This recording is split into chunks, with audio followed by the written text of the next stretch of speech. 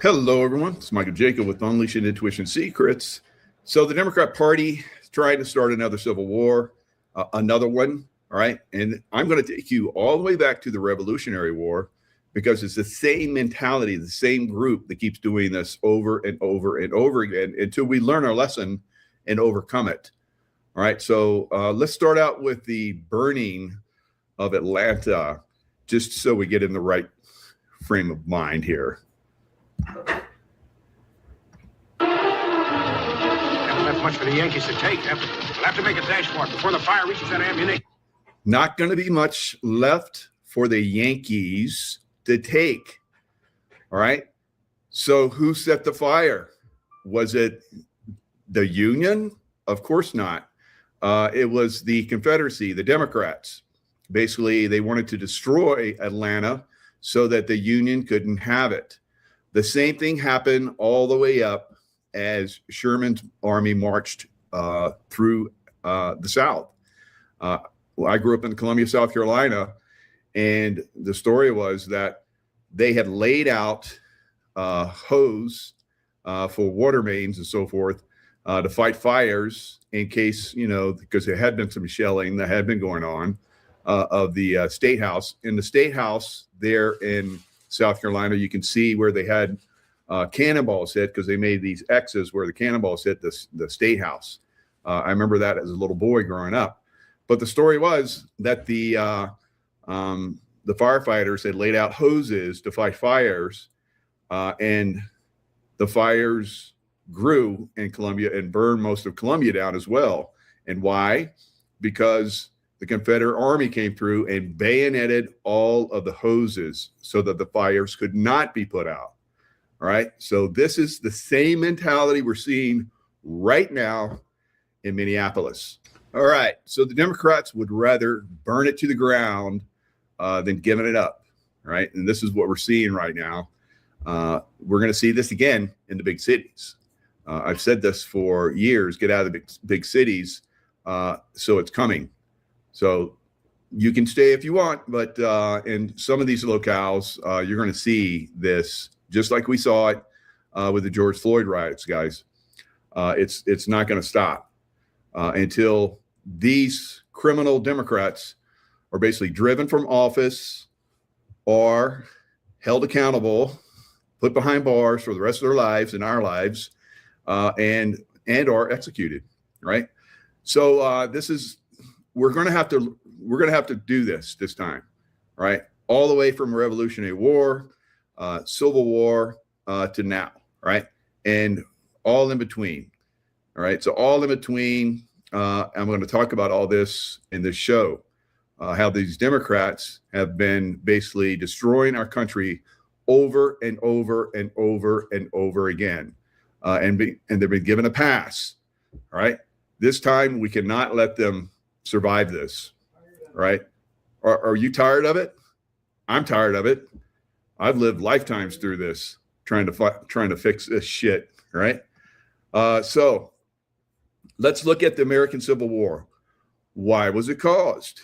All right, the American Civil War, and a lot of people have different opinions about this, but was primarily caused by longstanding tensions over slavery, economic differences between the North and South, and disputes over states' rights versus federal authority, blah, blah, blah. So we're seeing the same thing play out again, like you saw there in Gone with the Wind.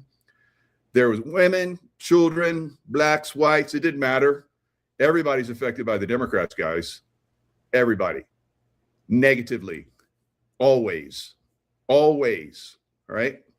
So let's go deeper. How the Nazis were inspired by Jim Crow. Jim Crow, what is that? Jim Crow laws in the South after the Civil War. Why? Because blacks mostly went with the Republican Party. Hello, Republican Party saved them from the South. So they started the KKK and they started Jim Crow laws in the South to suppress the blacks, right? They couldn't get votes from them. The Republicans are getting votes from them. Sound familiar, right? So it's something, and that's why they bring in immigrants, legal immigrants, right? Because a lot of blacks are waking up. They were basically forced into the Democrat Party for the most part. You vote Democrat, or we're hanging from the trees, right? So that was the KKK, and that's what they got. It's crazy. So the Nazis, they like the Democrat. They like the Democrat attitude about blacks, right? And they used it against Jews. Crazy, right? Hello, I've been talking about this for decades, right? So does it matter? I guess not. All right. I'm not the only one that's been trying to bring this to everybody's attention for hundreds of years, I guess. So come on, we're gonna fix this, or we're gonna continue to repeat it, right? It's like the person that has the wife beater, right? So she gets beat by her husbands, and she can't figure out why she keeps getting these husbands that beat her. And everybody's like, well, duh, you keep choosing the same type of guy, right? But she doesn't get it. She keeps getting the same guy over and over again, all right? It's like the Democrat Party. We're getting the same beating over and over and over again. We need to figure it out. It's disgusting. In 1935, Nazi Germany passed two radically discriminatory pieces of legislation inspired by American laws. So you know how the Democrats are always like the Republicans and right-wingers are the Nazis? Negative. The Democrats are. All right. The Reich Citizenship Law and the Law for the Protection of German Blood and German Honor. Together, these were known as the Nuremberg Laws, and they laid the legal groundwork for the persecution of Jewish people during the Holocaust and World War II.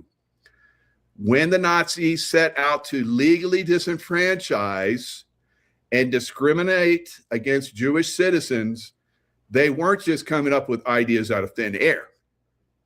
They closely studied the laws of another country, according to James Q. Whitman, author of Hitler's American Model. That country was the United States, and of course, that was the Democrat Party, and of course, the Jim Crow laws of the South. All right. So in particular, Nazis admired the Jim Crow era laws that discriminated against Black Americans and segregated them from white Americans. And they debated whether to introduce similar segregation in Germany, right? One of the most striking Nazi views was that Jim Crow was a suitable racist program in the United States because American blacks were already oppressed and poor. Wow. So, like I said, I've been saying this for a long time. I know a lot of other people have been saying this. Some people just don't get it. They want to be in denial, right? We can no longer be in denial, or we're going to continue to live this bullshit from these disgusting criminals, these Democrat criminals, right? All right. Jim Crow laws were state and local laws enacted in the Southern Democrat United States from the late 19th century until the 1960s that enforced racial segregation. They couldn't control them anymore because the North had won. All right. And there was a lot of people that, were part of that within the administration of Abraham Lincoln. So his protected detail, which would eventually be, the guys that protect the presidents, like we just saw just recently with JFK, and also with our Trump. So these guys have been corrupt for a long time. So it's said that his protective detail, He told them to take the night off. Yeah. Bullshit. All right. So we're going to see, how these guys are basically, destroying America. We're already seeing it right now in Minneapolis. All right. We saw it during the George Floyd riots, and we're going to see it again. We're going to see it again because we haven't learned. We haven't stopped them out. We haven't taken them out of. I said the Democrat Party is going to go away, but I guess it's going to be extreme until that happens. So these laws mandated, Jim Crow laws mandated separate facilities for whites and blacks, leading to significant social and economic disadvantages for the black community. All right, so now the Democrats are the champions of illegal immigrants, that cause massive problems. And why don't they just convince the rest of the public that, hey, vote for us? They can't. And because we're getting wise to their, mail-in ballot fraud. Some places like New Jersey, where there was massive mail-in ballots, again, they elected another Democrat, where the Republican was a favorite. How? Imagine that, right? So, and now we're seeing the governor there, Murphy, they're getting ready to, because the Democrats did anti-ICE. They're trying to pass anti-ICE laws in New Jersey. And it looks like the outgoing governor, Murphy, is going to sign off on those guys. Again, the Democrats, we can't get rid of them, can we? We better. We better. They're destroying America. They're destroying America. All right. Many blacks turned Republican after the Civil War. Many African Americans aligned with the Republican Party, which supported their rights and freedoms.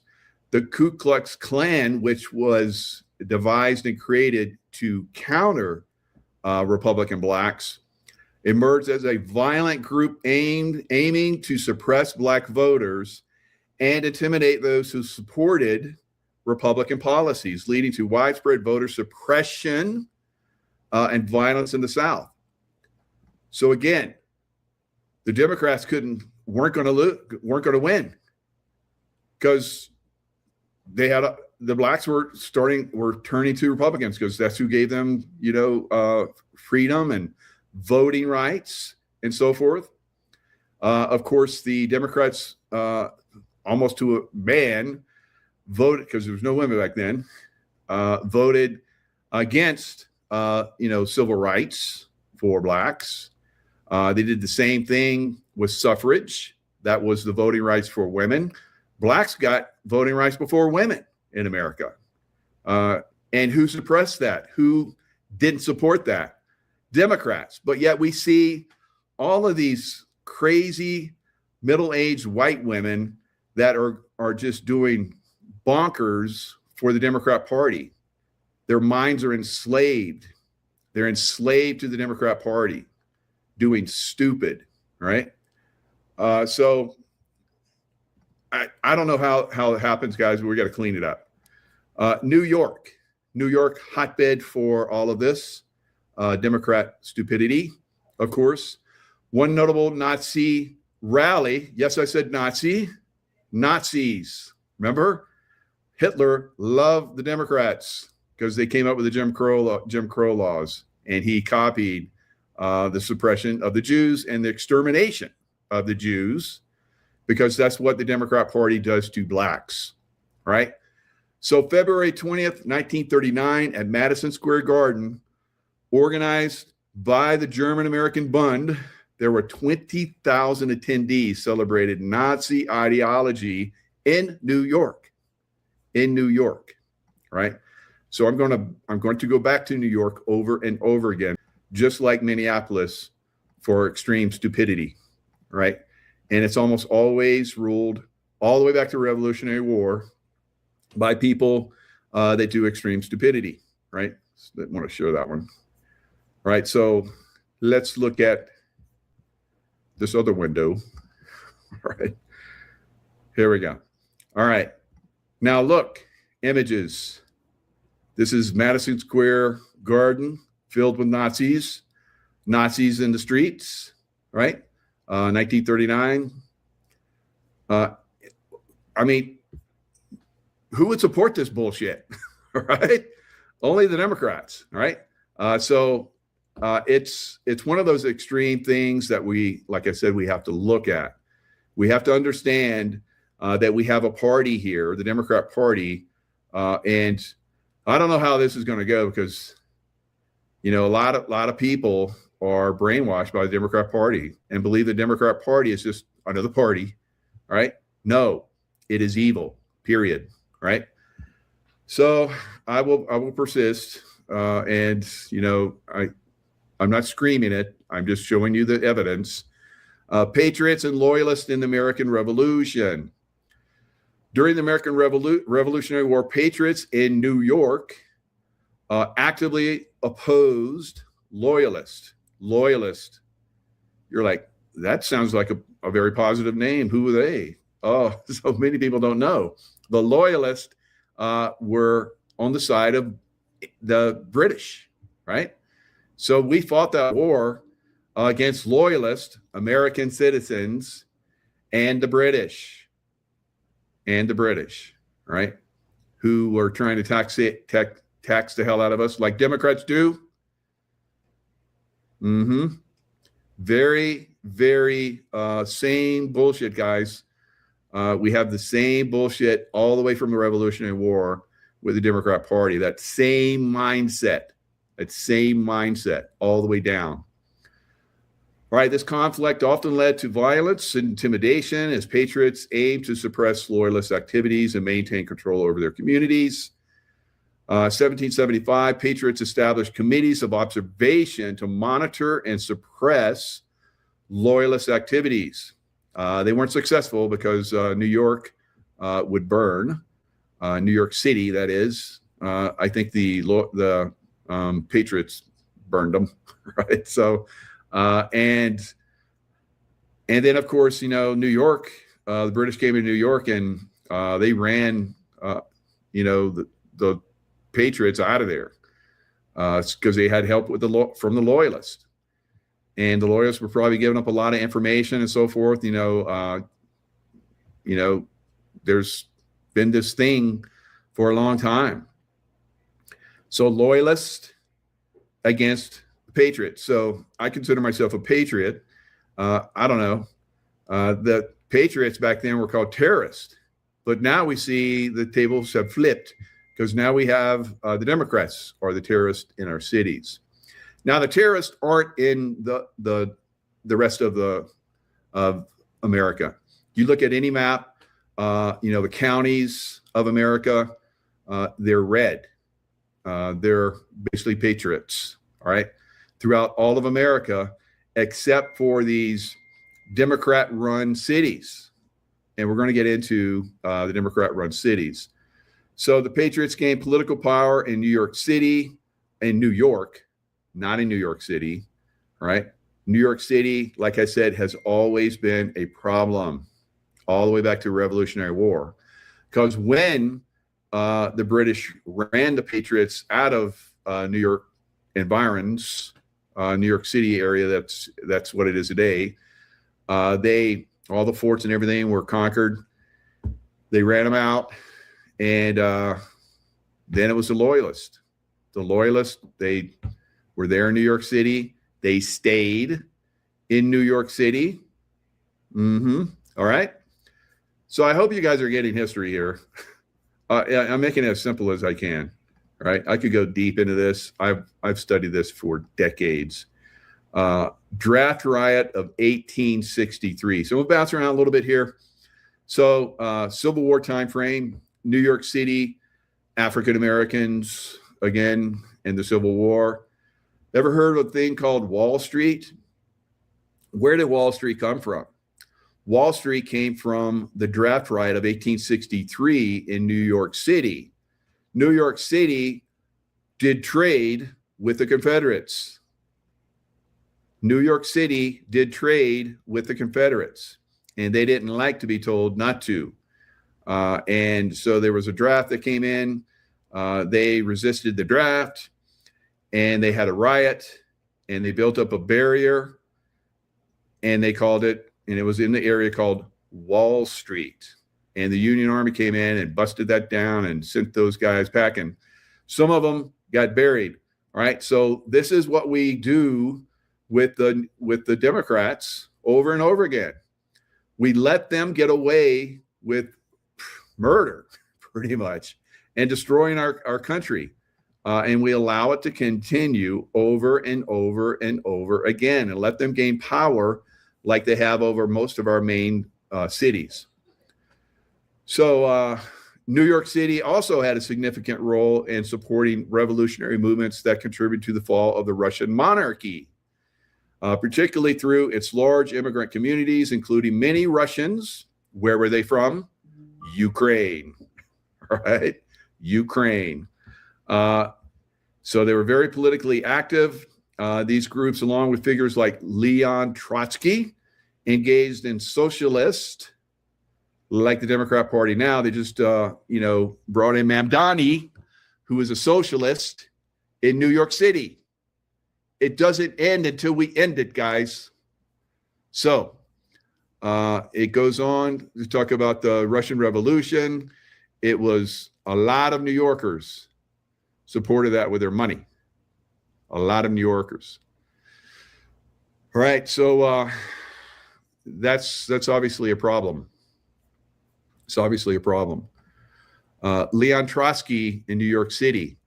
Trotsky, who was a journalist, and a socialist, of course, came to New York City for at least, I think it was around 10 weeks. Yep, 10 weeks. And spent and headed back to Russia with a lot of money from New Yorkers, Ukrainian New Yorkers, because Leon Trotsky was also a Ukrainian. So he went back and he helped head up the Military Revolutionary Committee, which carried out the overthrow of the monarchy. All right. Who, speaking of monarchies, who was the leading cause of the fall of the Shah? Democrat Jimmy Carter. All right. The Shah went for, Jimmy Carter was constantly bashing. I remember because I was around during that time frame. Jimmy Carter was constantly bashing the Shah. He left the country and they started the revolution. Right. And they came in and took over our embassy. Our embassy was, the guys in the embassy were there. Somebody corrected me. I said it was 666 days, but it's actually 444. Right. Reagan came in and basically told them, you don't let our people go, I'm going to come kick your ass. Right. And that's what we see right now with President Trump. So we haven't had, since Reagan, a good president until now. Right. And President Trump is destroying the deep state Democrat Party. Right. He's destroying it. All right. So if you go to the East Village, I'll share the screen on this puppy, right? If you go to the East Village of New York City, you will see a monument to Soviet leader Stalin. Yes, the East Village Lenin statue is an 18-foot statue of Russian revolutionary Vladimir Lenin. Even in Russia, they do away with Lenin statues, right? So, there's problems. There's serious problems in these Democrat cities, serious problems, right? And it's got to get fixed. All right. Now, you guys might remember, if you've been around a little while like I have, Soul Train. Now, when I was a kid, I always watched Soul Train because I want to learn how to dance, right? Blacks, they know how to dance. And I remember I always danced at parties because I watched Soul Train and I learned how to dance, right? And I got their rhythm and I got a little bit of black in me. So I did the DNA test and yes, I'm a white guy, but I got some black in me. All right. So I would dance at parties and everybody would gather around and watch me dance, but I'm watching the masters, right, on Soul Train. Now, during our current time frame, I feel like we're kind of like jungle rules are going on right now. So I thought I would bring up this one song, A Blast from the Past, from Kool and the Gang. You guys might know where I'm going with this. Now, I think back then they were talking about something else, Jungle Boogie type, but we can kind of like move that around and say, yeah, right now we got some jungle rules going on. It's Jungle Boogie time, and we're gonna have to hammer down on these Democrats, guys. It's time. Their time is over, and I think their big blue cities are going to get destroyed. A lot of them, right? Just like we saw with the in Minneapolis. When CNN reporter was out front and says, yeah, there's some burning going on, but it's mostly peaceful demonstration. Right? So there's like flames and buildings are burning. Yeah, it's out of control. These Dems got to go, man. So, and I'm not talking about all Dems. I'm talking about the Dem leadership. All right, it's got to go. And when the Dem leadership is gone, then the people that they're I guess MK Ultraing or something with their mind bullshit stuff. They're gonna like, oh, I can't believe I was doing that. What the hell? What the hell was I thinking? Right? Yeah, we try to wake you up. So welcome back to the real life, the real world, dudette. All right. So Motown, 60s Motown, when an independent Detroit, remember that? Detroit was one of the top cities in America at the time. Like, I don't know if it got number one, but it was definitely number two at one point. It was rocking. It was a fantastic city. They were building the best cars in the world there. It was an amazing city. So as a new decade dawned, an emerging black middle class had disposable income to spend on records, some of which was refined, smooth, uptown music that record labels began to target. White people began to appreciate R&B and soul, like myself, a new expansive music that had grown out of it. And what do they do to it? What do they do to that beautiful Motown sound? They came in with rap, right? Rap created by the CIA so that they could, change the frequency of the music and cause the black community and some white community types to start to get violent so that they could fill up their jails, right? And make money. It's definitely one of the things that, I brought up for quite some time. And it's been recognized as a real thing. How about that?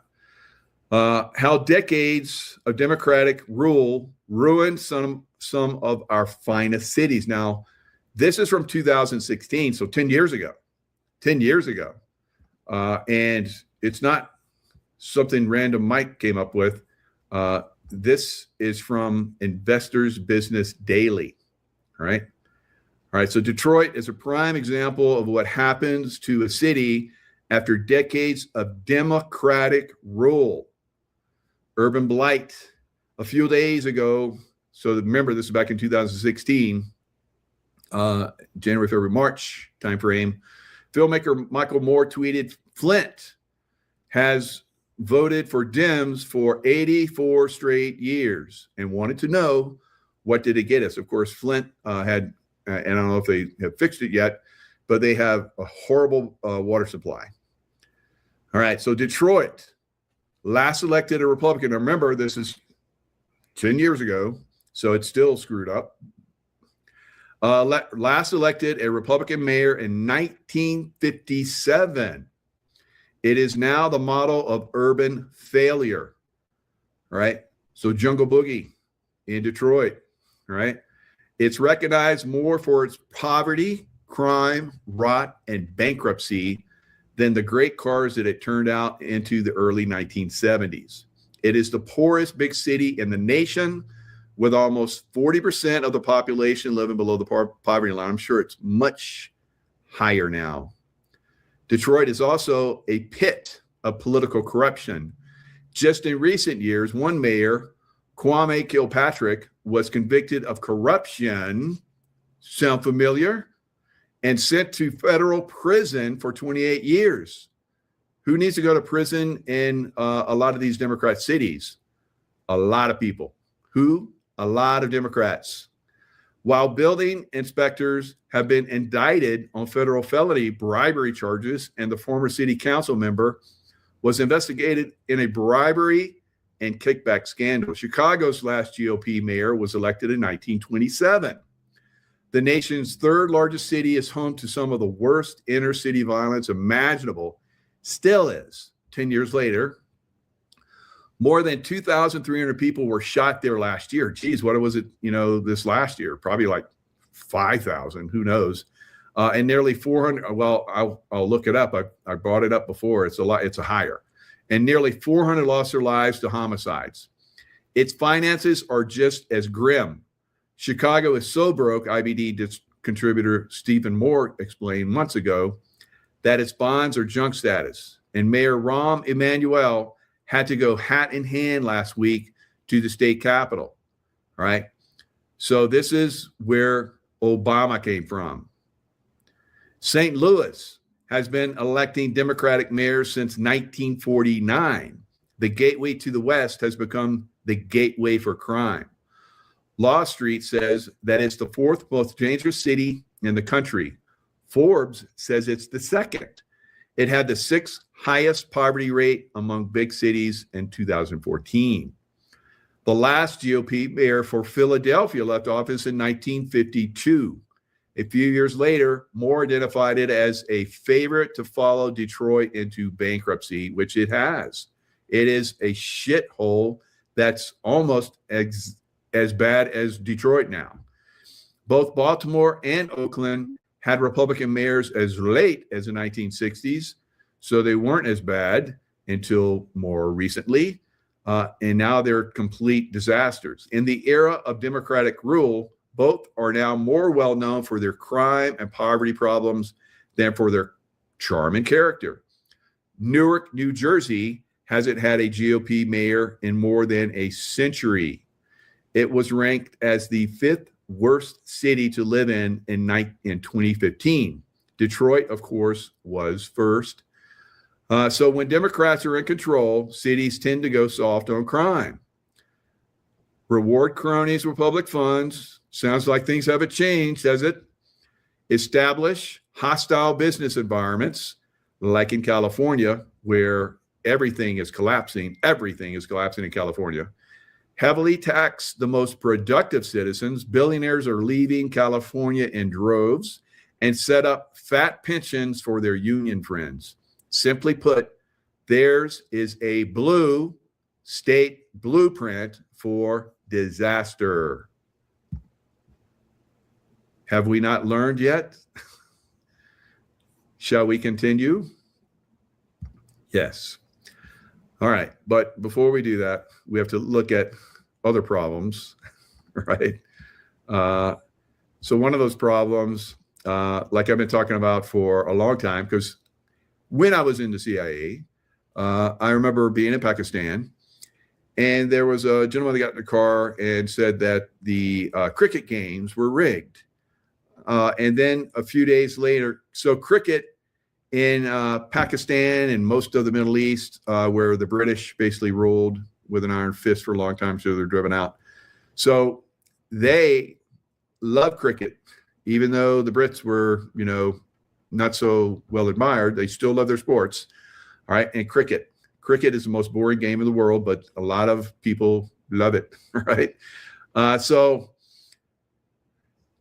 3 days later, after I heard that from one of our people that tells us things in CIA, right, they put out in the paper, in the news, that the cricket games were rigged. Did Pakistanis, riot or go into an uproar? They didn't care. They didn't care. Just like you guys that, go to the football games. You don't care. I've been saying for, at least a decade, that the games are rigged. And I showed you how the games are rigged. I've shown you over and over again. And I'm not going to show you anymore because I'm sick of it. All right. You need to wake up. U.S. Attorney David Metcalf told reporters former NCAA players and fixes charged over rigged basketball games, prosecutors say. And this is something that's going on worldwide. All right, so investigation in sprawling betting scheme to rig NCAA and Chinese Basketball Association games has ensnared 26 people. Geez, that's it. Get almost the whole teams and the coaches and everybody else. U.S. Attorney David Metcalf, like I've said, the indictment says many others, including unnamed players, had a role in this game but weren't charged. The indictment is the latest gambling scandal to hit the sports world since 2018. U.S. Supreme Court unleashed a meteoric rise in legal sports betting. So it follows a federal takedown of illegal gambling operations linked to professional basketball. Various charges against 26 defendants, blah, blah, blah, blah, blah, blah, blah. All right. Payments to players typically range from $10,000 to $30,000 per game. I bet in like football, they get paid a lot. All right. I bet they get paid a lot to rig those games. You ever look at those guys and say, how did you drop that ball? Wow. It was right in your hands, but you dropped it and your team lost. How about that? So, there's rigging. It's been going on for a long time. But sometimes we have to like bring this stuff back up again. Right. So now other things, polar vortex coming. And now a lot of you, I talked about it yesterday. A lot of you had problems with your phones, Verizon. I think there's still some problems. I think it's from the sun. I don't think it's a conspiracy thing. I think the sun is really getting active and it's going to like crank on our planet, right? So let's watch a little bit of this. January 14th, around 10:30 p.m. Mountain Time, 2025, 2026. Holy macaroni. Corona Hole 15 is about to face Earth, and that means geomagnetic storm is in the forecast for January 17th. We've also got major snow coming to the west and long-term lies being held by the media. 2025 was the third hottest year ever recorded, but it's actually the lowest recorded temperature on Earth for almost 400 million years. 400 million years. I've been saying this for a decade or more too, that we're in a global minimum that's going to get colder, yet they keep coming out with that BS that it's the hottest ever, right?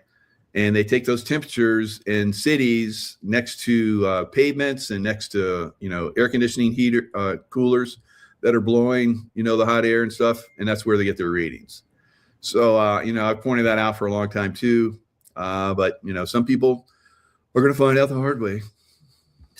How do you like them apples? Buckle up, Buttercup, and keep calm.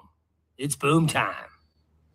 La Nina is going to be exchanged with El Nino in just the next year as a polar vortex is taking hold.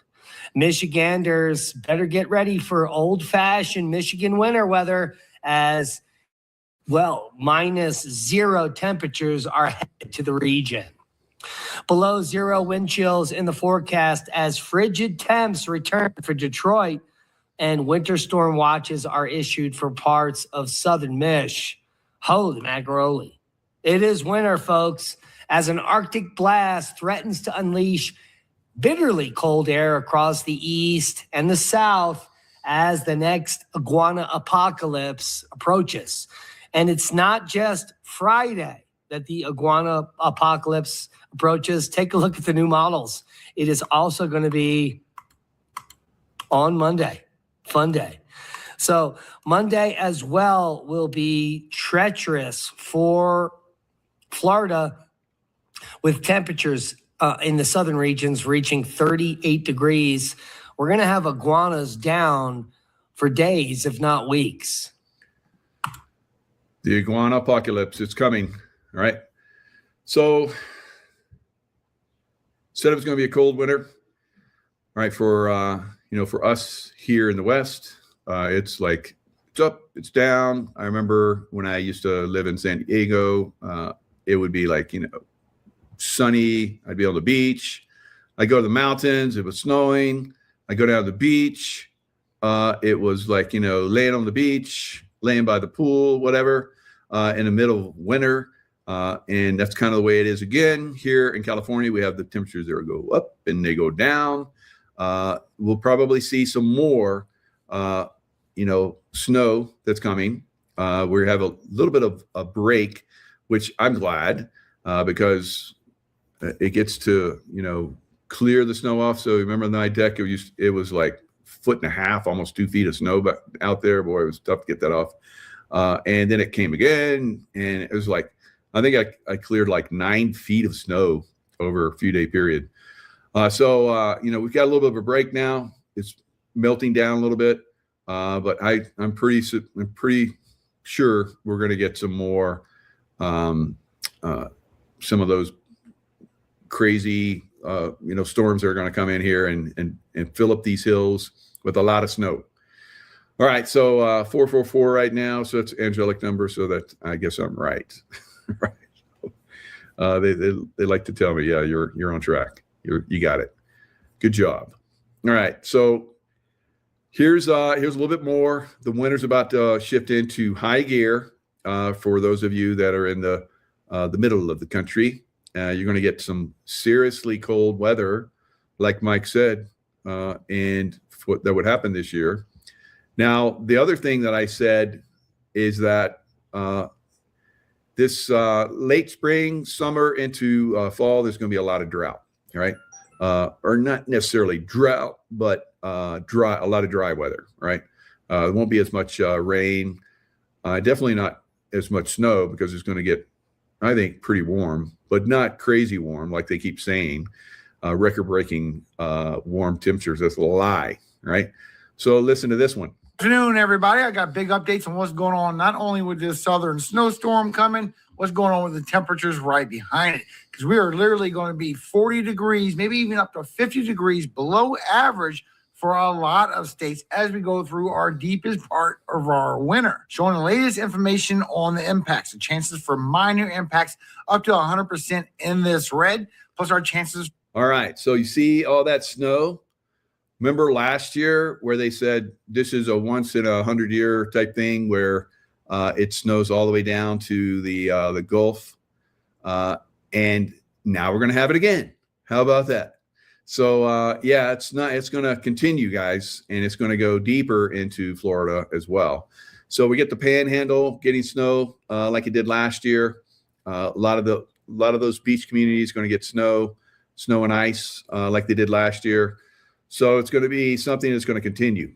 It's not a one-off. For moderate impacts going all the way up towards that 40, even that 50% chance in certain areas. We're seeing two different regions now of where we're more likely going to see the moisture meeting up with the cold air. Over here for Alabama going through Georgia. Also another area going through a little bit of South Carolina, but mostly into North Carolina. So let's go through these impacts. Remember, these are minor impacts. These are not major impacts. However, being from the south, an inch of snow would bring major impacts. So please stay off the road. It's going to be about a 12 to a 15-hour period where you could get mixed precipitation and snow on the ground. So be aware. The strongest chance over here now. All right. So that's coming for this weekend for you guys in the south. All right. Southeast. So just be heads up on that. It's tough anywhere to drive when there's snow on the road, but especially in the south. All right, because you don't have front wheel drive. A lot of people don't have 4-wheel drive, and if you got a big old truck, it's probably not 4-wheel drive. And you don't have snow tires, so be careful out there, guys. All right, so just stay off the road. Just hang out during that time frame, right? Hunker down and enjoy the white stuff as it comes down, and after everything settles down a little bit, maybe you can run out and go to the beach carefully and see the snow all the way on the beach. That's always cool. All right, so New Jersey Democrats pushing 3 asinine anti-ICE bills, right? So it's basically they're pushing the Civil War. We'll see how much traction it gets. All right, so they want to prohibit state and local police from stopping anyone based solely on immigration status, prohibit ICE from operating in jails, so they can't go get the criminals in the jails and deport them because they need those votes. And I don't know. I know that, you get a felony conviction. It used to be if you got a felony conviction, you didn't vote. But some states have overruled that, and most Democrat states have overruled that. All right, so it doesn't matter anymore. So prevents New Jersey from sharing personal data with ICE without a warrant.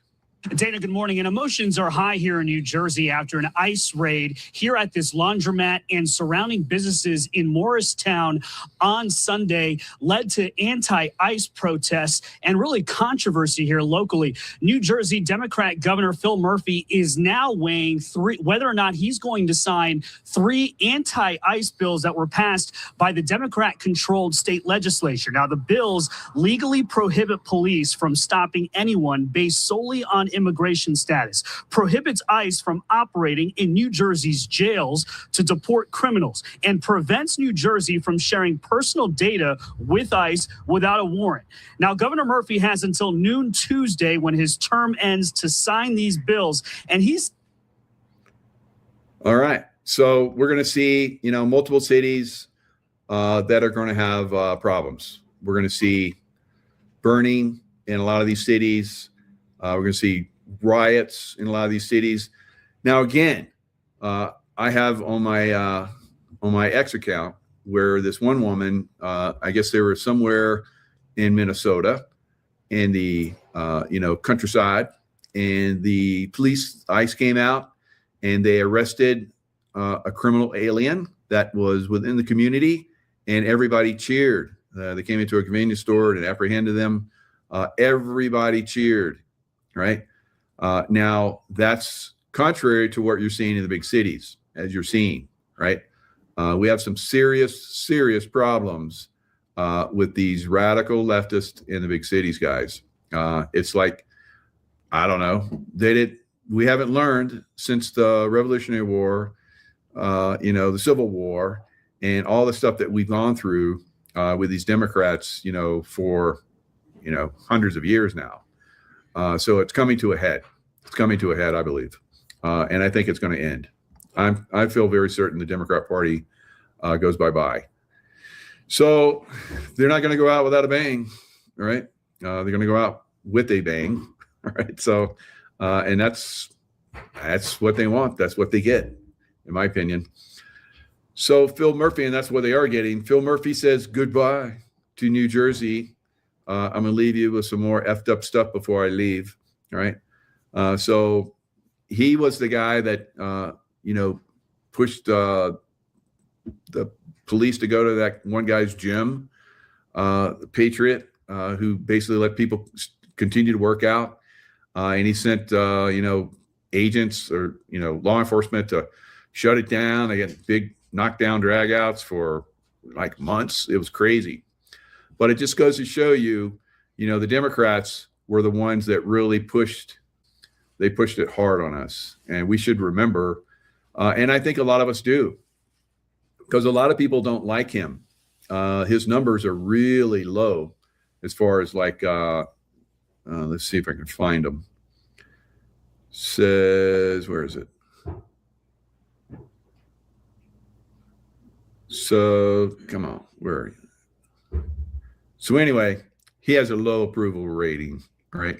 So I can't see the numbers in here because I read through this article and it was like, I thought it was up there in the top, but anyway, low approval.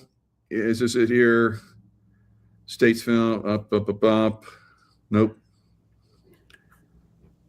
So down in here. So Mikey Sherrill is following him. So he has low approval rating, right? And it is, they did a poll. He's got very low approval rating. What do you guys in New Jersey say? Right? I'm pretty sure I got pretty much the conservatives here. So I'm sure you guys are like, F that guy. All right. So I I say F that guy. I didn't even live in New Jersey. I think he's a total POS. But you know, you guys are going to get another one. You're going to get another one. And more voter fraud, in my opinion, happened in New Jersey with the Democrats. All right. So let's look at Mikey Cheryl. She is a woman. You think that Mikey, she must be a guy. It sounds like a guy's name, but that's a woman.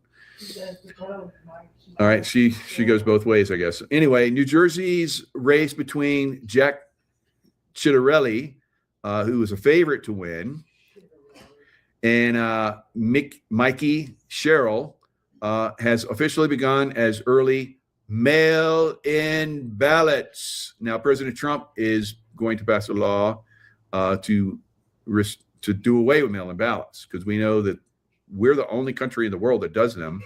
And we know if you have two brain cells that rub together, that is full of corruption. Even Jimmy Carter said that mail-in ballots were bad. Even Jimmy Carter. All right. So mail-in ballots were coming in, received across the street. The first absentee ballot report shows 998 requests from Democratic voters, only 173,000 from Republicans. And they had the biggest turnout ever. Sound familiar with all these mail-in ballots in some of these states where, they won against President Trump? Record numbers. There was more voters than there's people in the state in some of these places. All right, so I might be exaggerating, but I've heard that. I don't know. So, yeah, she won with the mail-in ballots. All right, corruption and in another Democrat state, New Jersey, very, very bad. All right, I feel for the people of New Jersey because there's a lot of really good people there. I was there for quite a period of time. All right, so we have a lot of other issues that are going on. Minnesota riders break into ICE vehicle locker. Now, this was last night. They had a traffic stop where there was a legal Venezuelan, probably a cartel guy, and he ran from the ICE agent, crashed his car and ran. The ICE agent chased him, tackled him, was trying to cuff him, and two people came out of a house with a broom and a ice shovel and started banging on him. So I guess the one guy who was trying to tackle got up. He shot him in the leg because he feared for his life. All these guys attacking him, and that stopped everything. So they all went into the house. Well, I guess probably all lived there, and they brought in a ICE detail, which basically went in and nabbed all these three idiots. And the one guy that was wounded is getting treatment. And I guess the ICE officer was also, hurt. And both of them are still in the hospital. So the Democrats there in Minneapolis, they blew up. The radicals came in. They started smashing the windows of, ICE vehicles. They pulled out a box that had a rifle and ammunition in it. They broke it open and stole it. They ruined the cars. They smashed them. They spray painted them, and it's out of control there. So President Trump said, "You guys better figure this out real quick, or we're going to do an insurrection act on you guys." Right? So I think he's going to do the insurrection act.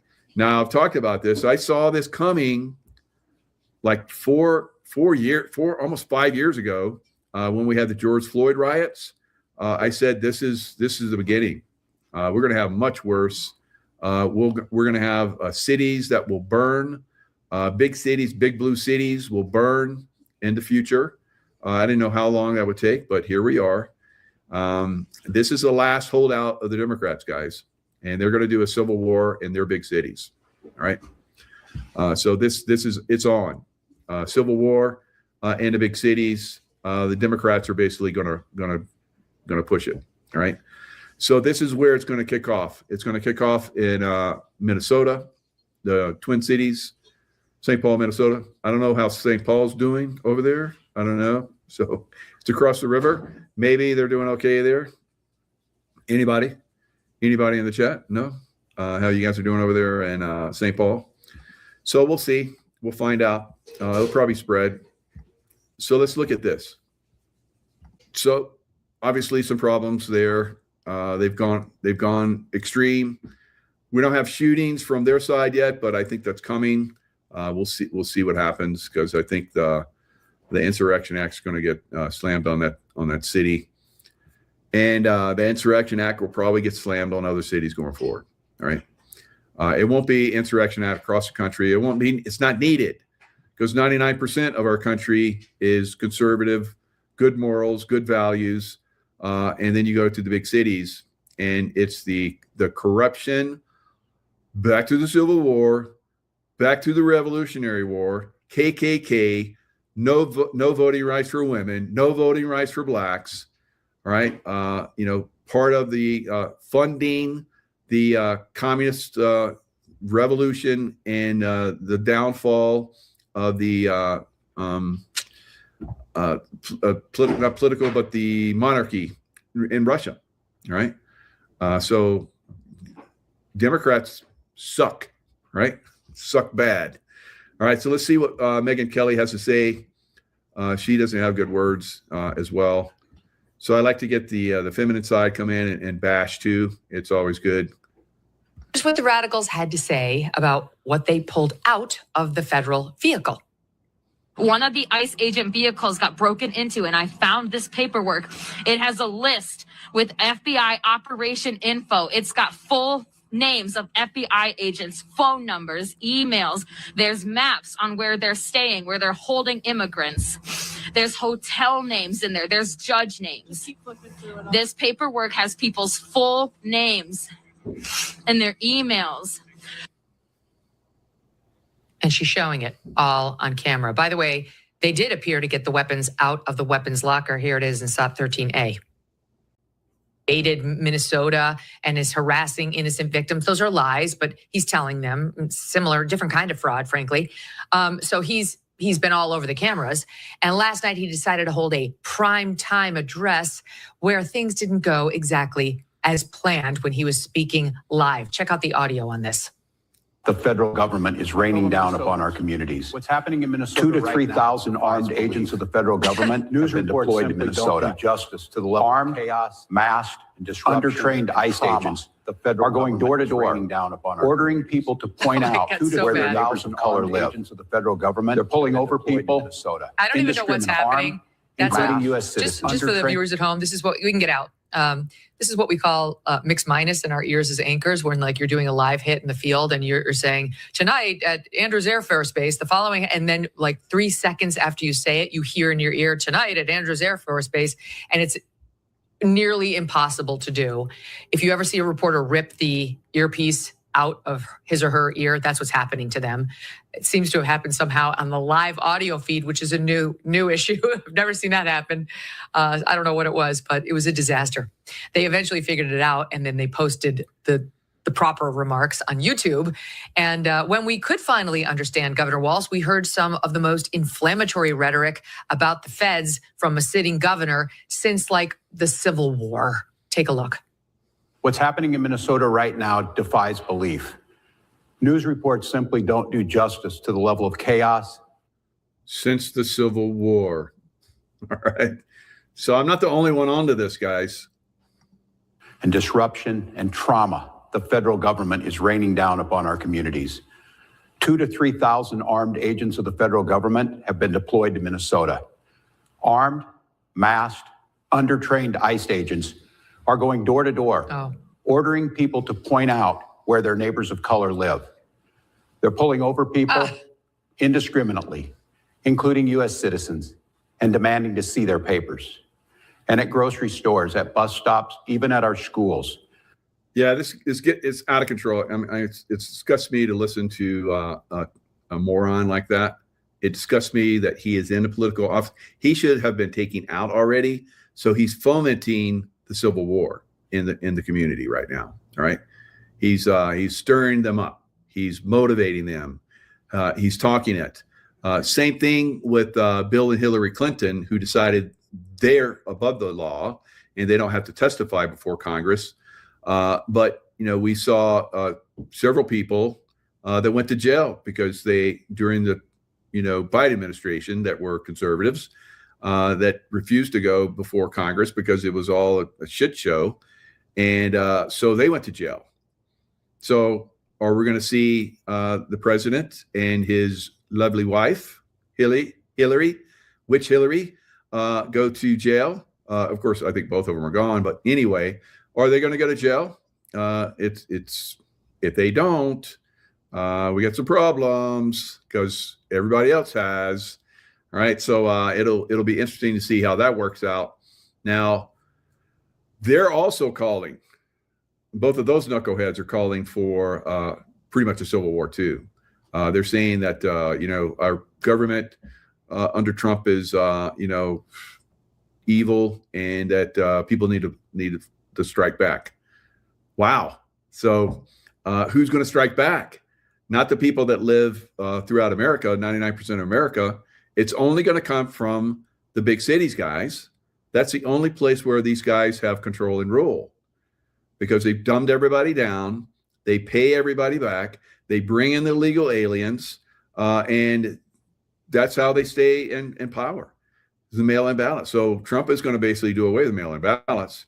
So they have to fight. They have to motivate their base to fight us. All right. It's coming. It's coming. We've been talking about this for a while. All right. So Tim Walz, Tampon Tim, he basically invited a high school to come and protest ICE in the Capitol. Let's see what happens when you bring in radical high school students. That went well. So it's students are being radicalized. We know that. Now they have said that students don't have to come in; they can stay at home. The Democrats love that. Remember how they did that with and our students got dumbed down. All right. So here they are in Minneapolis. They're saying you can study from home because of all of this ICE stuff. It's so bad. So they're basically influencing the next generation too, guys.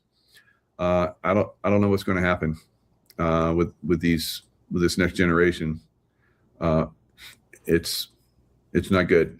It's not good. All right. And of course, the Southern Democrats did this for many years. I resisted. All right. So I turned out okay. So, all right. So Trump announces February 1st cutoff of federal funds to sanctuary cities. President says cities shielding illegal aliens will no longer receive taxpayer money. So the funding for these radical leftist Democrats that need to go bye-bye is coming. All right. So in Minneapolis, they've stopped funding for a lot of the programs that the puppets of the Democrat Party, the Somalis, were using. All right. And who knows what's going to happen to all those people, right? All that funding being cut off, like I showed, and I think it wasn't the last one, the one before, where President Trump put out basically a graph. A fraction of people are using welfare and getting money and benefits and so forth, but it's like almost the entire Somali community is getting paid. And how much does the Somali community work? Nothing, right? So they're stealing from American taxpayers on a massive scale. We're going to see this in a lot of Democrat cities. It's nothing new. Like I just showed you guys, it's been going on for decades and decades and decades, right? But now it's all coming to a head. All right. In Iran, we have the radicals are being shipped in.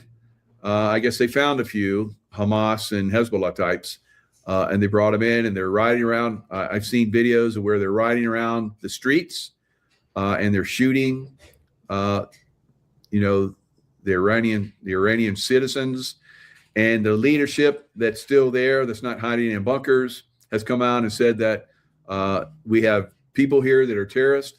So you have millions of people on the street, and all those people are terrorists. Kind of sounds like the Revolutionary War, doesn't it? Right here in America. So the people of Iran are pushing back. Of course, there's some people very similar to Democrats, because the Democrat community basically supported this radical Islamist group to take charge and control in Iran. All right, Jimmy Carter. Thank you, Jimmy Carter. So the radical Democrats are causing problems around the world, and President Trump is cleaning all that up too. All right, and we can do it. We have the technology, we have the wherewithal, we have the motivated people like myself, all right, that are younger than me now, all right, that are imagine they're trying to decimate the military. Fortunately, we had very few people go into the military during this time frame, but now, when President Trump was elected, from that point on, people started going into the military in a massive level. All right, so a lot of those people have only had like a year of training, but we still have a lot of people. We're bringing back the people that got pushed out because they wouldn't get the shot. So we're having a lot of success, and we'll continue to have success going forward. Now, I know this isn't a popular subject because I can see the numbers. Usually I have like 17 to 2,000 people that are joining me in this time frame. So, that's why, guys that are still listening, that's why we're going to go through these Democrat cities being destroyed, right? Because people don't listen. People don't understand. People don't want to understand, right? So we're going to go through it. We're going through it, right? It will happen. So be prepared. Stay away from the big cities. If you're living in the big cities, you got to have an out, guys. You got to have a way to get out, because it could go down quick in some of these big cities, and I think it will. Once a shitstorm starts, remember we heard for years the storm is coming. So this is it, right? And we've been told a lot of times this is it, but I think we all know this is it, right? And in America, just like Juan has talked about for years, we'll go through a near-death experience, right? So this is it. The near-death experience is coming to us from the Democrat Party, right? Courtesy of the Democrat Party, right? And some rhinos, right? All right, guys. It's gonna get shitty out there, but we can work together. Most of America is beautiful. Most of America will continue. The big cities, that's where they are. They're easily surrounded, and we'll go in and basically, blast the hell out of them in there, just like we see in, I guess the Civil War, where they burn themselves in Atlanta, and South Carolina, Columbia, and multiple other states, capitals. A lot of state capitals during the Revolutionary War were destroyed by the Democrats, right? So they didn't want the Republicans to have them, right? And they made it so that, Reconstruction took a long time. And during that time frame, they kept voting Democrats in to keep the problems going. And we're Hello, everyone. It's Michael Jacob with Unleashing Intuition Secrets. Last night I said that President Trump should, step up and do the airstrikes in Iran, and it looks like jets have launched to actually do that. So we know that there's, probably disinformation or, counter stuff that might be going on where they launch from like Qatar, which, some people have said, airbase, and they've basically evacuated and locked down the airbase to a great extent because they know once they do strike that Iran, the criminal, murderous Iranian Islamic regime will, send missiles all over the place.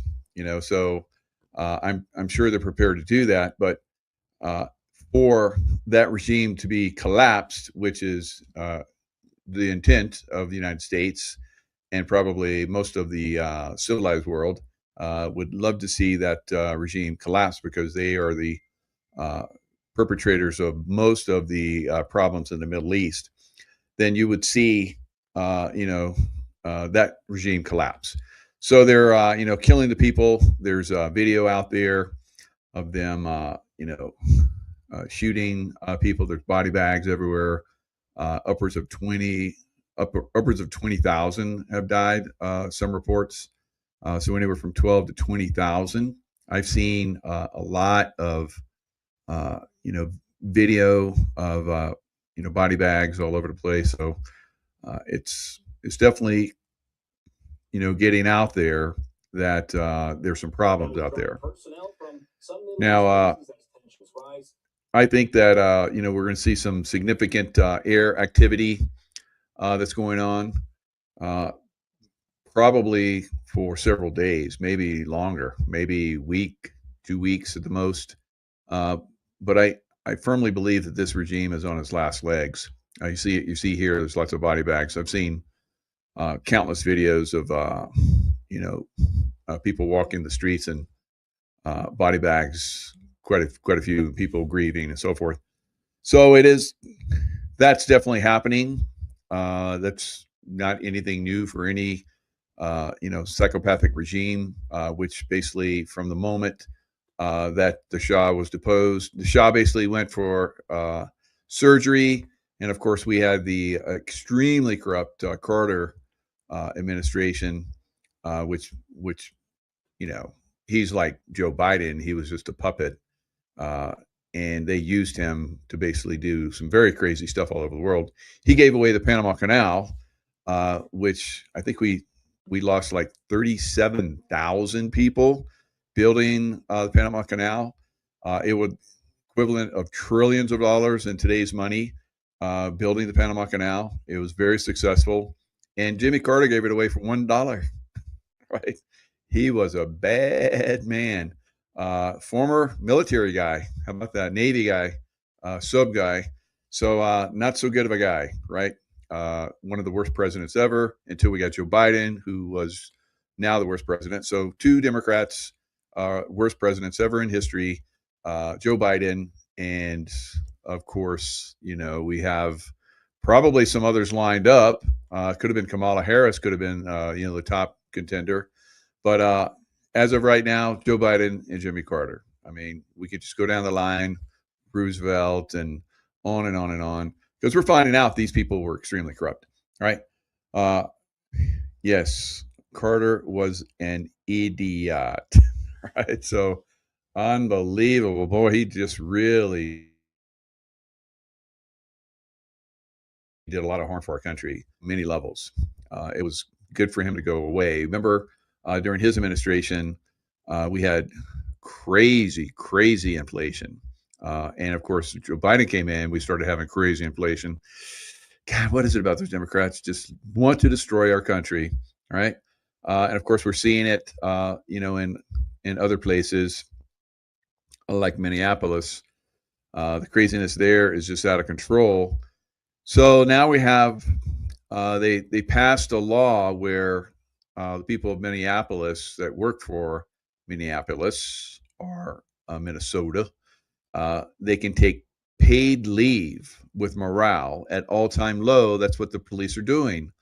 And the time where Minneapolis really needs the police, because they have all these crazy people that have descended on Minneapolis, like the George Floyd riot. And reports of 60 to 70 so far are turned in paperwork for Minnesota's new paid leave program. Did they come up with that new paid leave program just for this? Because we know that during the George Floyd riots, they tried to get rid of all their cops. Stupid, right? And then those that stuck around were, right? Maybe there were some still good people that, hung out and stayed.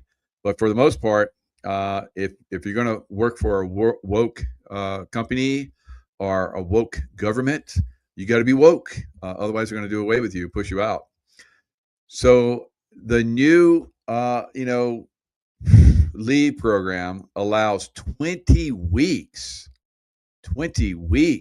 of paid leave for personnel or family, if there's reasons when you need to, I don't know, your wife's going to have a baby, or someone in your family's dying, or something like that. 20 weeks, geez. I remember when I was in the military, we got 4 weeks of paid vacation. I can't imagine 20 weeks. What the hell is going on there? Good God. Oh my God. Unbelievable. So it is just a shit show there in that Democrat hellhole. They need to get Tim Walz out of there. And that Fry guy, right? That soy boy Fry guy that's in the mayor spot, because both of them were there when they had the riots the last time. So the Democrat Party is trying to start a civil war. Absolutely. With all those knuckleheads that came out and said that disobey orders from the commander in chief, that they're unlawful. No, they're trying to seed a civil war. And these Ilhan Omar is saying that everybody should revolt, and they're trying to start it. We're like, no, we're not going to do your money and starve you out, and ship all your little minions back to their countries. So I guess there's like thousands and thousands, 6,000, I think I heard, every week. They're sending out of America. It's good, and that's just a drop in a bucket, guys. They need a lot more going out. They need to triple, quadruple that number to get rid of these people out of our country. And I think that's happening. So in the meantime, while the Democrats are trying to destroy our country, we're going after Cuba, Mexico. We know we have a massive fleet that's down there in the Caribbean and off the Pacific Ocean, along the coast of Mexico and some of those other countries down there. But I see Cuba very strongly, probably will be one of the next countries. Now, look how surgical it was that we went in and took Maduro, and that was it. All right. Will they be more? Possibly, but it seems like, things are, I don't know what's going on down there, or deals being made. We're going to do this,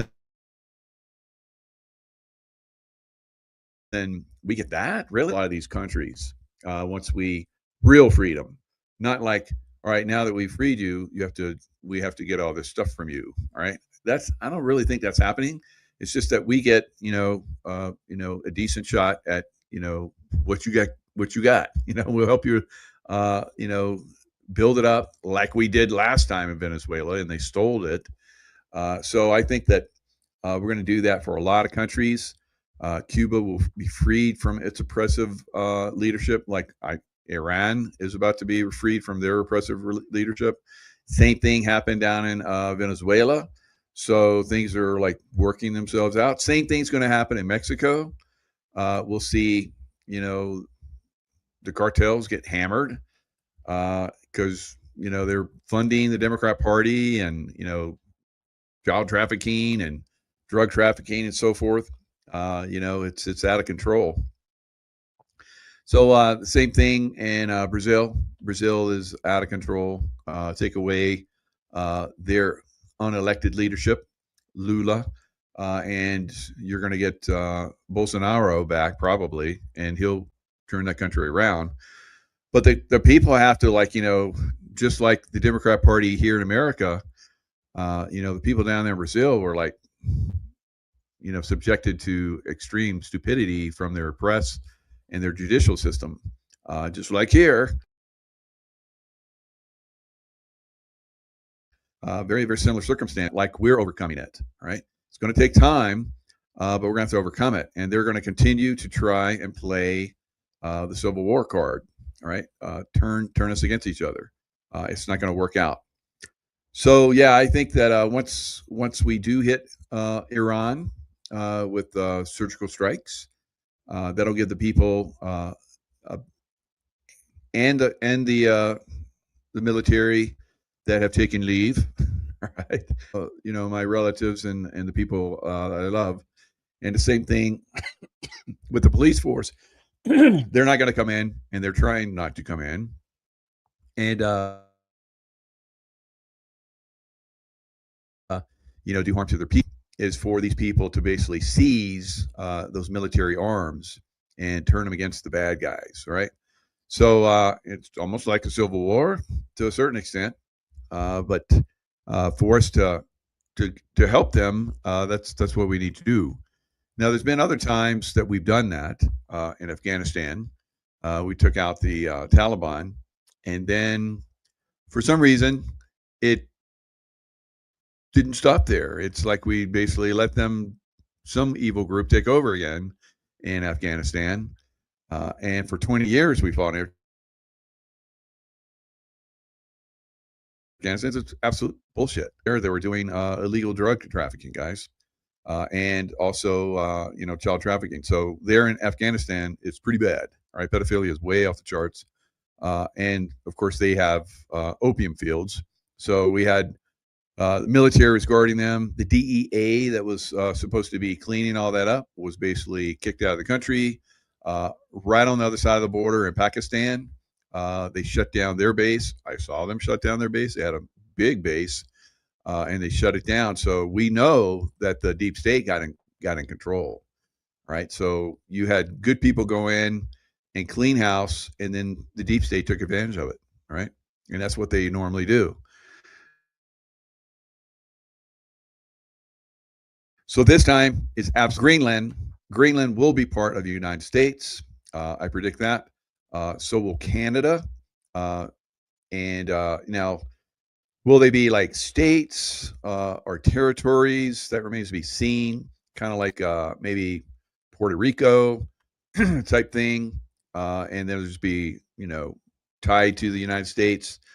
So I think that they're having is it Denmark or one of those countries that is trying to say that they own Greenland, which is like stupid, and they're independent, but one of those countries over there, Norway, Denmark, one of those countries is bigger here, and it's like, no, you're not. No, you're not. So and then you get somebody that's in Greenland is saying, no, we don't. We want to go with Norway or whatever country. NATO is not going to play if we go in and basically say, all right, we need to take this. We've been trying to do this for like, I don't know, 70 years, something crazy, because it is strategically, Greenland is very important. And I think that once we do, take it into receivership or buy it or whatever President Trump is going to pull out, he's going to pull something out.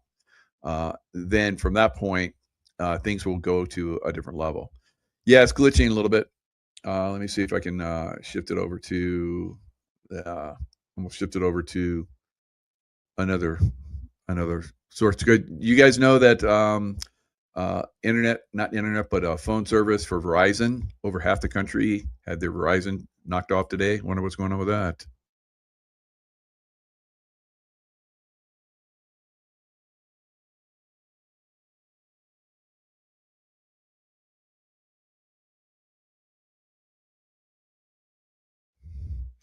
All right, so hopefully that'll take care of things.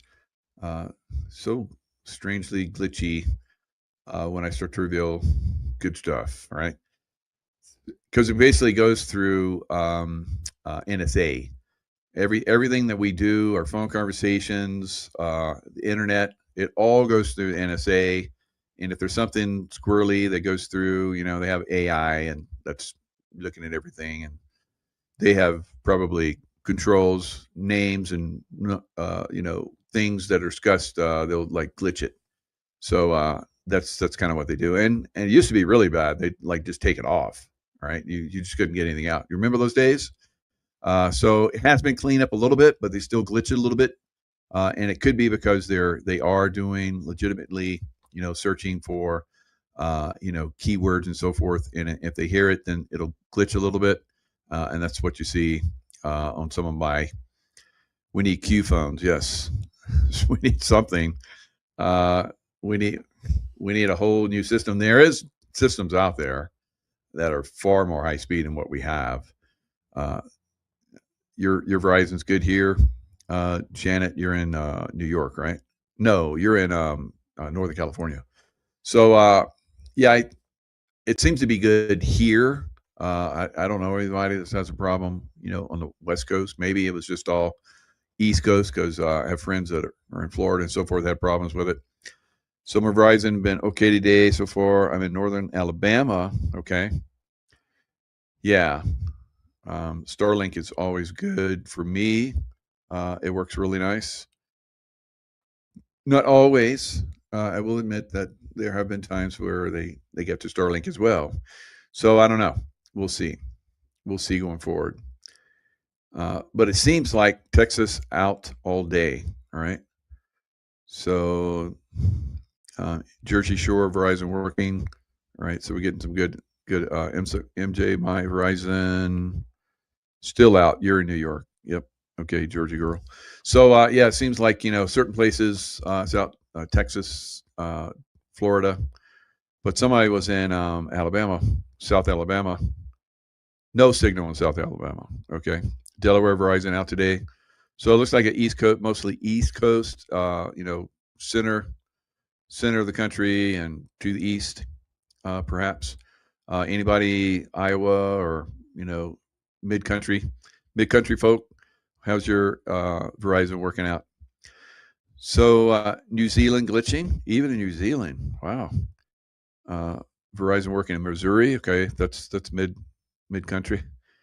Colorado out for 2 hours. T-Mobile was out today. Wow, T-Mobile, another one. So I think we were going to get some stuff from the sun. So I think cosmic rays off the sun what did it. Yeah, you're right. So great boy. Good job. All right. So you're tapped in too. Great Bay. All right. So Great Bay, 1961. So yeah, that's there was definitely some sun activity, solar storm type stuff. That could impact, of course, when we talk about the a lot of the EMP. I don't think it's EMP. EMP, if you look at the sun, that's a possibility. Yes, EMPs from the sun. Sunburst really active. Yep. I'm in Portland and I didn't have any issues. Okay, good. Verizon Oregon, no Verizon Oregon. So wow, it's just like sketchy. Just in different places. Pennsylvania affected today. All right. Seattle too. Solar flares, yes. So the solar flares basically can and will affect the core of the Earth, cosmic rays, gamma rays, and so forth. We're getting a lot of those because the sun activity is kind of going down, solar minimum. And so we're going to get a lot of that. And that will activate the earthquake activity, ramp it up again, possibly. So we'll have to watch. East Tennessee out. Wow. Had issues in Maine all day. So it sounds like the giant coronal hole or whatever, like really impacted the, it was spotty all over the country. In Michigan, you have it. So far, so good. Not in New York City, rural Maine, poor. So yeah, it's crazy how that works out. So thanks for everybody that shared all over the country. Wow, that's pretty quick. Even in other places around the world that seems to be glitching, and of course that's got to be the solar activity. All right. In Vegas, it's fine. Okay. So yeah. When I say Oregon, Eugene, and the whole morning. So I am on Wi-Fi now. Okay. Good. No problems with Idaho. Good. Satellites in certain areas sounds like, yeah, possibly. Glitching that energy. New Orleans, fine. Good. Like that Creole, like the Creole sauce, right? On my, or the etouffee and like the oysters there. And they used to be really good. in New Orleans. Those big Gulf oysters. The last time I was cruising through there, it's been, God, I think like 5 years now. The oysters weren't so good. All right, so all of that stuff that's been leaking out into the Gulf made those oysters not so much good. Right? Maybe that's changed by now. No issues in Texas. Some places in Texas, I guess, but not everywhere. All right, so yeah, stand by for activity. South Carolina, no issues. All right, good. South Kakalaki, where I'm from, I was born and raised. I was bred like a thoroughbred horse in South Kakalaki. All right. All right. So I remember people were like, where were you bred at? I was like, Columbia, South Carolina. Oh yeah, that's a good place to be bred. I was like, oh, okay. All right. So blue state flu. All right. I don't know, maybe. So then we got somebody else saying out in South Carolina and in North Carolina. From North Carolina. You're from North Carolina? North Carolina here? Okay, good. All right. Where are your parents from? They're both from Columbia, South Carolina. All right. So I was in Hawaii in 1977. Stefan Burns, Sunburst. All right. So he's putting that out. Okay. All right. So yeah, we got a lot of people that are going to be coming on in the next several days. They're going to be talking about a lot of stuff. All right. I got somebody maybe coming in talking about John Brennan. I was in CIA during John Brennan's time, and there was some very funky stuff that went on, and this guy's going to talk about it. All right, so he's got a book that's coming out, so that'll be interesting. Of course, we like to get information that is, cutting edge, and that's what we're going to keep on doing. You guys been like really coming in and seeing a lot of the shows. The views are way up. So yes. Hit new highs. Did it go all the way to 95? Did it pop again? So remember I said several days ago, if it went over a certain amount, $83, we would bounce around 85 to 95. So today I think it did go up to 94. But what it does, and what it's been doing, is popping significantly up. I think it was up over $7 today. Now you guys might remember I was saying that we're going to hit way back when it was $20, $30. I was saying someday we're going to hit, 3, 4, 5, 6, 7. So let's go for new predictions. Mike says that the intuitive Mike. So intuitive Mike says we will be hitting upwards of 25. All right, that's not coming soon, but we'll hit $10 days. But remember, when you go up 10, sometimes you go down 10. All right. So I don't think we're going to see as much of the down days now that we've basically burst past all of the control systems. We may see some more control, some selling to try and drive it down, as we move up to the $100 range, because I think once we go past 95, it's 100's there, right? And we may go past 95 tomorrow. It's silver's 92.45 ounce spot on APMEX right now.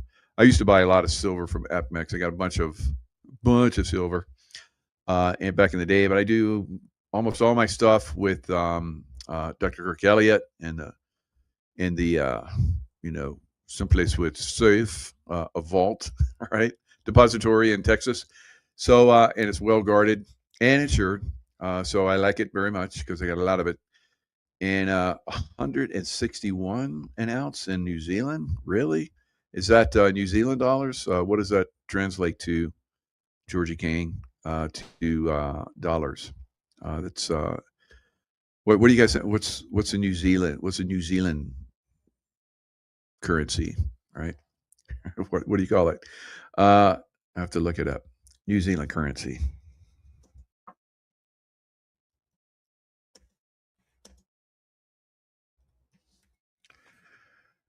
Uh, 0.57 New Zealand dollar. So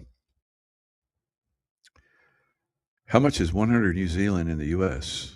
it's $57. So a little bit of 161 an ounce.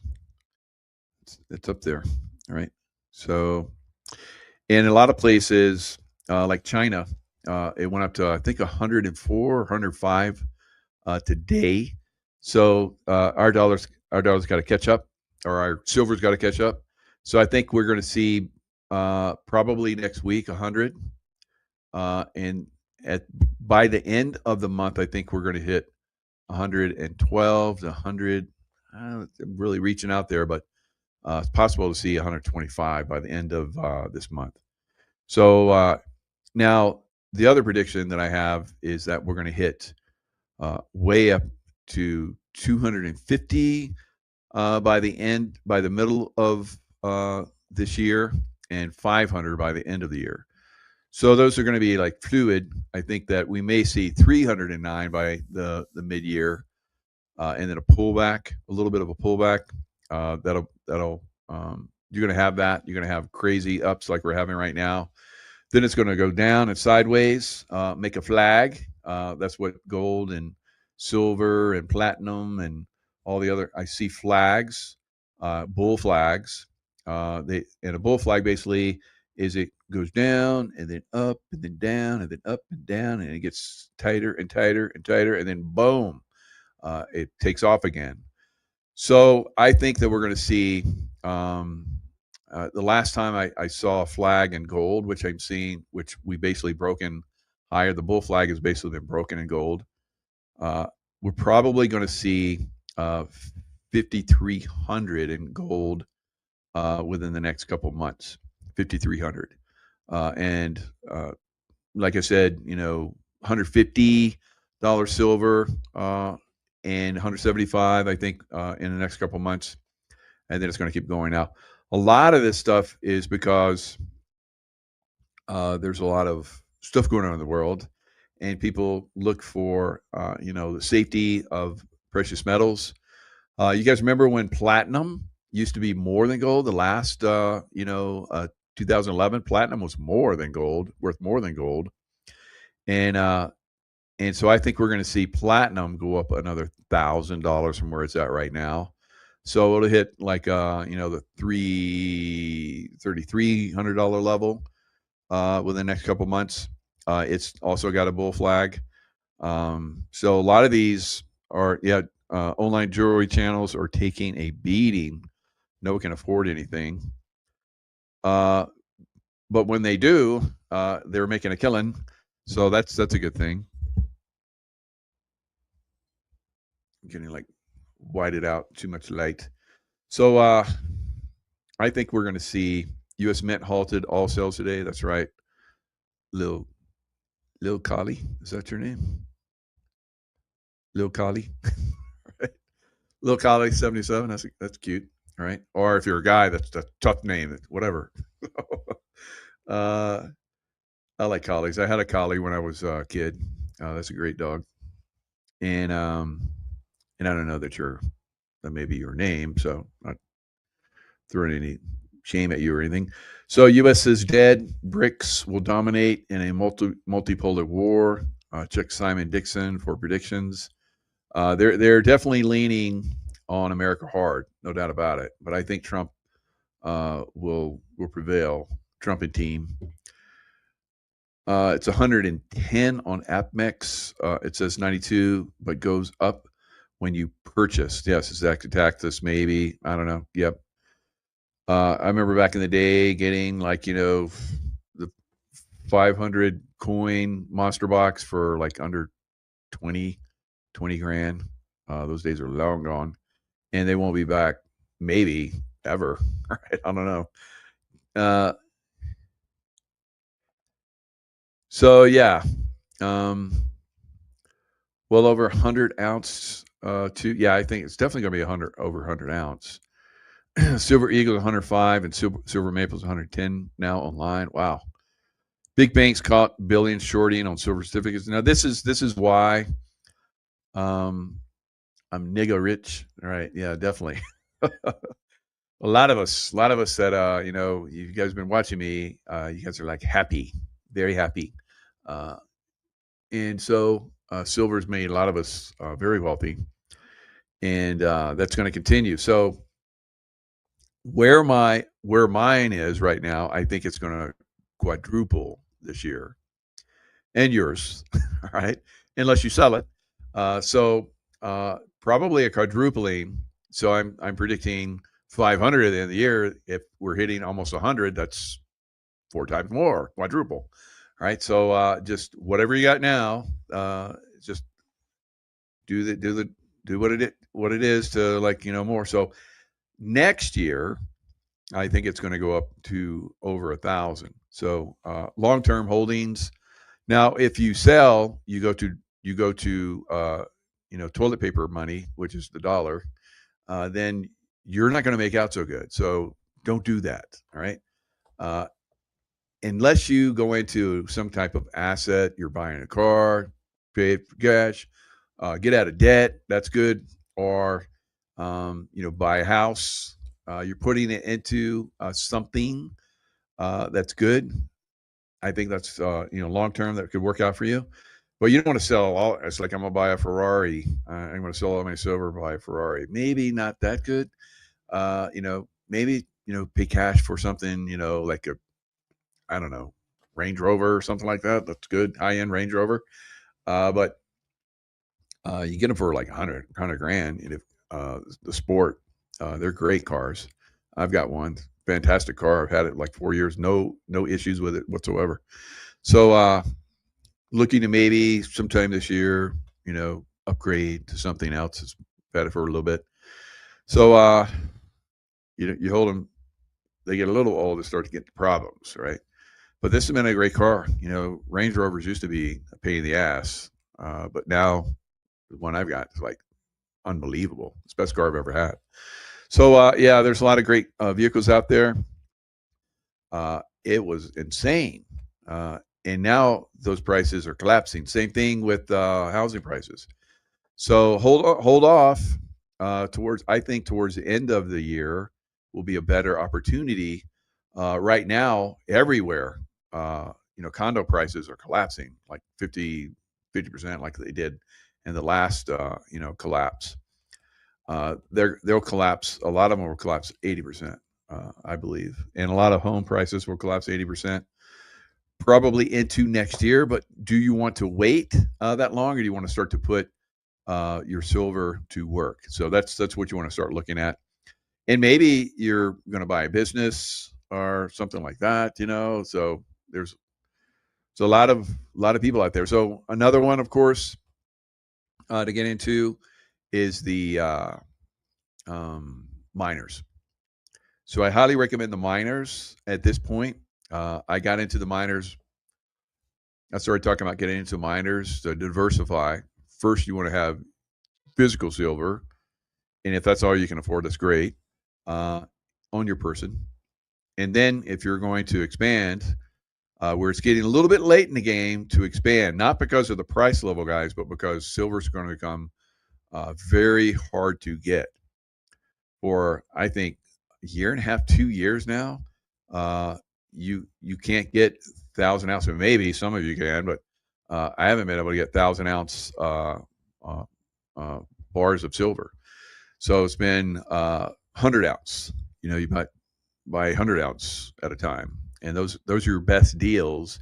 You buy the individual coins, that's the highest price you're going to pay. If you buy just bars, that's a little bit better. And then the highest ounce bar that you can buy is your best deal overall. So 1,000 ounce bars have been gone for a long time.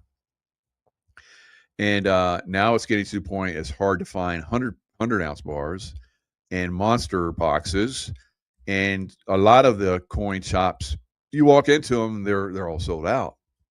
So it's going to Dr. Kirk Elliott, because he goes straight to a source that has sources of mining sources that keeps him in silver. He's got he told me, he said one time that he has the largest silver holdings of any company. I don't know if that's how true that is.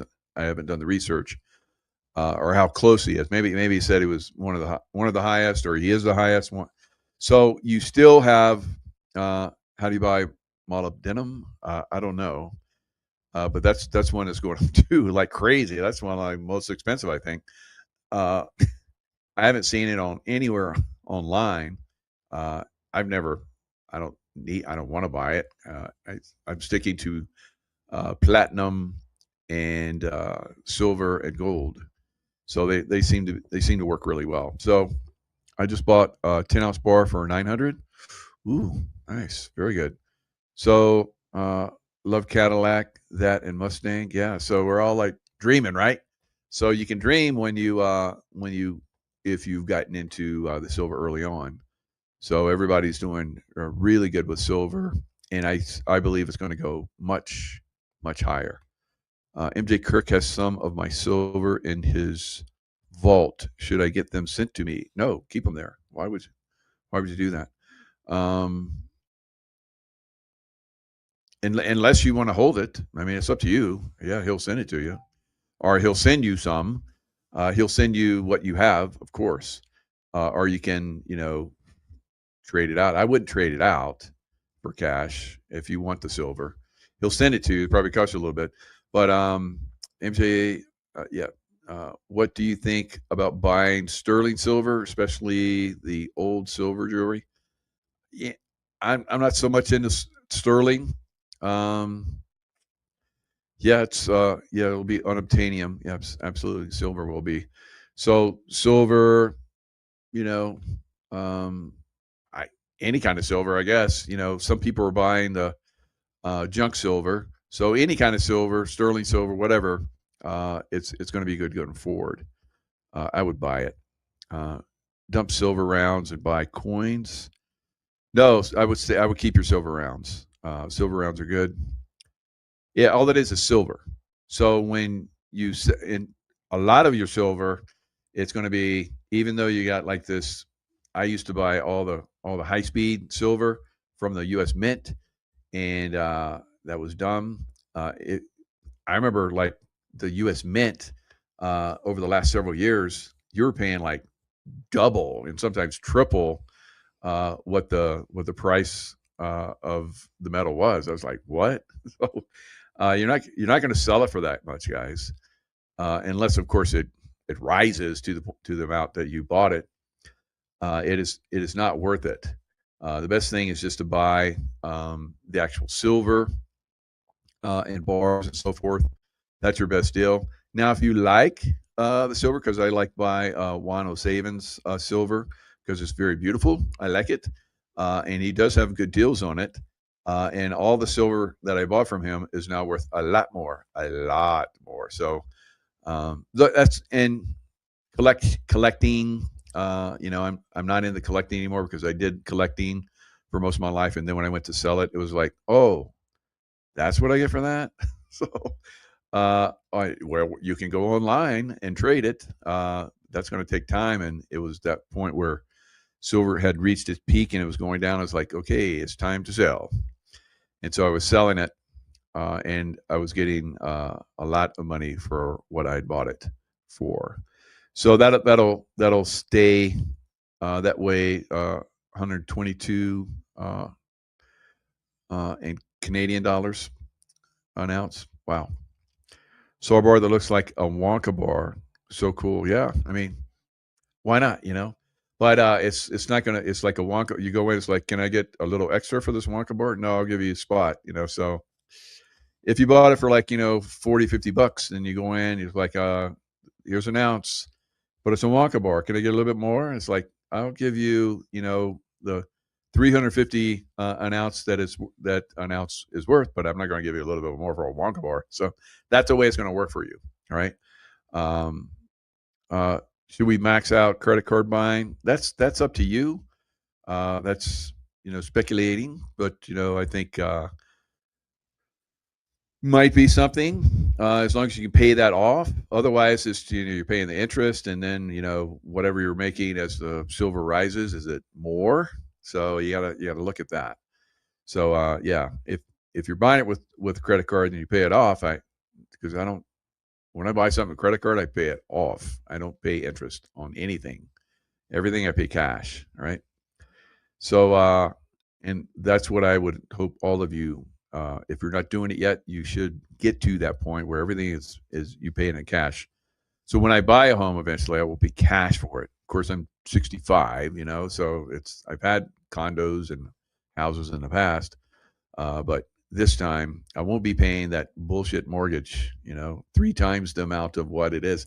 They've so scammed our mentality that it's like, oh, I'm going to buy a car and I'm going to get the best interest rate that I can get because I've got good credit. It's like, you should not. I try to teach my kids this. All right. So, and it was hard because, the conditioning is that, buy a car and, you get $20,000 car and you pay, $500 a month for 5 years, and you pay double whatever the car's worth. It's like this bullshit. It's stupid. All right. So save your money up and buy it in cash. All right. Or save your silver up. And when you get enough, you got to have a car, then do it. Use that silver. So that's what I recommend. So yeah, use your great stuff that you're buying. You're going to get, and everything's going to go up. As far as precious metals, they're going to go up because we're going into a state where it's going to seem like war. Will Jubilee come? Possibly. We've been talking about it for 5 years, but I haven't seen it yet. Some of this stuff is just disinformation. Is it a Jubilee? It's a Jubilee if you've been buying silver, right? It's going to be a Jubilee for you. All right. Because you're going to pay everything off and you're going to have a lot more left, and then you're going to buy whatever, so hopefully that's where a lot of you are at. Avoid capital gains, just borrow against your silver for land. That's, lots of different strategies out there. Like I said, I'm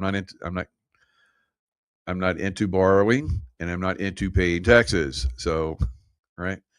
But of course, in some states you're going to have to. They still have that bullshit going on, but it's a scam. So I think we're going to get rid of the, all the taxes at some point. But at this point, not yet, right? Although President Trump's been talking about, the federal taxes basically going away, and that's happening for a lot of us. Who watched Tina Peters today? Her hearing? Oh, she have a hearing today? I did not know that. Mike in Texas here. All right, Mike. Good job. All right, guys. It is looking like we're going to see some action tonight, hopefully. All right. So Iran needs it. They need to go bye-bye. And that's going to send a message to all the other, crazy governments that are out there.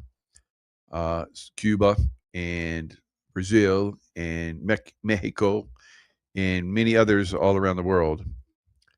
So we'll see what this does, the impact it has on the Middle East. I think it's going to be extremely positive. But it's up to the people of Iran, to overcome their. Imagine if Kamala Harris had been elected. Boy, we'd be like, like the people of Iran by now. I think it's crazy. So fortunately, we didn't go through that, and we're the ones, because we talked about it for 4 years. At some point, all the governments all over the world are going to get cleaned up, right? And we know there's still a lot of them out there. South Africa, Australia. So we still have a lot of governments that have to be cleaned. Of course, lots of countries in Central and South America. But it'll take some time. But I think things are going to rock and roll very quickly as we go forward. And, then we have to look at, a lot of people are talking about how there's going to be that alien invasion thing still. I don't know. We'll see. So, all right. XRP, XLM. I'm not in them right now. I'm in silver. At some point when they're going up right now. Stock market is crashing today, and Bitcoin was up pretty significantly, and the rest of the altcoins over the last several days have gotten a nice little pump. So that's interesting that Bitcoin basically did opposite. And could they be signaling what's coming for the stock market? The stock market's going to turn around and start to go up. Very possible. So I predicted that they would get another rise before they crash really deeply, but we'll see. So silver, precious metals is your best bet. I said long ago they would act like crypto. I think Bitcoin this year is up like, I don't know, 12% since it's been going up the last several days. Now it's up 12%, but it was down for the last year. Oh, you go back a year. And of course, at this point for the last year, silver's up over 200%. So again, I see another 400% rise from where it's at right now. So we'll see that $94 silver now. So what is that? Let me see. So probably well over 95 tomorrow, maybe 96, 97, or maybe even more. And then what it's been doing, it pulls back after it runs like crazy. I think it's running for 100 real hard. It wants 100. And we want it to go over 100 aggressively, maybe 105, and then it'll pull back and 100, 105, play around, do another bull flag, and then take off to 125. So I think that's what we're going to see. I've got 2,500 ounces. You bought $40. Loving life now. Silver's at 93. Yeah, you're going to see a lot more, a lot higher. So good job. 2,500. That's a nice little chunk. So hopefully, guys, over the the last couple of years or recently, before it started cranking, you got nice chunks of it, nice big stockpiles of ounces of silver, platinum, gold, all those. All right, it's going to do you well. All right, going forward, it's going to be like those guys back in the Depression in 1929, where the stock market crashed, and they somehow anticipated that and just knew something. And that's the way Lake Tahoe. There was a guy here that basically, bet the stock market was going to crash. He had some insights, I think. And he did unbelievably well, and he basically bought half of Lake Tahoe. It's crazy. I went to his house this last summer. I'd always wanted to go to it, but I was a poor boy and working hard, so I couldn't take the time off. So finally got to see his house. Wow, boy, he had video surveillance back in the 30s. Video surveillance and facial recognition. Wow. It's been around a while. So this if you have the money now, I'm sure some of the people who have the money have some really super high-tech stuff. Just like those guys that went in and got Maduro. Super high-tech stuff. Right? Shut everything down, shut the lights off, shut the radar off, shut everything off, and then everybody's like bleeding from their noses and ringing in the ears and collapsed, and then those guys came down and they're shooting 300 rounds a minute each, and there's like 20 of them. Woo! Wow. They're tearing the place up. But everybody's thinking they're like super soldiers. No, you just get that good. All right. Now, I was a Navy SEAL Team 6 guy when we did the Panama invasion, and I was involved in other training missions and so forth. And so you get really, really good, very, very fast. So now that's like over 20 years ago. And I can tell you that every few weeks we would get more high-tech stuff. And then we'd try it out, and it's like, oh yeah, this is even more high-tech than we already had.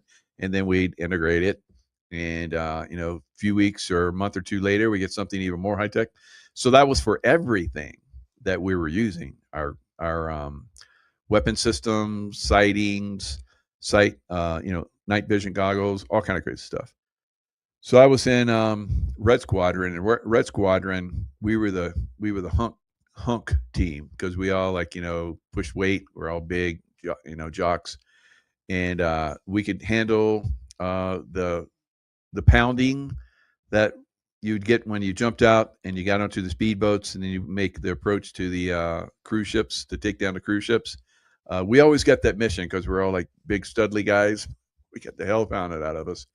And all the other teams are like, take the helos and fast rope in. We're like, we like the tough stuff. And so we were the ones that basically were using lasers and night vision and silencers and all that kind of stuff.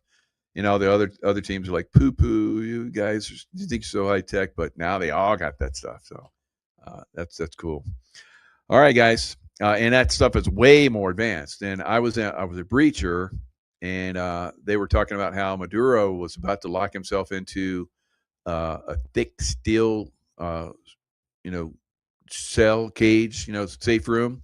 And they'd already anticipated that. They knew he had that, and they could get into. They could had cutting torches or whatever. They could burn through thick steel, and they could be in there and have him within 58 seconds. Wow, man, those guys have advanced a lot. That's so cool. All right, guys, lots of love. America's winning. I tell you, our technology is so advanced that no one wants to mess with us. All right, it's so advanced. Everybody's like scared of nuclear bombs. We got stuff worse than that, right? So, yeah, much cleaner and takes people out a lot faster, right? So yeah, it's crazy. High tech is the way to go. I loved it, and I know those guys are super advanced with it now. So, like Trump just said recently, the only thing that's saving the world right now is my morals, something like that. All right, because everything's so super high tech, he could like just take over the world, guys. Yeah, that's the way it is right now. So those guys in Greenland, they're like, we don't want to be in America. You hear people talking about it. That I think, I don't know if it was Nick Sorter or one of those guys went up there, was asking the people like several months ago, like 6 months ago. It was like half and half. People, some of them were like, oh, hell yeah, and other people's like, no, that'll never happen. It's going to happen. All right, get used to it. You'll like it when it happens, because it's going to be, you have a much better life. All right. Everywhere that we're going to come in, everyone's going to have a much better life. Right. All right, guys. Lots of love. Stay in the love vibration. And I will see you guys next time. Hello, everyone. It's Michael Jaco with Unleashing Intuition Secrets, joined today by Eric Holt. And we're basically going to look at election fraud in Colorado, of all places. Wow. Tina Peters, we've talked about that quite a bit. Eric, election fraud in Colorado, of all places. Veteran, wow. And Tina Peters, let me turn that one off. So veteran, Army veteran. You're in Ramadi, Eric? Yeah, Ramadi, Iraq, 05. Wow. So you're running around with the SEALs there at that time? Yeah, I mean, I wasn't, but they were there kicking some butt, Wow. It's funny because they're all well known and famous now, but back then, they were just super soldiers that we were looking at going, hell yeah, guys, go do your thing, Very good. Yeah, that's Jocko Willink and a lot of the guys I work with, actually, they kick some pretty serious butt there. So yeah, combat action veteran, 18 years. And then you got out, went to Colorado. You wanted to be with your daughters and help them out. You went through a pretty tough, I guess, divorce or whatever. So you didn't finish your 20. God, it was so close. Oh my God. But and then you go to Colorado to get us up to speed from there. Yeah, so in 2018, I went through divorce. How those go. They're not fun. Yeah. But that, a custody battle after a while and not being able to work things out, right? So I got full custody in 2022, which kind of launched me into the decision to leave federal service and seek out something I'd be home every night on. So local fire chief's job. I was serving as an interim chief, and the court granted me full custody. So then I put in for the permanent, and I got it, obviously. Otherwise, I wouldn't be here talking about it. But kick some butt, man. I mean, we built a department from scratch that served the community super well. And then you only had like 5 people that were trained up, and you got it up to 60. Yeah, so like the dynamics of small town America. Sure. This is in the mountains, Colorado, right behind Pikes Peak. So Oh, when I beautiful. took over, it was very fractured. Like 4 or 5 volunteers, and I always say that you may not get somebody that's certified to do medical care if you call 911 in that. And so when I got hired and put my vision forward was to professionalize the department, and we went out and recruited hard. We got 60 people. We brought in like 14 EMTs, and we had put another 7 in the pipeline for school. We took response times down from 19 minutes to 7 minutes in a 6-month stretch of time. Uh, Incredible. so if you're a community member or like rely on a fire department, that's what you want to see, I would imagine, right? I want qualified people there that can help me if I dial 911 or my kids, and to get there as fast as they can with those qualified people. So that's what we focused on. Yeah, that's fantastic. So what got you to Colorado? Were you raised there? No, no. So I in '03 I had joined the army. I grew up in Northern California in the hill country, where the gold rush was. So not too far from where you're at, but Nice. um, in '03, they give you your dream sheet where you want to go, and I always put Fort Carson. But I was stationed in Germany, deployed to Iraq, came to Fort Hood. When I got out of the army, I stayed at the Fort Hood Fire Department as a Hmm. civilian firefighter, and then after some time, the Nadal Hassan shooting had happened, and Fort Hood just kind of changed a bit. You know what I mean? And so uh, sought an opportunity to just transfer up to Fort Carson in the mountains, and I loved it. Love it. So Yeah. that's where we lived for a little over a decade out there. Very nice. Very nice. So you're you're working in the fire department, and get us up to speed about how the election fraud happened. You train everybody up. You're doing, your community loves you. You got incredible background. Tell us about how you got into the fire department there, because there was some corruption or something that was going on, or they had some problems, and you came in and fixed all that. Yeah. So when I got the call, I had mentioned I was serving as an interim chief. When I had post divorce, I had moved a little further out, away from society in the mountains, and in that community I started working with like the incident management team. So I was known, and that I was a professional fireman. Mhm. They had all my qualifications. So the fire department that I eventually became the fire chief of called because there was a lot of chaos. Like most of the board, all but one had resigned. The chief was placed on administrative leave. They came in and asked me to stabilize it. 2 weeks was the phone call, and the request turned into 5 months. I wasn't, and I wasn't getting paid during that time. I was just burning leave from my fire department. And so because of that whole scenario, which I don't want to go into, I mean, it kind of taints the story of, but this department had recurring issues. We'll just say that. And so the board had to be reconstituted. The time that I served as an interim chief, there wasn't an official board. So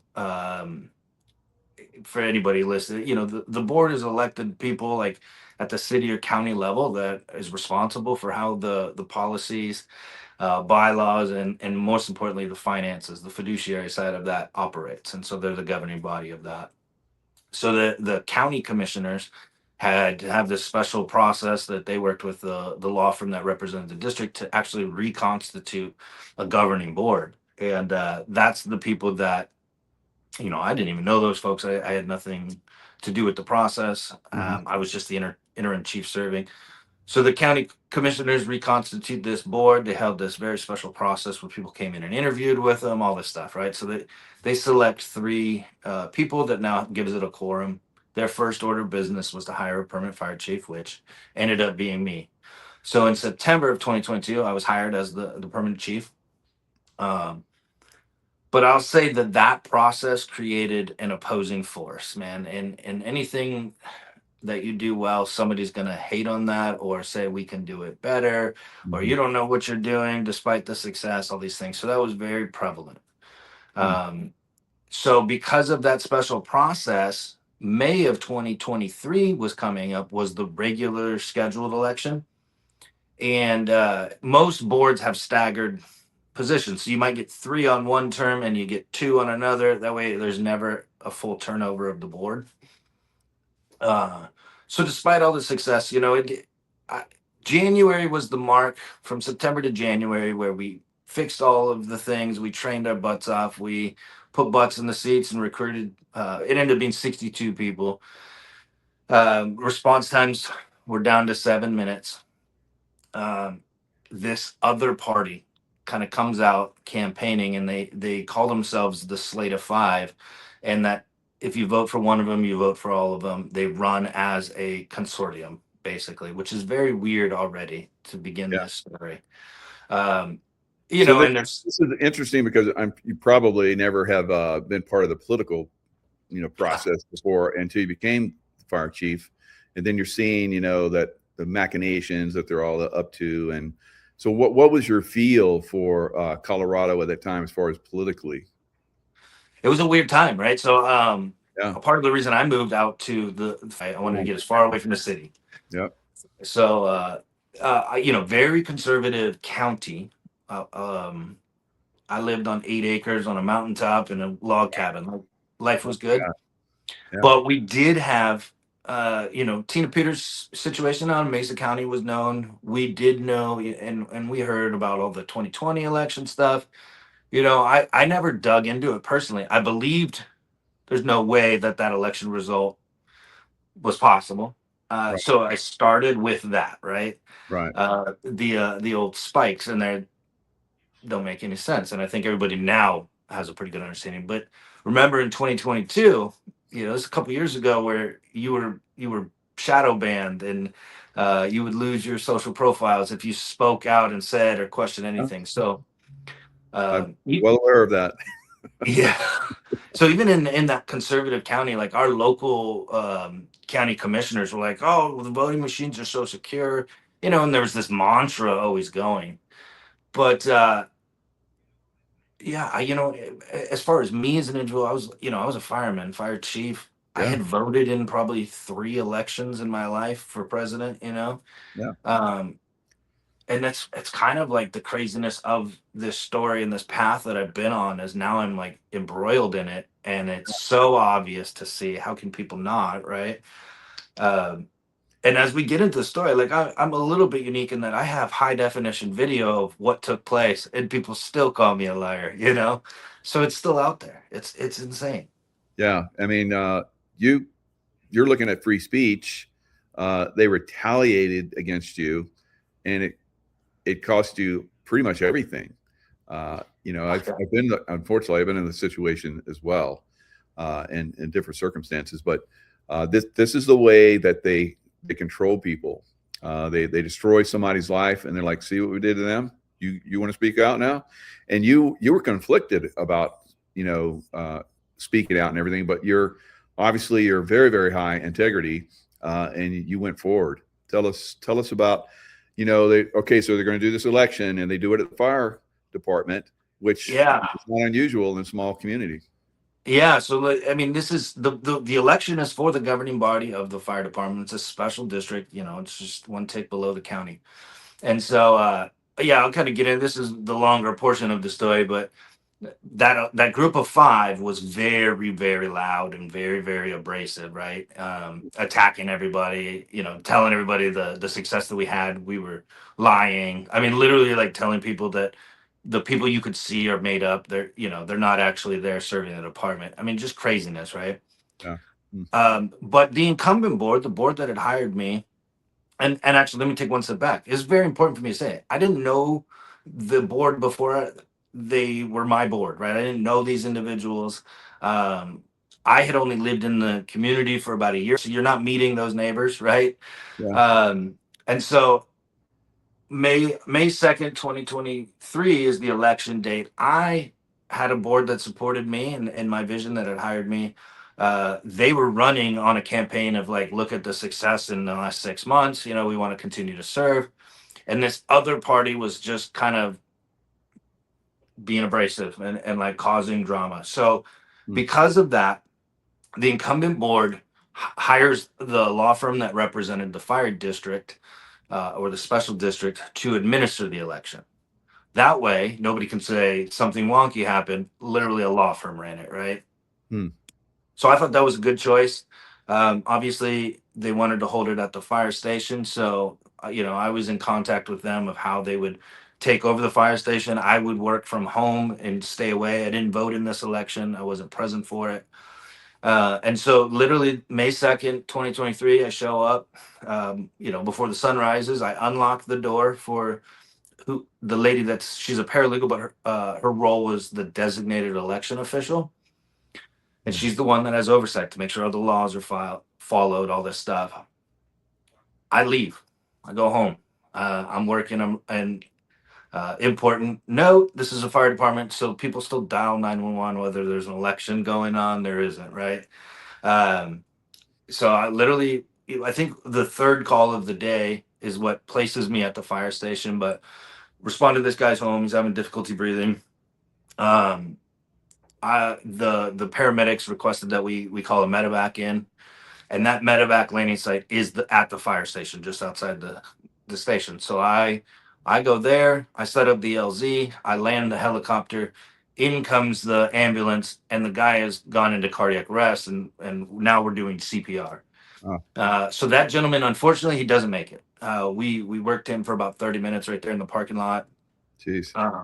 Yeah, and that's a normal day, I would say, in the fire service. Like it is what it is. Like that's the type of business that we do, and it's actually very important to like the integrity of the story too, right? Like there's actual people that need this help.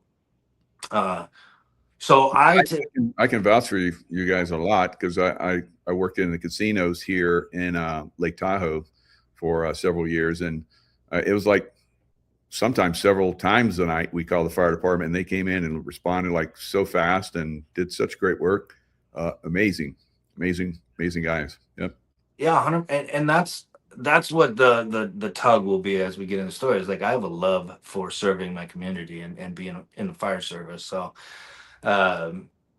anyways, yeah, we work this guy, we do everything we can, unfortunately sometimes you can't bring people back. So myself, the paramedic, and I think their lieutenant go back to the house, and I am the local fire chief. It is my job to break that news. I've done it way more times than I would like to, but you console the family, let them know we did everything we could, answer their questions, try to comfort them best you can.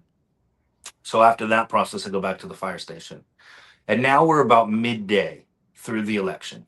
The day that we talk about on May 2nd, 2023 was a 12-hour window of time for the voting to all that. So we're about halfway through at this point.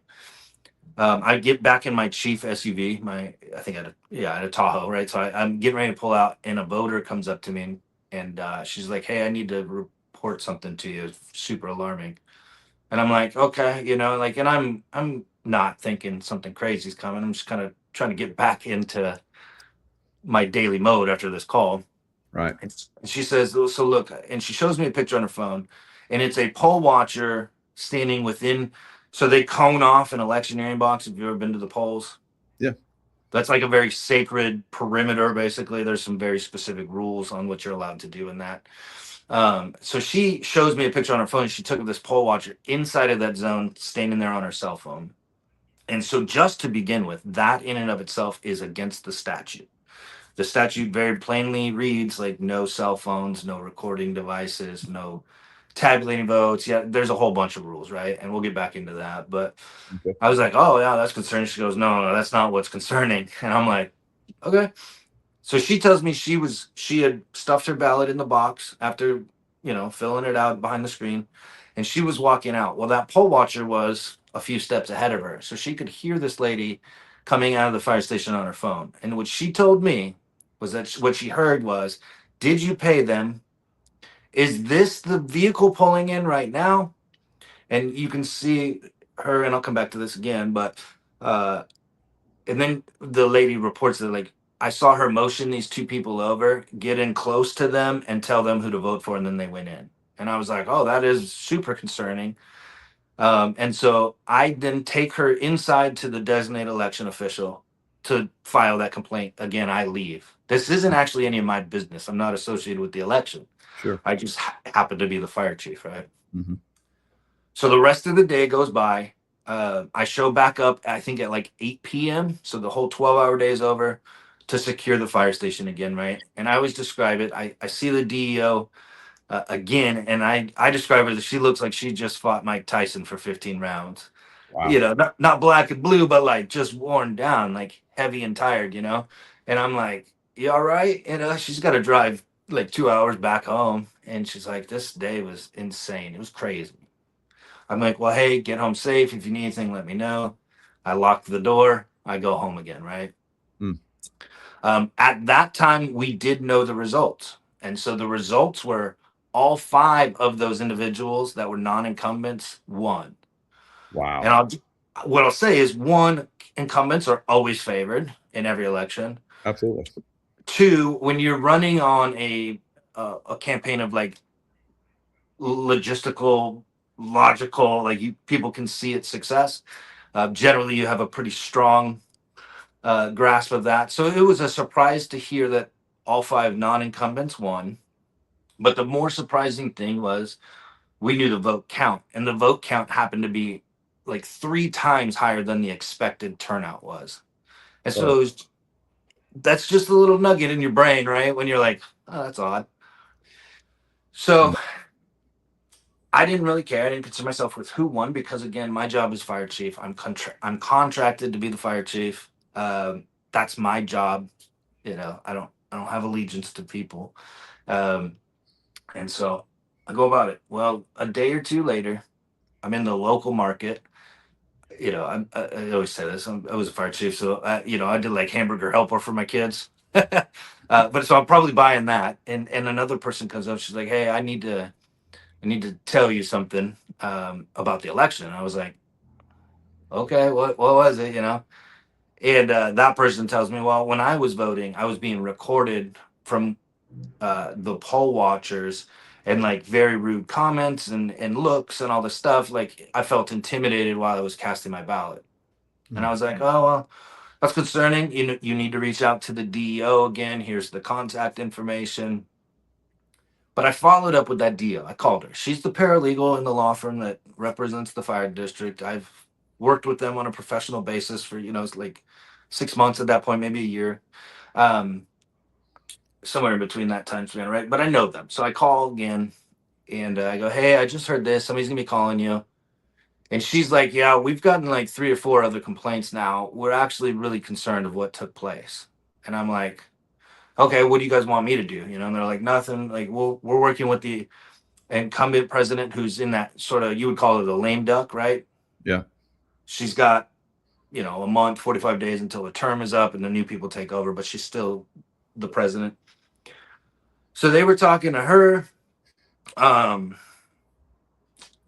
say, I had heard this. So I always describe this, Michael, as like this fire in my belly that I call it like a morality fire, right? I'm grappling with like the things that I've heard, but I'm also working. And I also go home to my 2 teen girls that I have full custody of. And this is my livelihood, being a fire chief. And I got to look them in the face.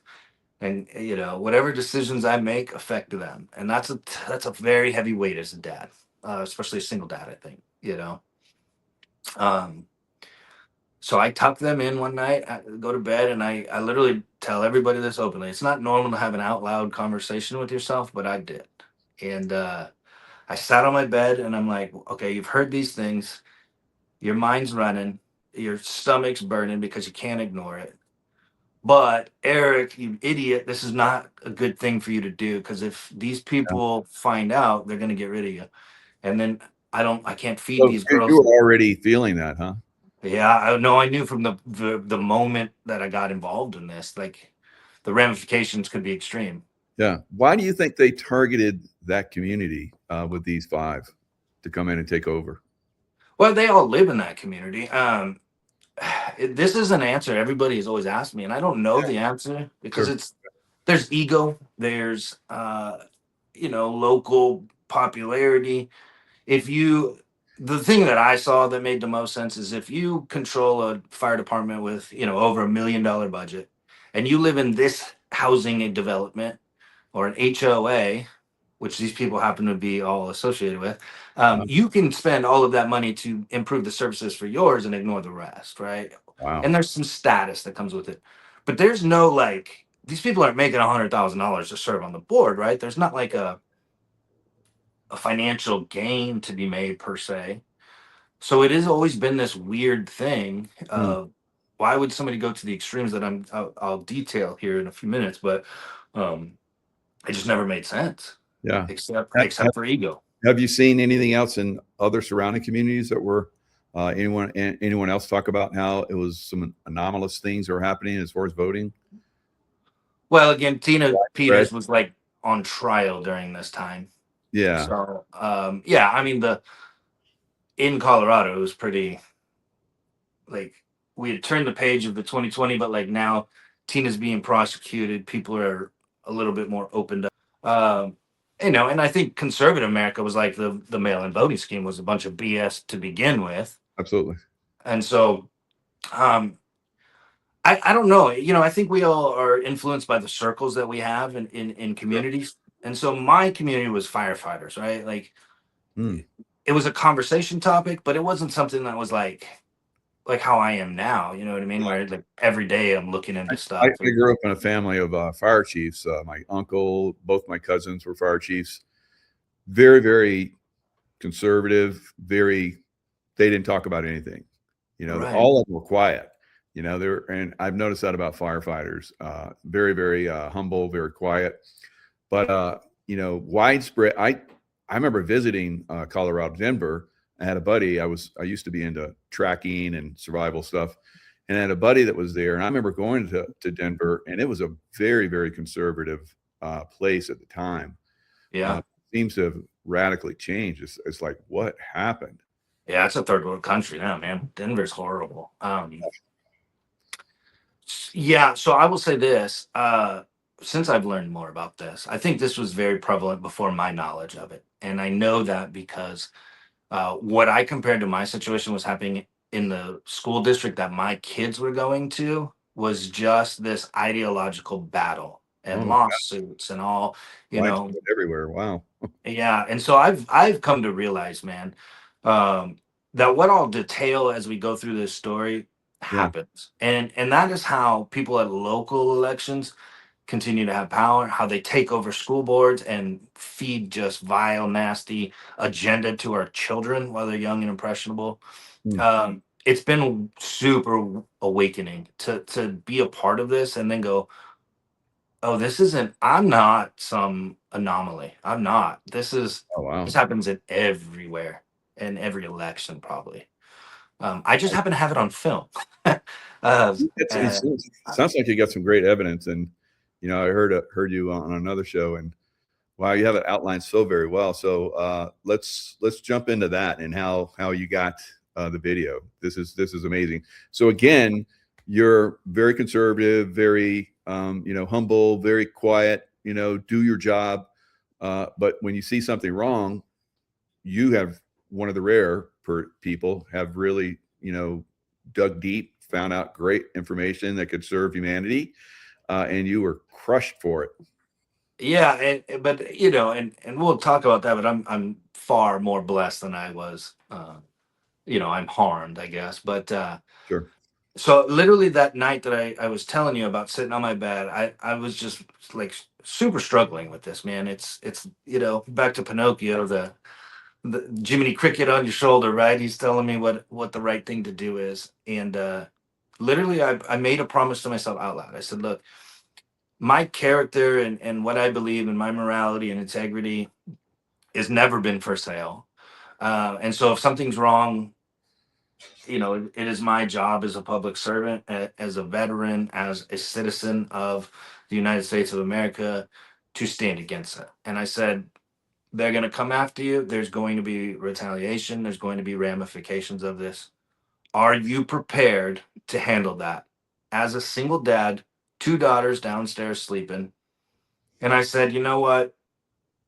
Whatever it is, I will take it on. And I made the decision right then and there that is still guiding me 2.5 years later today, that whatever this fight took, I was going to fight it. So the next day I wake up, I go to work, I put my uniform on, I get off duty. So like 4 in the afternoon, I go home, I change, get in my personal truck, and I go to Walmart. I buy a couple thumb drives, and I drive to another business location, which is this third party company that managed the security system of the fire station. So they're a remote site, they're like 15, 20 minutes down the road, but they own the servers, they own the equipment, they do all the IT work.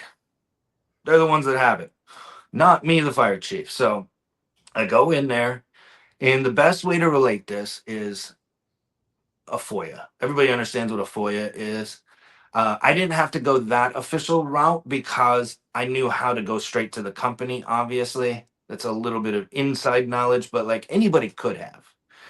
The typical route that FOIA would have happened was that somebody would have FOIA requested, or in Colorado, it's called a CORA, Colorado Open Records Act. They would submit that to the fire department. The fire department would contact the third party company. They would get what is requested, they would give it over. I was able to shortchange that because I already knew who the company was, right? So I go to them. I do this as Eric Holt, not fire chief. This is a very important part of this. Yeah. I'm in plain clothes. I pay out of my own bank account, my personal account, not the department's. I don't identify myself as the fire chief, although I'm sure that they knew, right? But there is nuance to that distinction. So I go home next day. I think it was, they called me, could have been 2 days, been a couple years, but I go pick this thumb drive up and they're like, here you go, man.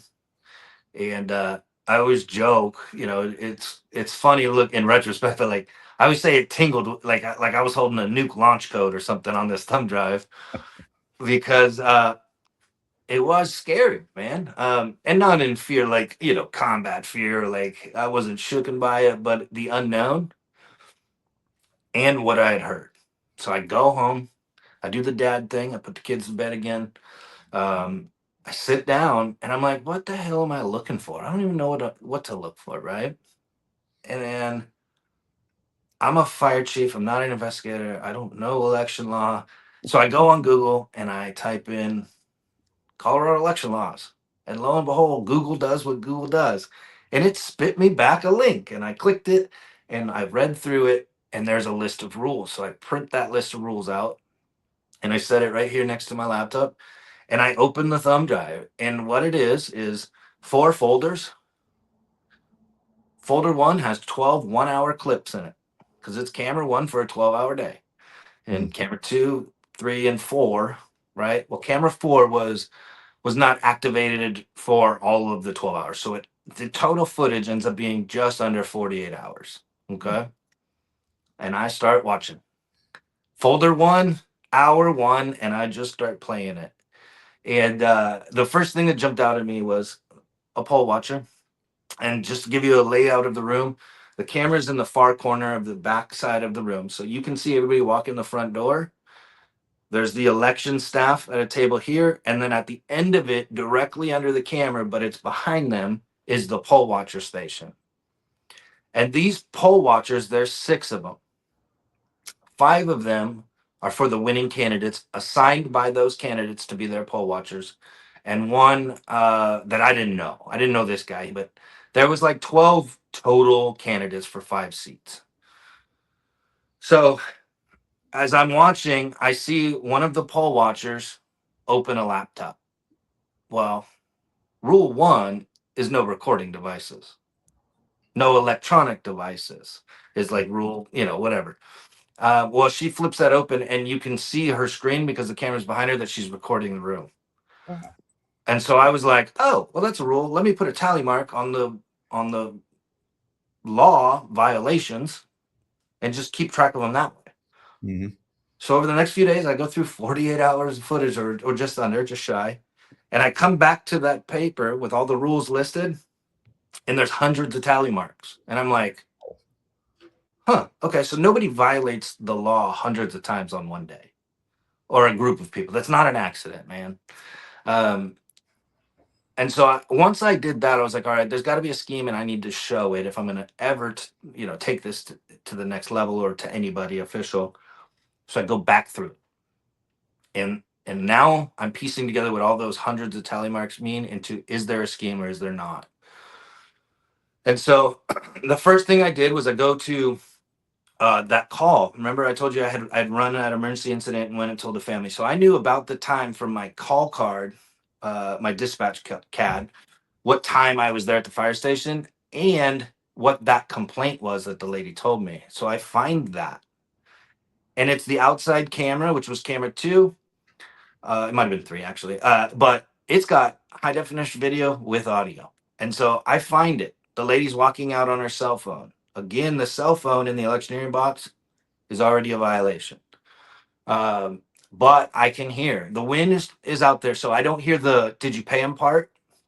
But I very clearly heard her say, "Is this the vehicle pulling into the station?" Okay, cool. Motions these people over, and I can hear them come together and her start to talk to them and tell them who to go vote for. And I was like, that's enough to corroborate what that complaint was. But it also confirmed to me, if she's on the cell phone receiving people, that means somebody is off site coordinating something. We have a scheme afoot, right? Yeah, I have a large scale Yeah. corruption going on there. It's not just the people that are being voted into office, but also the poll watchers, and then they're paying people. So there's money involved, and where'd that money come from? Wow, this is big. Yeah. It's big. Yeah. So then I keep watching, Michael, and I go back inside camera, no audio in there, right? So it's kind of it's difficult to see what's going on. But what I caught was some very overt like hat tips or thumbs up or pointing as people would leave the voting screens and they would go to where they put the ballot in the box that's locked. But in that transition, they're interacting with those poll watchers. And I was like, okay, small town, if you know somebody, but not hundreds of people, right? That would be a little bit more than a coincidence. But what I eventually caught is those poll watchers at that table. When somebody comes in, they fill out their ballot and then they leave and they tip. They were clicking. And I finally caught a very clear image where they're comparing these track counters, where the little round thing where you click. And so I go, oh, that's what they're doing. But it's not enough as of yet to guarantee an election outcome.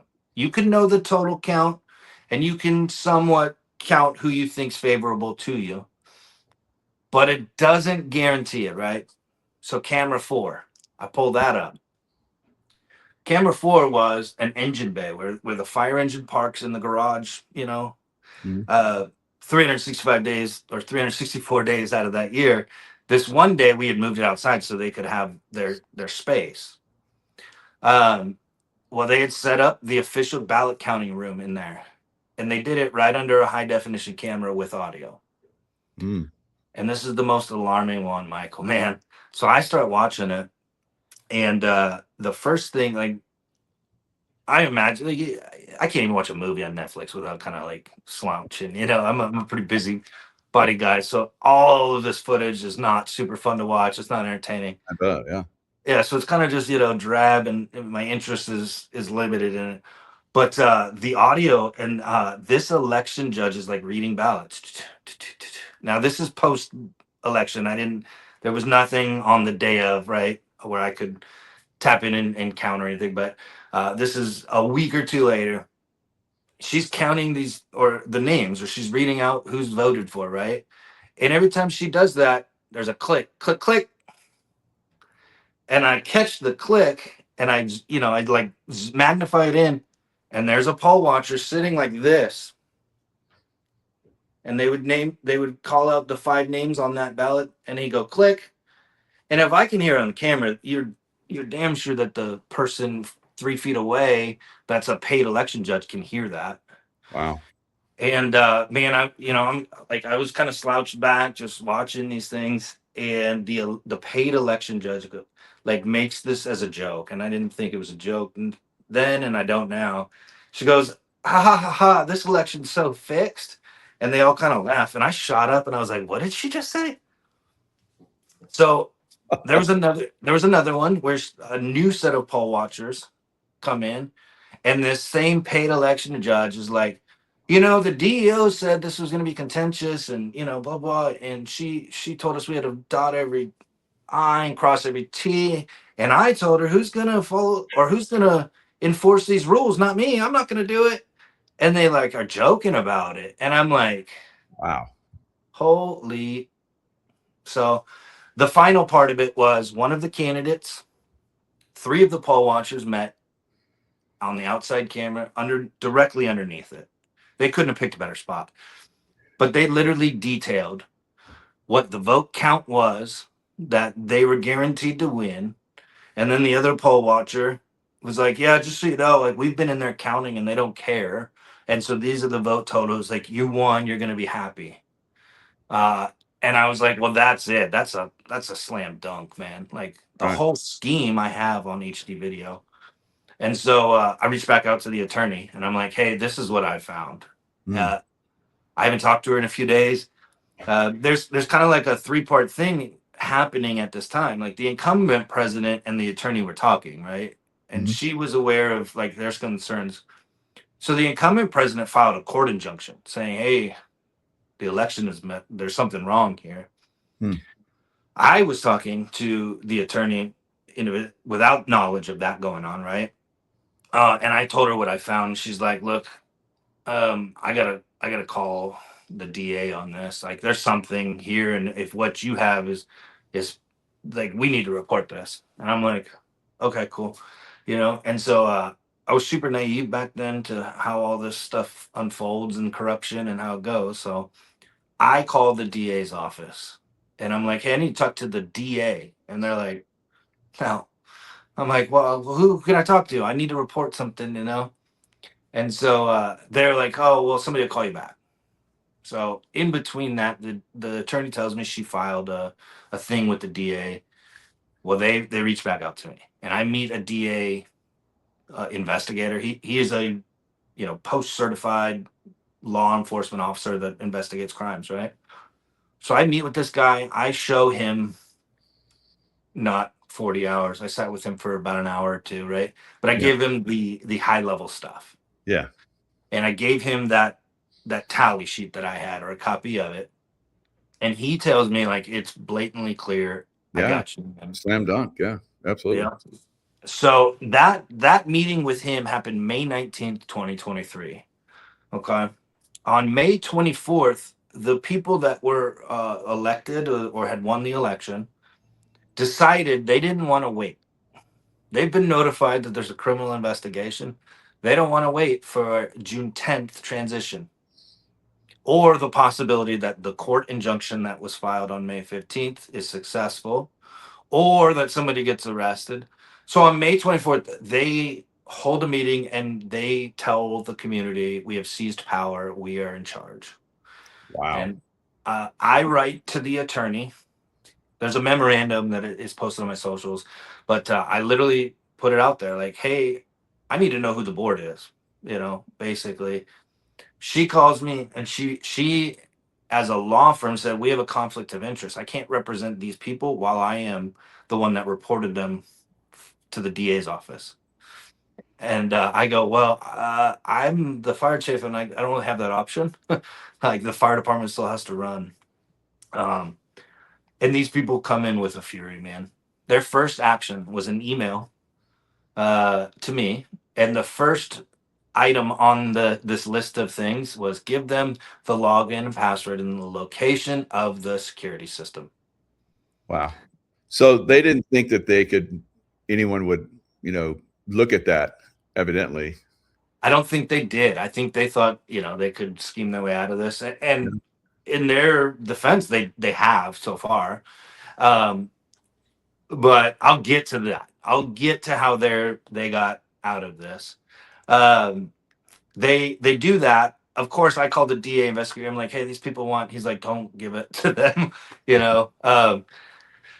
And so he is talking to me that they have an active criminal investigation, and like they call and they're like, are you investigating us? And he's like, yeah, and so they start holding all these meetings. Like they even held this other meeting that they declared that they were doing it at like the library instead of the fire station because there was a security system at the fire station.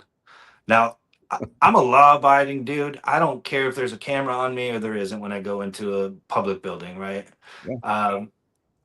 I mean, I have some personal beliefs against some of that, but nonetheless, like security systems in American culture are somewhat acceptable that like they're a security thing. You feel safer if anything happens that you're on camera, right? Um, so they attack it. They go after the fact that there's a security system. Then the next day, May 26th, I get a phone call and they're like, we froze the bank accounts. And I'm like, who the hell freezes bank accounts for a fire department? What's the logical thing there? And so just to speed up, this is like day by day, absolute chaos. They're harassing the firefighters. They're Wow. making threats at people. They're threatening me. Um, and I just kind of like go through it and I'm dealing with, and I'm believing that this criminal investigation will work itself out. My job is to keep the fire department operating, right? Well, on June 6th, the insurance company calls and says we didn't get paid.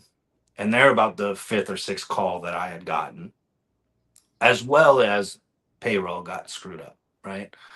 And so the thing that I had been told was we froze the bank accounts, but we're allowed to individually approve things, and so nothing will get delayed. Well, that wasn't true. So what had happened is this guy Paul Del Toro, who's the board president, one of those elected people, went to the bank account and posed as if he had legal authority over those bank accounts. Well, the bank manager agreed to it in that meeting, but the bank's legal department went, wait a minute, this guy is not a signatory on this bank account. He can't come in and freeze it. And so they put a bank fraud hold on the bank account. Yeah. And so he did not come clean at that point. And so, as bills go to process, they're not getting paid and getting kicked back. So the insurance I had given him the invoice on May 30th. He had signed this document that he was aware of it. I was just sort of playing because I didn't actually know who the board was, right? Legally speaking. But all these things were trying to get themselves worked out with the court, the criminal investigation, law firms, all this stuff. I'm just trying to keep on. Well, the insurance said, we didn't get paid. We're going to cancel your insurance. And so they call me in a panic. And on June 6th, I get told, shut the fire department down. We don't have insurance. And I did that. And the news and every local community member came screaming. As you can imagine, the fire department is shut down and can't respond to calls. Mm. And that lasted about 4 hours, 5 hours. Well, at the time that this all happened, I didn't know everything that I know now from court discovery. But what took place is at 3:18 or something p.m., Paul paid the invoice. He sends the insurance company the wire confirmation number and everything. At 4:30, he called me, the fire chief, and said, shut the fire department down. Why would you, after you paid it, wait an hour and 20 minutes and then shut the fire department down unless you're scheming, right? Trying to sabotage. Yeah. So I think all of them should be under criminal investigation for sabotaging a well-run fire department and, pushing you out of, having been the guy that made it what it is.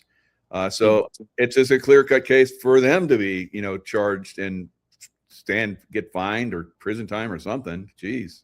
Yeah.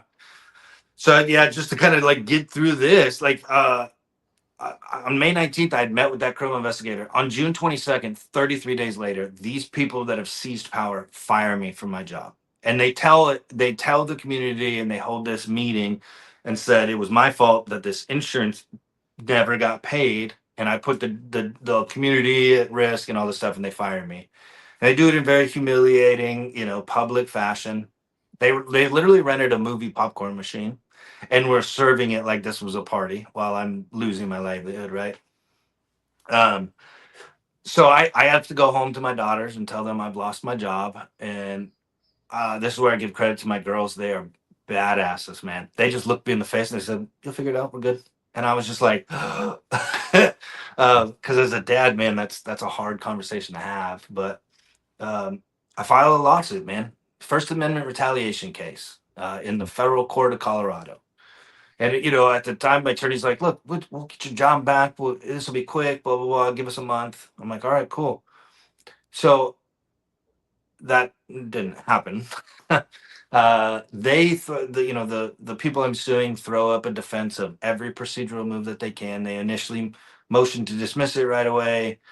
Go through like limited discovery. They file for a summary judgment, and that took 2 years. So Oh, from July 2023 until so May what of about the bigger 25. case, the case of obvious fraud in the election? What Yeah. happened with the police and the DA and the court system? Wow, this looks like even bigger and bigger fraud. Yeah, we're about to reach the mountaintop on this. So May of 25, I get notified, man. Your case is dismissed on summary judgment. And the judge's ruling was I was the fire chief. And because I was the fire chief, me investigating and me cooperating with law enforcement was just part of my job duties. Therefore, I am not protected by the First Amendment. Because in First Amendment retaliation, associated with workplace, right? The first thing that you have to pass, the first hurdle, there's 5 of them in the Garcetti Pickering balancing test. And the first one is an official duty. And she determined it was an official duty of mine to investigate election fraud and cooperate with law enforcement. And so she dismissed my case. So I called the attorney, or he called me, I'm sorry, that I have paid, at this point, it's been 2 years. I've sold my home in Colorado. I gave him, at this point, almost $90,000 after selling my home. I have no job. It takes me over a year to find any employment again. I moved halfway across the country and I'm living in my stepdad's backyard in a camper trailer with my daughters. This is how far the retaliation is, and we have fallen in this. I have given this attorney every penny I have to keep fighting this battle because it was my only hope. So he calls and he goes, "Hey man, you lost your case. The judge got it wrong. I think we can win an appeal. Do you want to do that?" And I'm like, "Yeah, this is my only, recourse. I have no other options in life." And he's like, "Okay, cool. I'll do that, but you got to give me 50,000 up front and pay me $4,000 a month through the process." And I'm like, "I'm living in a camper, bro. Like I've given you $100,000 to do this already." And he goes, "Well, you got like 14 days to file the appeal. If you can't pay me, blah, blah, blah." And I'm like crushed, dude. I'm crushed. I've lost everything. And this is a pivotal moment. I'll get to what you asked in just a sec. But I have 2 teenage daughters and a girlfriend. Teenage girls chat like there's no, there's never going to be another conversation. They got to get it in now. So the day that I get this phone call from my attorney and I know I don't have a lawyer going forward, I'm eating dinner with them and they're just chatting away. But it's almost like I'm sure you've been around an IED blast, that like ringing where you don't hear anything for a few minutes. That's what it felt like. I couldn't hear them talking, and my mind is just running again. Like, "You idiot! You made a mistake. How could you do this?" And in that moment, man, that dad rage came out of me. I said, "There's no way these girls will ever see me quit anything in life. I'll never show them that lesson."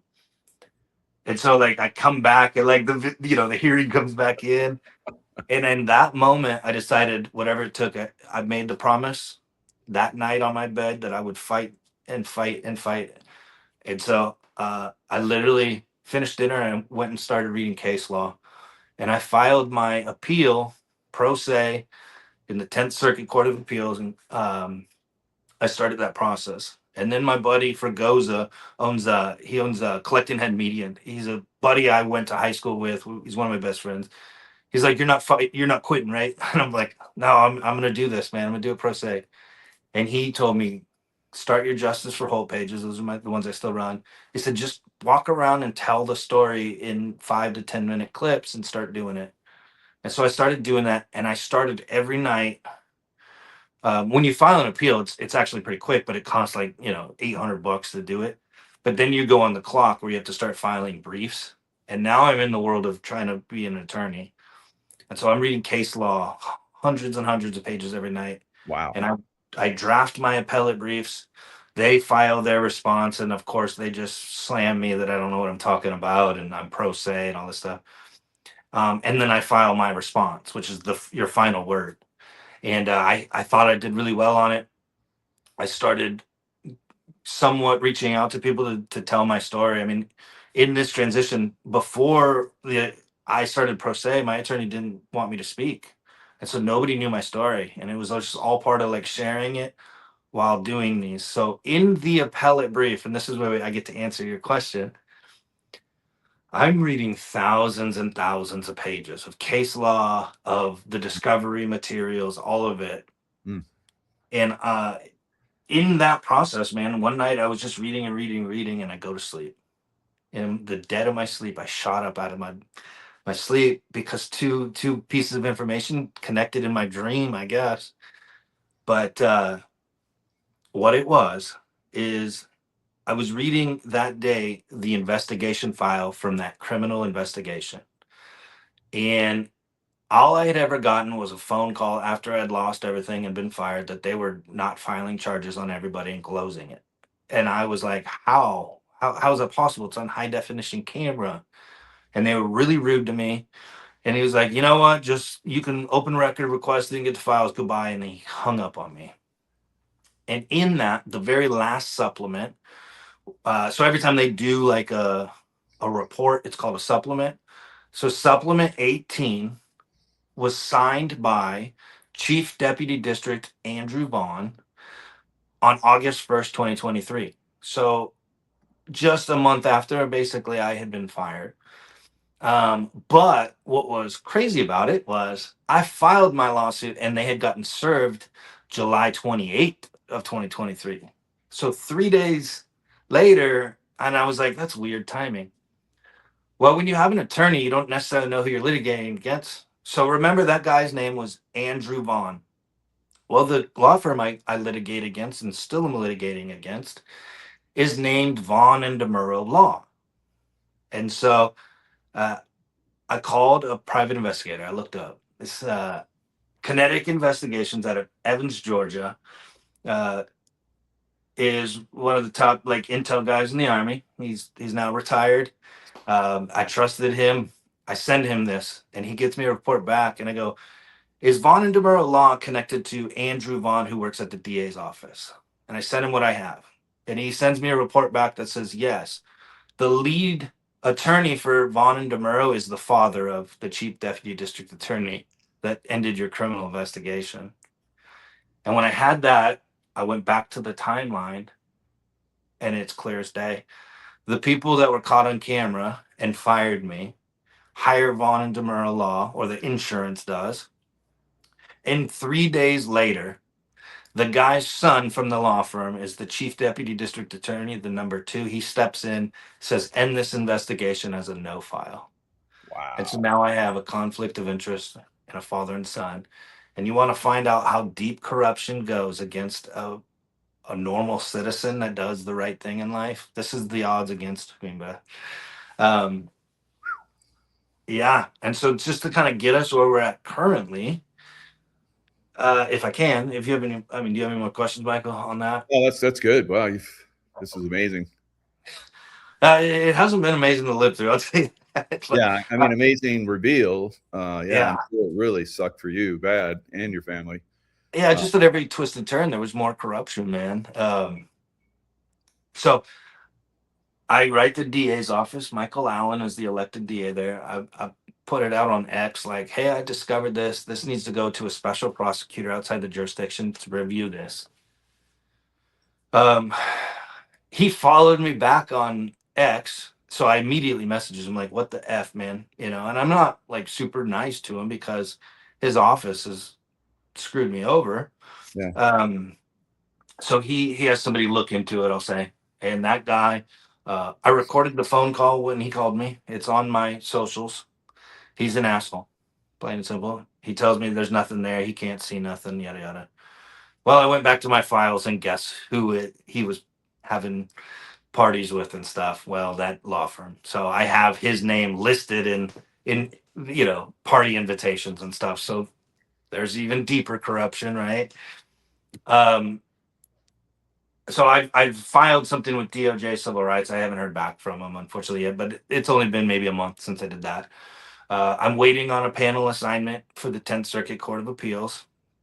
I'm confident in that.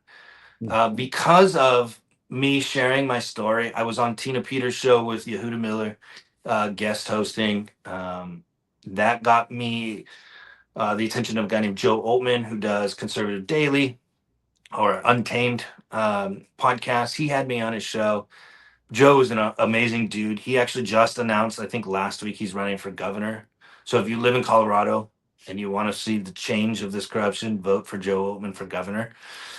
Just to plug him, but he's been so helpful, man. He put me in touch with a couple like contacts that put me in touch with another attorney, and I finally had Mountain States Legal Foundation come forward and to take my case pro bono in the 10th Circuit. So that's a huge victory for me to just have.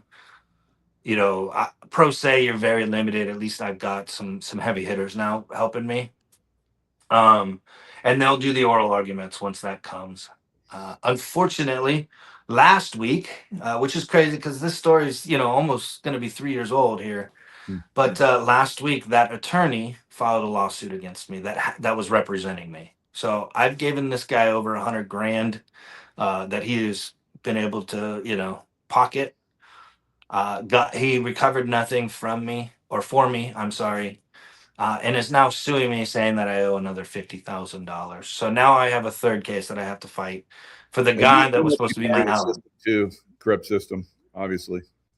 Yeah. So, this I'm not one to ask for things, but this is where I plug. If anybody wants to help to the defense fund, I do have the Gibson Go and the GoFundMe. If you'll throw those up, maybe I can get enough to not be sued by the very attorney while I am able to fight this stuff. A victory is on it is on the horizon. There, when you don't shut up and you keep fighting, and you come on great shows like this, Michael. Thank you for having me on, man. Like, Americans rally around each other. Here's the thing, and here's a challenge. I don't like to ask for this, but the lady that and I'm sitting here trying to fight, and it's just hard, but I believe in the citizens of this country, and I believe that they'll rally around me, put their arms around me and my kids, and we'll carry this through to a victory. And nobody takes you serious until you have a court victory. Yeah, but they'll face it someday. I promise you that. I am not going anywhere. Yeah, that's great. Good job, Eric. And we've had Alpha Warrior on. I don't know if you follow him or know him, but he was kind of in your situation. They were coming after him, destroying his life. And we got behind him as a community, helped him. He said when he came on my show, he had like $50 in his bank account, and the FBI is coming after him, the LADA, all kind of crazy stuff. And so the community stepped in and helped him out. And now he's winning cases against them. And so this is the way it's done, community support. Because we have obviously a group that is entrenched, and we can't get them out with the voting system as it is right now, because they're obviously there where you're at, and then they're all backing each other up. Everybody, it's like you can't win against the system, but we can if we start to work together. And this is great to have people come on and talk about their situations. Tina Peters, Great Tina. Kind of similar situation where she's basically exposing the corruption, and now she's in prison. So at least you're not in Colorado anymore. Don't let them come get you. So, no, I consider myself a political exile for sure. And Michael, Tina has suffered so much more than I have. Her case is number one every day of the week. I mean, I'm so fully behind her. She's such a great woman that has been persecuted. But yeah, this is how they do it. This is lawfare, right? So for 3 years I've fought this, and I haven't been able to get it into court and show the evidence. If you continue to fight, you do get past procedure. And so what the defense here is is they bankrupt you. And if they can bankrupt you, then they don't have to fight the evidence. They'll just file motions to stall, or, this technicality, that technicality. That's as far as I've ever gotten so far. But if I win this appellate case, they have to face the evidence. And that's how you win. That's how, Ash in America on X and all those, like, they were pro se, but you have to get past those procedural hurdles, and you got to be willing to fight for years at a large expense. But I'm doing it, man. And I'm going to win this. Yeah, good job. I believe you are. So, we have all your links in the description box. So if anybody wants to support you, which I highly appeal to everybody. So like I said, we can't win unless we support each other. So we'll definitely support you, and hopefully we'll get some, have you back on where you're talking about your victories in the future. That'd be great. Yeah, I can't wait to come back on for that. So please go to my Facebook, guys. If you're listening, if you can't donate, please don't harm your own lives to help me. But if you can follow and share, that helps get the story out, man. So I'm so grateful to you, Michael. Keep fighting for all of us, man. You use your platform. You're a stud of a dude for us in this country. Thanks. Yeah, I mean, it's how can I not be? Look at this. It's crazy. And like we're saying, you got to stand up to it. If you don't, they'll continue to take over our country and destroy it. So look what they're doing in Minneapolis, right? They'll steal all of our money and fight against us for stopping. I didn't even know that about that one woman that was trying to run. Yeah, over $1 million. Hello, everyone. It's Michael Jacob with Unleashing Intuition Secrets, joined once again by Leo Zagami, best-selling author, multiple books on the Confessions of Illuminati and also the rise and fall of a Frankish monster, where he focuses on Jeffrey Epstein and the most powerful Jewish sect in the world. And when we did that show, Leo, I think that was our best performing show ever. You really, revealed some things that people didn't have any clue about, myself included. So, but now we're looking at, and I think your recent article on your website about Trump takes Venezuela, Putin will take the rest of Ukraine, and China will take Taiwan. It's kind of like the New World Order just keeps on going in a certain instance. What are your thoughts? First of all, let me focus on the new year. So happy New Year to all our viewers, aside from you and Tracy, of course. And we are here with a lot of news. The year is starting very fast, filled up with some astonishing events. Well, I wrote this article because I wanted to make some clarity here about what is really going on behind the scenes. Putin didn't really satisfy Trump, but at the same time, Trump knows very well that he can't go and do the same thing he did with Maduro, with Vladimir Putin. I mean, I know in the last few hours we had Zelensky saying, "Oh, maybe the next dictator," indicating, implying that Putin could end up like Maduro. Maduro didn't have 5,000 or 6,000 nukes to defend him. So, I mean, it's just an illusion to even state something like that. There is, of course, a lot of theater. And I wanted to point out in the article that it's not only about the oil. Of course, the oil is very important. We have been talking about it for a long time. And it's, of course, more important than any drug, export facility from Venezuela, which at that point you should invade the whole of Bolivia, Colombia, and so on, which is still possible. I mean, Trump is kind of also indicating he would be interested in moving against Colombia or Cuba. But in the case of Colombia, let's remember that we are talking about some of the most powerful narco traffickers in the world who deal with some of the most powerful mafias in the world. I mean, for example, Colombia has an exclusive deal with the Italian 'Ndrangheta, which is one of the most fierce mafias in south of Italy, from Calabria. They have a a very good deal going on also with the Albanian mafia. I don't think that these people will take it lightly if their business was taken away suddenly by an invasion of sorts or some kind of operation. However, discussing a little bit this whole topic at the beginning of a new year. As you know, I've been talking about the Sino-Russian world order for a long time now, since volume 7. I also talked about Taiwan as the next objective of this new world order. We can basically claim with absolute certainty at this point that the old world order, the one that was in place since the end of the Second World War, which was called New World Order at the time, is no longer new, of course. It's dead. There is something new which is unveiling. Oh, interesting.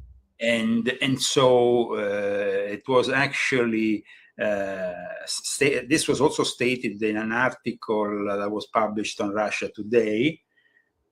And it's a statement that was also made by the Slovakian Prime Minister Fico. And so it's about the end, I repeat, of the United States of America acting as sheriffs of the world, because of course now they are in competition with Russia, which has even more nukes than we have, and China, which is building more and more a nuclear arsenal. Mm-hmm. Now, when I explained this in my books, I said that one of the great strategies behind the New World Order was, of course, Henry Kissinger. He was the guy who architected since the 50s the strategy of tension based on nuclear deterrence. So Taiwan, known also previously as Formosa Island, was and is of course historically linked with mainland China. But at that point, after Mao Zedong finished his long march, after the communists took control of the mainland, well, that was the moment in which Kissinger said to very directly to the Chinese, you don't have any nukes. We have them. We showed their potential in Japan. You could be next if you invade Taiwan. Now, we know that since then, that has created a balance, of course, in which certain nations recognize Taiwan, certain others don't recognize it, to not upset China. But the Sino-Russian world order now is in full motion. And Trump himself needs what is in Venezuela, which is not only oil. That is really only one of the, let's say, material interest. And it's part also, of course, of the Moro Doctrine, which we will have to discuss. But what is important, and is really not addressed by anybody at the moment, is the rare earth elements which are present on the border between Venezuela and Colombia, in a sort of no man's land ruled by guerrilla, mercenaries, and people who want to take from the Amazon, from one of the most important places for, of course, for nature and for the health of this planet. We have always said, that the Amazon forest is like the lung of this planet. And it's there that the rare earths are creating a lot of interest, and they're not really discussed in any way, shape, or form by the majority of media that prefers to focus instead on the oil. So there is lanthanum, cerium, neodymium, scandium, along with major reserves of lithium, titanium.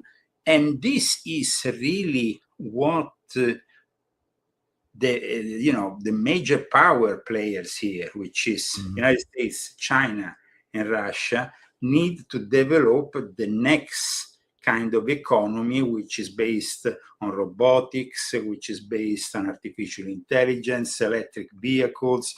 And at the same time, let's not forget that there is a lot of these rare earth elements which are also used within the military industrial complex, because they are part of the new technology of war. Which is developing very fast and which will make obsolete the old technology. In a few years from now, we will have these robocops, these military soldiers, which are also robots. We will have, of course, technology, which is, like I said, is developing right now, but needs certain resources, and those resources can't be found easily. If you remember, one of the proposals, the main proposal from Zelensky, then accepting it, but then not really signing it, but Trump was really eager to make him, was about the rare earth in Ukraine. Yep. When there was that famous confrontation in the White House, that made us finally realize that maybe things were changing, that maybe finally we will have an end to this of this war. The whole thing was about recovering our money, because one of the big disappointments here that might lead in the coming month to a fracturing of the MAGA movement, America first, is that the interests of America have to come first. And that is not happening at the moment. Right. Because it's so we were supposed to recover money by getting from Ukraine that rare earth in exchange, they are indebted with us, and they will repay us through those rare earth elements that we need. Right. It's not happening. It's not going to happen, because I think you're onto something, because down in Venezuela, of course, they have the oil reserves, but they also have gold and silver mines that haven't really been tapped, and they have huge resources down there. So we know that silver and gold are like skyrocketing. It's not only that. On the borders with Colombia, like I said, there is rare earth elements, and there was actually China that recently went to visit also. Because that's interesting, because I'm looking at headlines, and Colombia is massing troops along the border. I wonder if it's in that area you're talking about. Absolutely. That area is actually, yes, they're amassing at the border, but that area, like I said, is no man's land. Even the Colombian Navy that has sent one of their, major representatives there to patrol the area. They have difficulty. It's a really, we have to understand here. South America, it's still a very difficult place where there is area, and it's also a very vast place.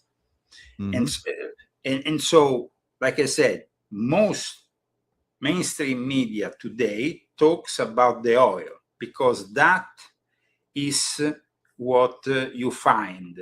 If you simply Google, you're going to find, there is major interest. Of course, the reservoirs of Venezuela are bigger than Saudi Arabia, and this and that.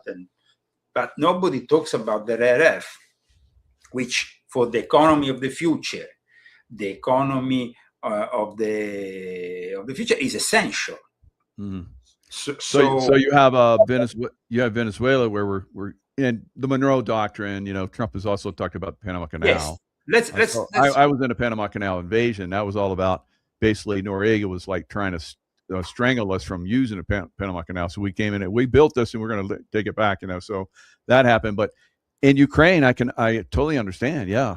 No, but because the thing is this, they thought they could maybe achieve a deal. Yeah. At one point, Putin, even in Alaska, talked to Trump about the possibility of himself giving rare earth because they have rare earth in Russia to the US. So, you know, it seemed like things were kind of balancing up.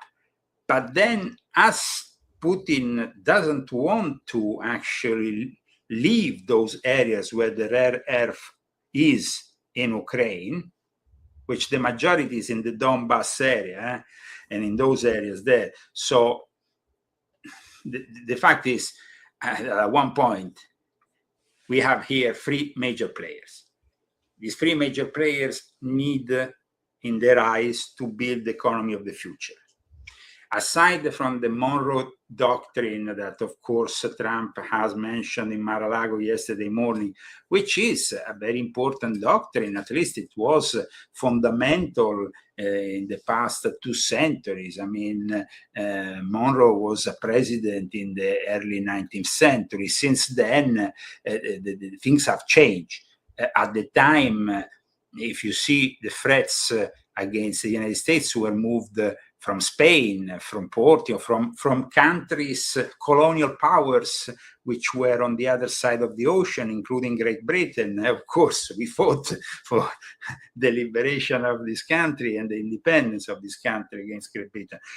So the Monroe Doctrine was, we don't want to have any interference, not only in the United States of America, but also in the whole of Americas. So South and Central America are part of our, not a protectorate, formally speaking, but almost, let's say.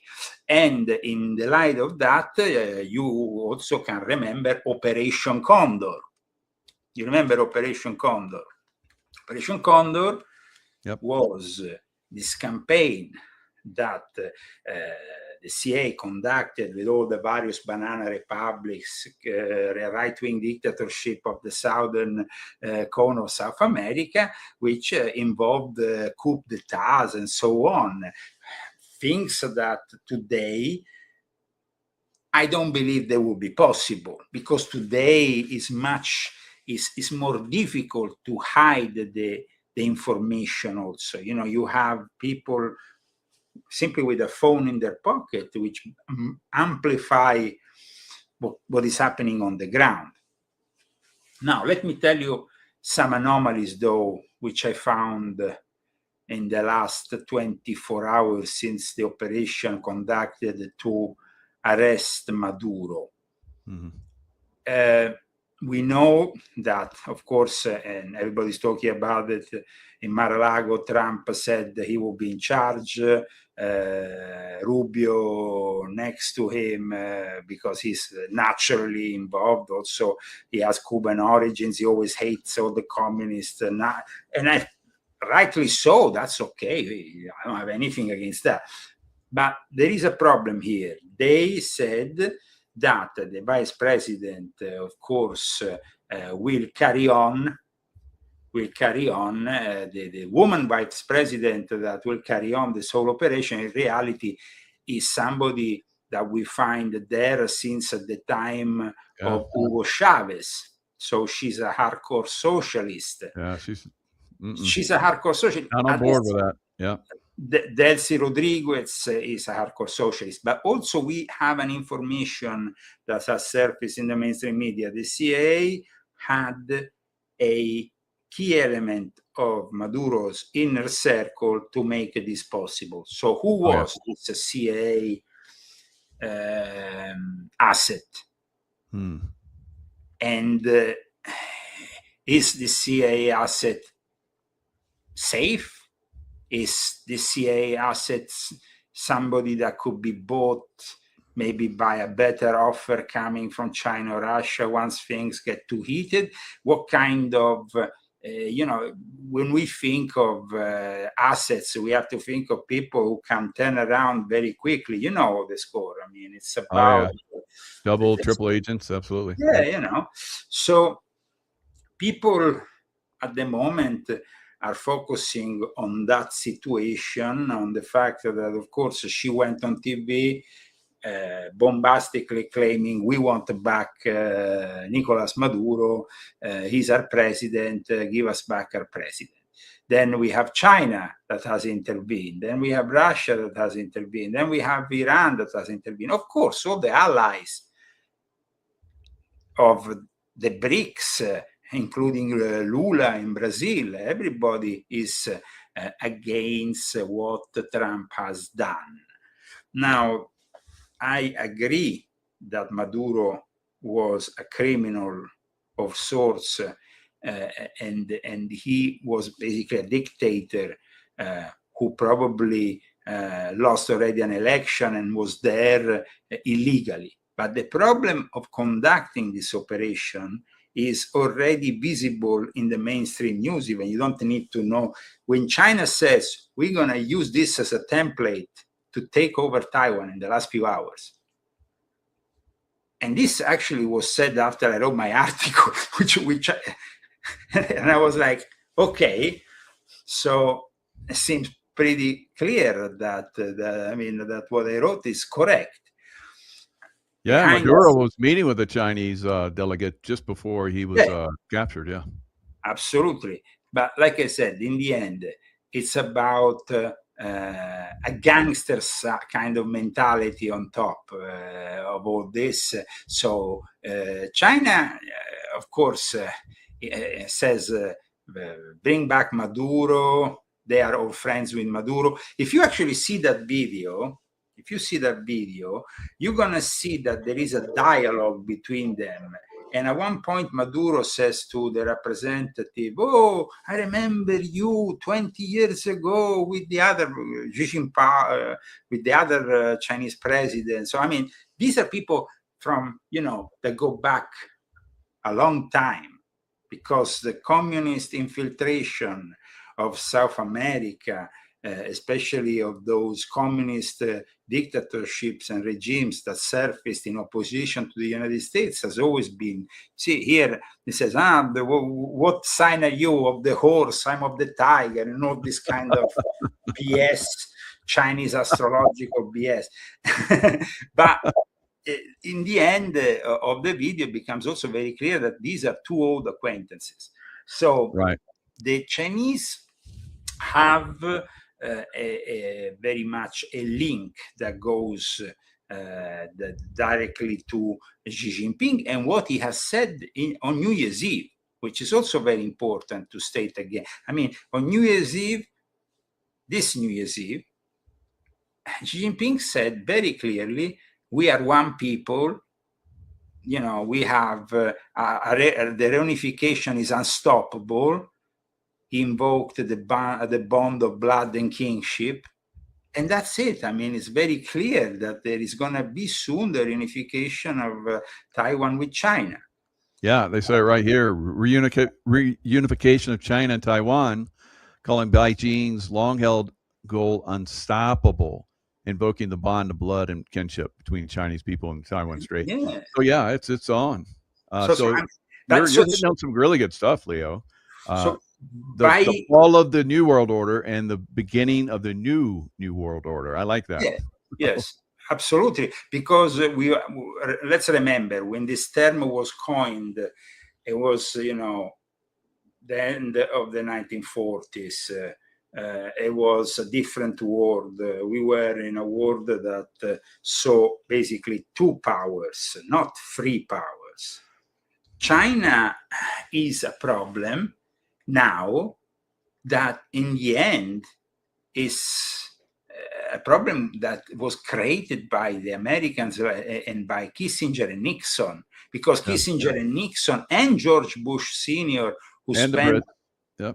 George Bush Sr. was in Beijing in 1974 with Barbara Bush before becoming head of the CIA. He spent the whole year in Beijing.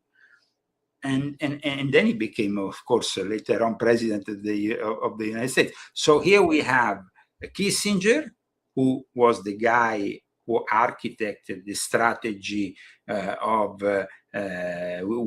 using the nukes and the mutual deterrence strategy.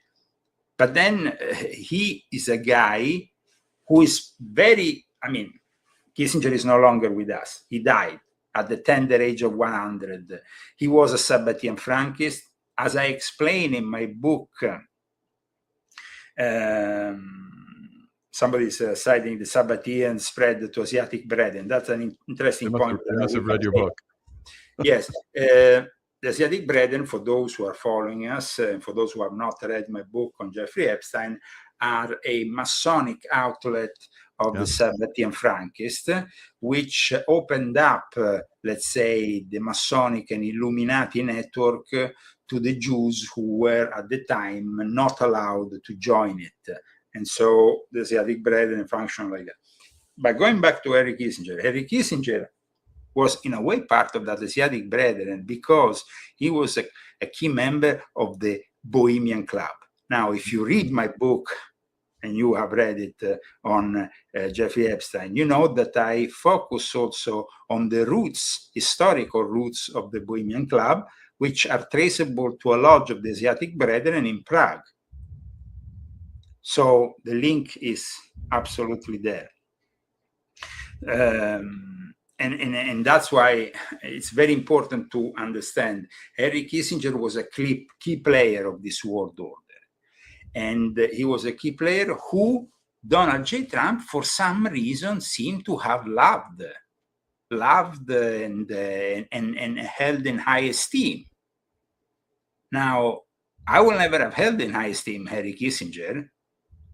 I think he was a despicable individual. I think that the guy had so many skeletons in the closet, probably from the whole Cold War, that, I mean, we know almost nothing about what Henry Kissinger really was. I can tell you a few things because I was a member of the Monte Carlo Lodge of the P2. And historically, this lodge built in Europe, next to Italy, in a very privileged environment, which is the Principality of Monaco, hold the names of the most exclusive members of what was known as the P2 Lodge, which was this highly influential lodge in Italy, which ruled basically Italy at one point. I know that for Freemasons here in America who have, a vision of Freemasonry, which is mostly social, connected with, it's very innocent compared to Freemasonry in Europe and in particular in Italy. The Freemasonry here can be involved in certain things, but there is very few people at very high levels. The majority of lodges that you have here in America are the lodges that dedicate themselves to, I don't know, Pancakes Day with the families opening up the lodge, showing their strange rituals, and being involved in something that is more or less like a Rotary Club with an esoteric element attached. It's a social thing. The sheriff, the doctor, the lawyer, the this, the that, they come together, and I must say, in the majority of cases, very good people, patriots, and very honest people. Mm-hmm. So here's a question for you, and that kind of can swing us over to the Iran, narrative. It was either Venezuela or Iran that the cabal was going to target next. Your thoughts, please. So I think Iran is still there, because you have to understand. I mean, Pahlavi, I have written extensively about this topic. I have actually touched on this topic in my books also, because at the end of the Pahlavi empire, at the end of the Shah leaving Iran in those chaotic days, I think of January, what was it, 1978, it was the moment in which Khomeini was about to take power. The gold was brought out of Iran and it was given to the Vatican. So Iran was depraved and they took all the gold and brought it to the Vatican Bank. And they did it thanks to the Italian mafia and the P2 Lodge and those people connected with the state behind operations and so on. Now, Iran, yes, you're showing, of course, volume 10 of my confessions, which expands on this. It's very important. That's why I suggest people who are very much interested in knowing what is happening in Iran in reading this book, because it tells you also the history of Freemasonry in Iran, how Stunning work. You know, I spent, gosh, almost half my life in the Middle East, and I thought I was pretty well informed, but you blew it out of the water with this book, and it answered a lot of questions that I had, you know, over time. So that was excellent work. We know that, you know, Iran with time became also very close to Russia, but as a reaction to what went on in the early days of a revolution that shaped a country that is very different from how Iran used to be. People might not know this, but Iran was a very modern country back in the days when the Shah was there. However, because of from the 1950s onwards, there was a first coup attempt, didn't work out. The CIA was heavily involved, the MI6 was heavily involved. Mm-hmm.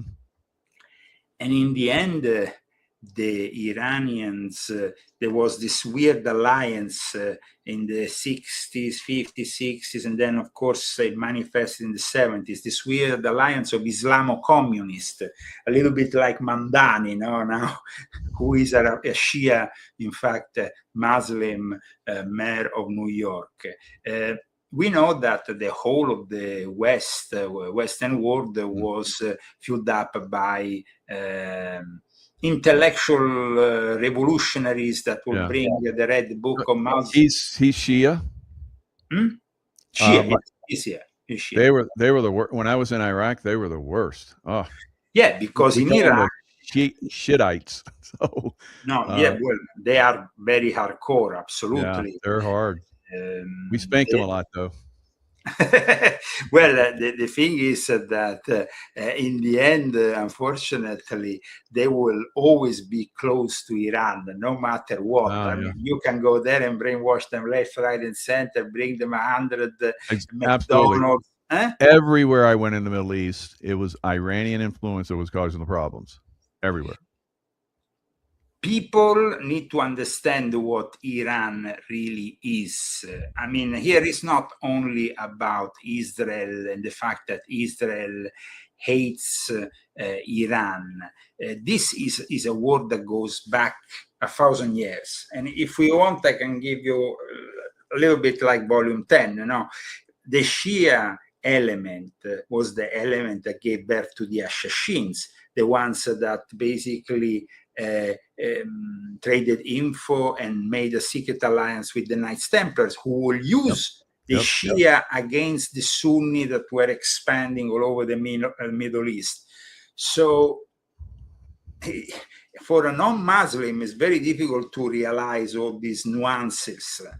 But the famous War of the Camels and everything that happened after the fourth caliph of the Rashidun, the initial caliphs after Muhammad, and then the fact that at one point there was the birth of the Shia. The Shia are basically recognizing Ali, the cousin of Muhammad, as a figure just as important as Muhammad. And at the same time, because Ali was married with the daughter of Muhammad, 12 Shia, who are also part of one of the many schisms that came after. Because the problem, like I stated in volume 10 of my confessions, is like Islam didn't have a Roman Empire that embraced like Christianity and made it the official religion and started to operate a regularization through councils of Nicaea, this and that, you know, so a uniformity. Instead, with Islam, I could wake up tomorrow morning and create a whole new branch simply by a new hypothesis and a new interpretation of the Quran. Mm-hmm. And So this is a difference with Christianity. So what do you think is going to happen? You think the Islamists are going to be replaced or overthrown in Iran? Now that Trump and Israel both have said they're going to back, the people that are trying to overthrow them.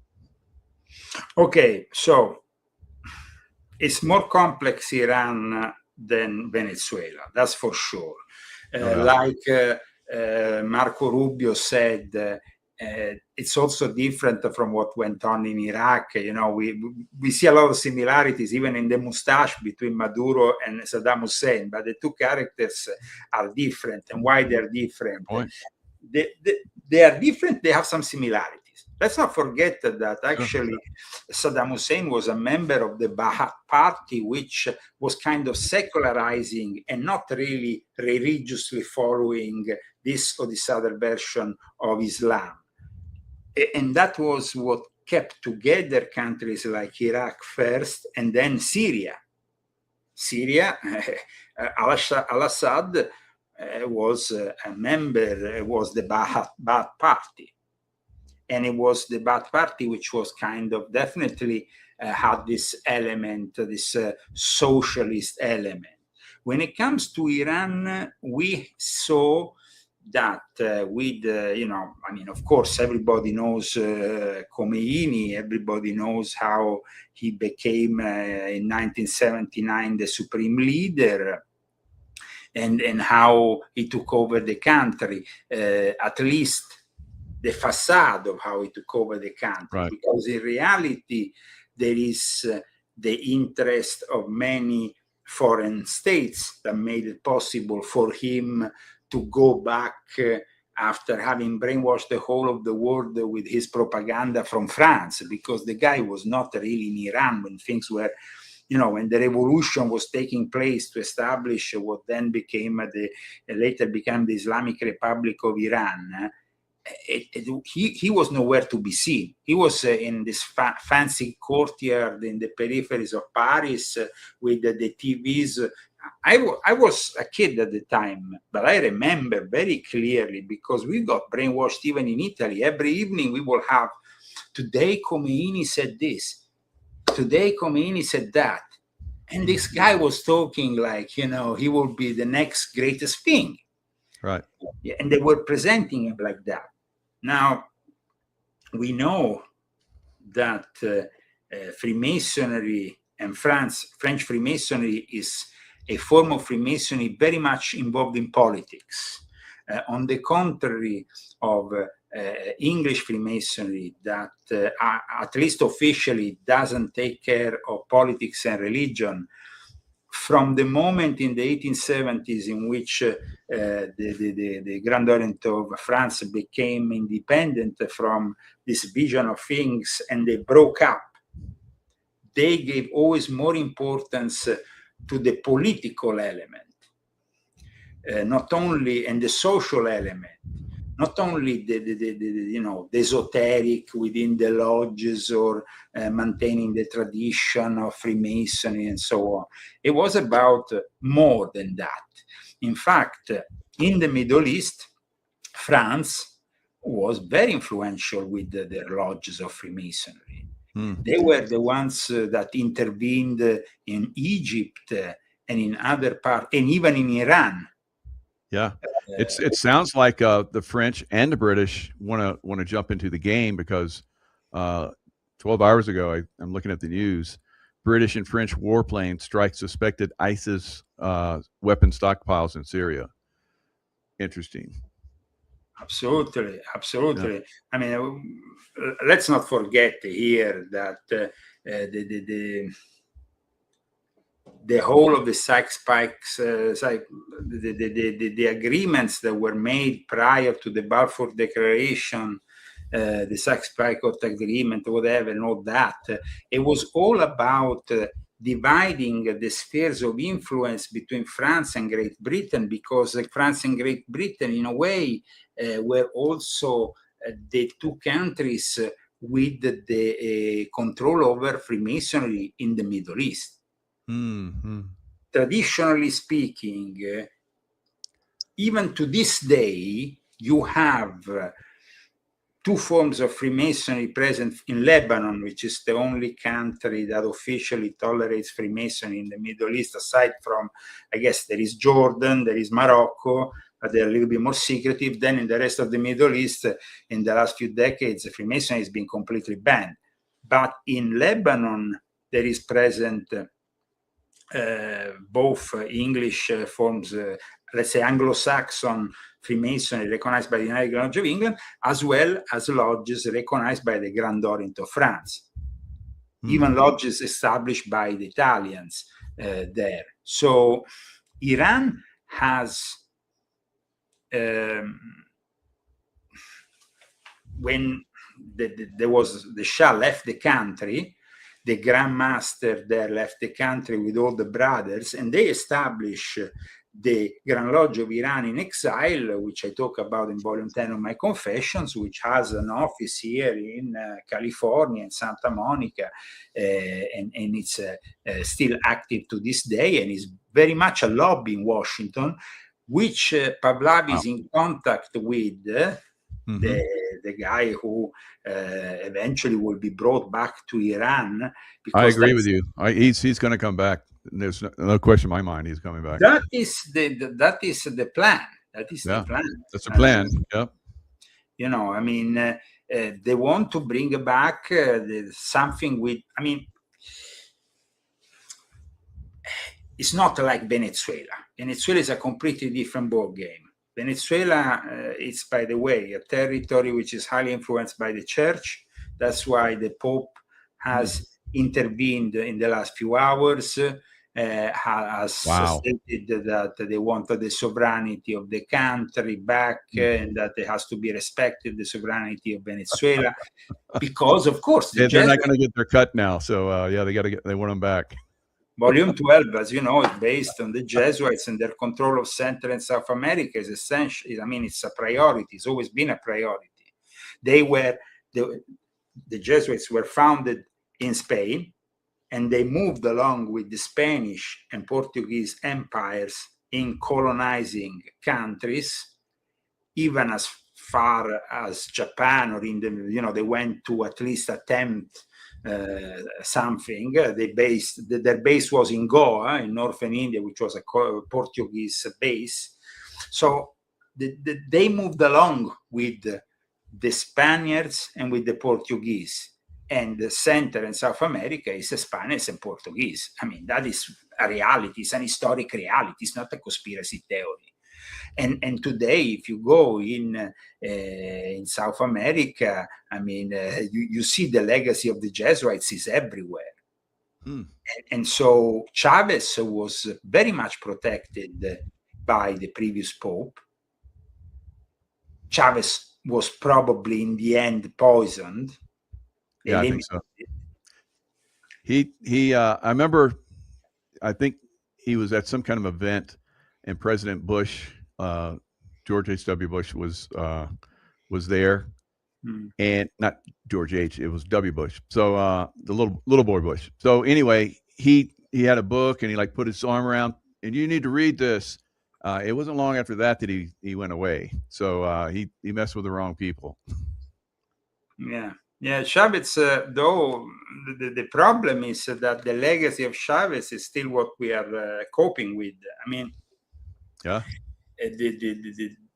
the Monroe Doctrine was not really a priority in the last few decades. No. And for that reason, of course, Russia, as you know, started, but Russia then, when the fall of the Soviet Union, I think at that point, the Americans had the illusion that the Russians were no longer capable of influencing in any way South or Central America. Because, you were involved yourself as a military at the time. It was all because of guerrilla groups that were founded by the Soviet Union. I mean, they were the big players at the time. Today, the big players are China. China is the one that literally goes and buys. They don't finance guerrilla groups. They simply buy places. They buy ports and say, this is our port. Yeah. We bring our ships, and this is our goods. and that is, of course, then there is still Russia involved, and in fact, Russia. Let's not forget that that Russia was the one that a few weeks ago was said to have sent at least 100 soldiers, specialists, alongside with an important officer. So, but like I stated in my article, and of course people can go and check it on realzagami.com, China and Russia will probably not do anything against Trump simply because now it's convenient for them, because they have an excuse to now follow up on their own projects. I mean, they don't want to go and defend Maduro and Venezuela. They don't care about, they care about, Russia cares about Ukraine, which historically is linked to them. And China cares about Taiwan. Yeah. And Taiwan has also another key role in the technology of the future because of the microprocessors, because of the fact that they have really a very important role in the development of the key components for modern technology. AI, yeah, everything, yeah. So that's what we're seeing now. We're seeing kind of like these trade groups that are starting to formulate now, China, America, and Russia. So it's a race to see who's going to be able to, America going to, and Israel going to, okay, Iran to help.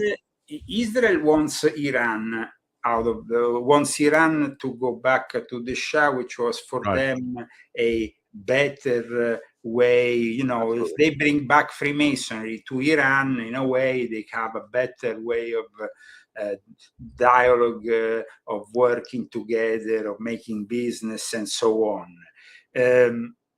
However, I don't know if a strong Iran with the return of the Pahlavi would be for Israel a completely positive thing. Because let's not forget that the Pahlavi dynasty was not always, siding with Israel.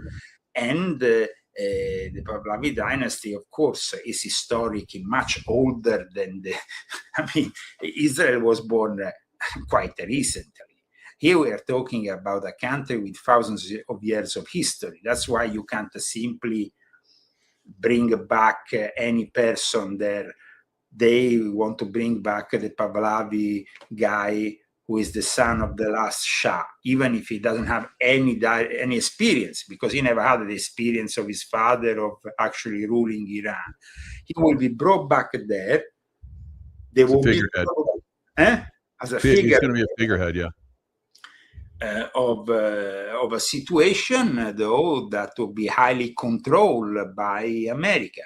But the problem is that at the moment, Abraham Accords.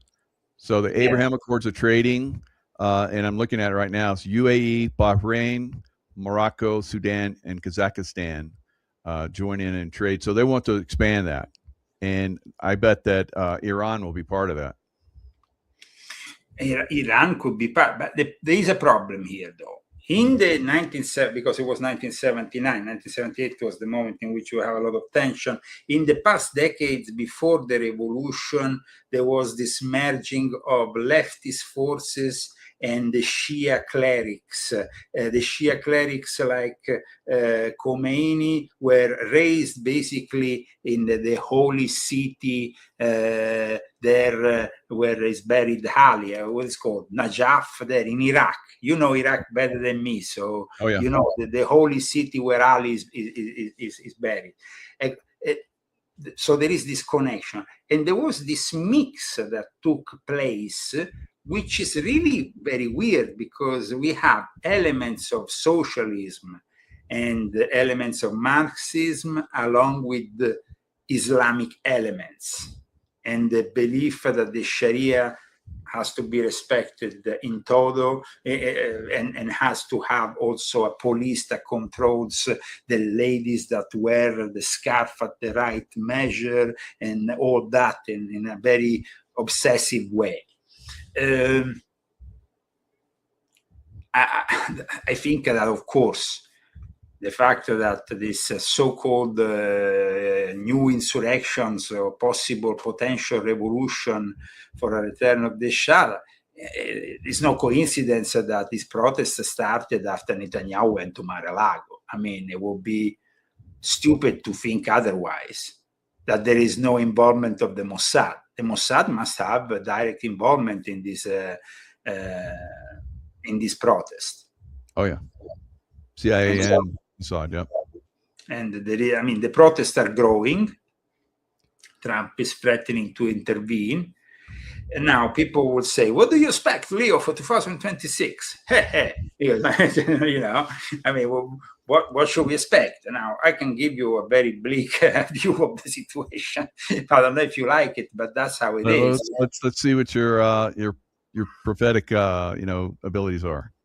Prophetic. I mean, here is, from what I can see, geopolitically moving, Russia is going to expand also their takeover possibly of Odessa, which is a very important city historically. They will. That's going to probably happen this year. Yep. There is definitely no way that at this point we can go in dialogue back with Putin. It's just a waste of time. It was a waste of time probably maybe from the start. But Trump believed somehow he had promised his electorate. Trump made some promises, and that is also part of 2026. Those promises have been broken, starting from foreign intervention. If we start having foreign intervention in Venezuela, because now with this vice president who is now president who wants to oppose the United States, boots on the ground might be a necessity, and that will end up in a never-ending war, no matter what they say. And if you have then at the same time Iran, and you want to give a hand to Israel, we want to help the Iranian people. So back to Venezuela. I think another reason why we went into Venezuela is because they've been controlling the election. Election fraud was coming out of Venezuela through the. That is what let's say the legends of the internet, the mythology of because I understand that the fact that they say, the fraud started from Venezuela, and so Trump wants to go there because of the fraud. Guys, Trump wants to go there because it's the biggest reservoir of oil in the world and the biggest also reservoir of rare earth in South America, which is essential for the future of our country. If you want to compete with China, China has already flying cars, robots all over the place. And what do we have? So just be realistic. It's not about some ideology. Yeah. Oh, the elections have been. Yeah, Trump likes to, now. No, I agree with you. If we don't see some hammers coming down on all the knuckleheads here, the corruption and we're seeing it, in Wisconsin and all that kind of stuff. We don't see some hammers really coming down across the United States. Yeah, he's definitely. Okay. If nothing happens. And if people like you are, today you are actually stating something that I hope people remember. I mean, if Trump doesn't do something, he's going to face defeat for his party in the midterm elections. He's going to lose control of both probably of the House and the House of Representatives. At that point, Trump would become a lame duck president because they're going to impeach him, they're going to involve him in all kinds of things, and it's going to be a massive distraction from the real problems of the American people who have not been solved in the meantime. Good point. Yep. So people think that. So if he doesn't do it, I think we will. I think there will be massive protest from organized people like myself. No, but I tell you, Michael, I think that MAGA, it's gonna expire after the midterm elections. The whole concept of backing Trump will evaporate when there is a massive defeat, because at that point it will. it's gonna be Or it quite. would. His party is gonna rebel even against him, because if they want to have a future, the politicians, they don't care about an ideology. And you're right. It won't matter that if we rebel against them, the Democrats will totally annihilate him, like you're saying. They'll like impeach him again and just stop everything he's trying to push forward.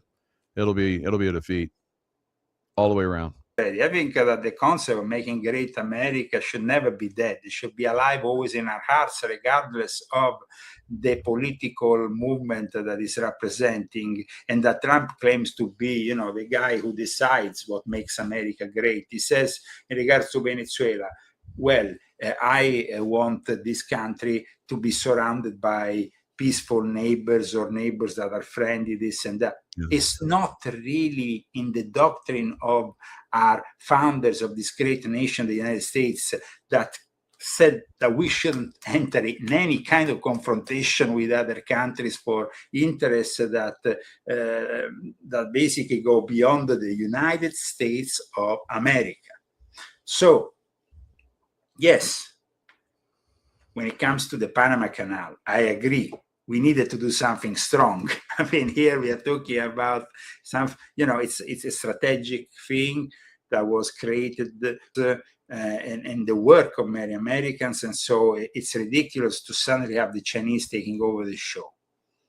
Yeah. But having said that, because all these infights are completely ridiculous, I think that if we had to symbolically, you tell me, come today on the show and we discuss 2026. I think to discuss the future, we need to know our past. And what happened in 2025, I think symbolically, it's the moment in which there is a fracturing of what used to be a very compact movement. Because his death coincided with a series of variable things that happened. But think about it. I mean, now it's like, it's a soap opera. Candace Owen against Alex Jones. Alex Jones against Candace Owen. I mean, you're grown-ups. What is this? BS. Tim Poll against this, and then the guy says that, and then we have Ben Shapiro. Guys, this is really showing not only the fracturing, cracks, yeah, but it's showing really that, of course, we all knew that Trump had put together many different elements together, and we were very eager to make America great again in the way that Trump promised. But if you promise things and you don't deliver them, then it's a big, not only is a big disappointment, because the thing is, okay, Trump, during his, a long campaign that started from the moment the 6th of January and after, when Biden took control of the White House, Trump started his campaign for regaining control of the White House. And we supported him. We supported him because we believed that he could really change things. When we saw a guy like Joe Biden, we were horrified that the White House could be in the hands of a senile idiot who pooped in his pants and who didn't know where he was, and he was talking to the ghost that the people, they were not even. I mean, it was just literally the most powerful man in the world. The commander-in-chief was represented by a senile idiot. It's just like incredible. So, of course, at that point, then these brilliant minds of the Democrat Party chose Kamala as a possible successor. I mean, it's like choosing, I don't know, from a third. So you went from dumb to dumber to dumbest to dumbest. At that point, obviously, we had to believe that maybe Trump could do something better. Trump, at the same time, took a lot of money from a lot of powerful people, though. And amongst those powerful people, there were friends of Jeffrey Epstein. There were people he's still protecting to this day. He compromised himself along the way. because he wanted to win at all costs. And so he said, yeah, sure, we will do this, we will do that. And it's not about, at that point, it's not about the guy who lives, in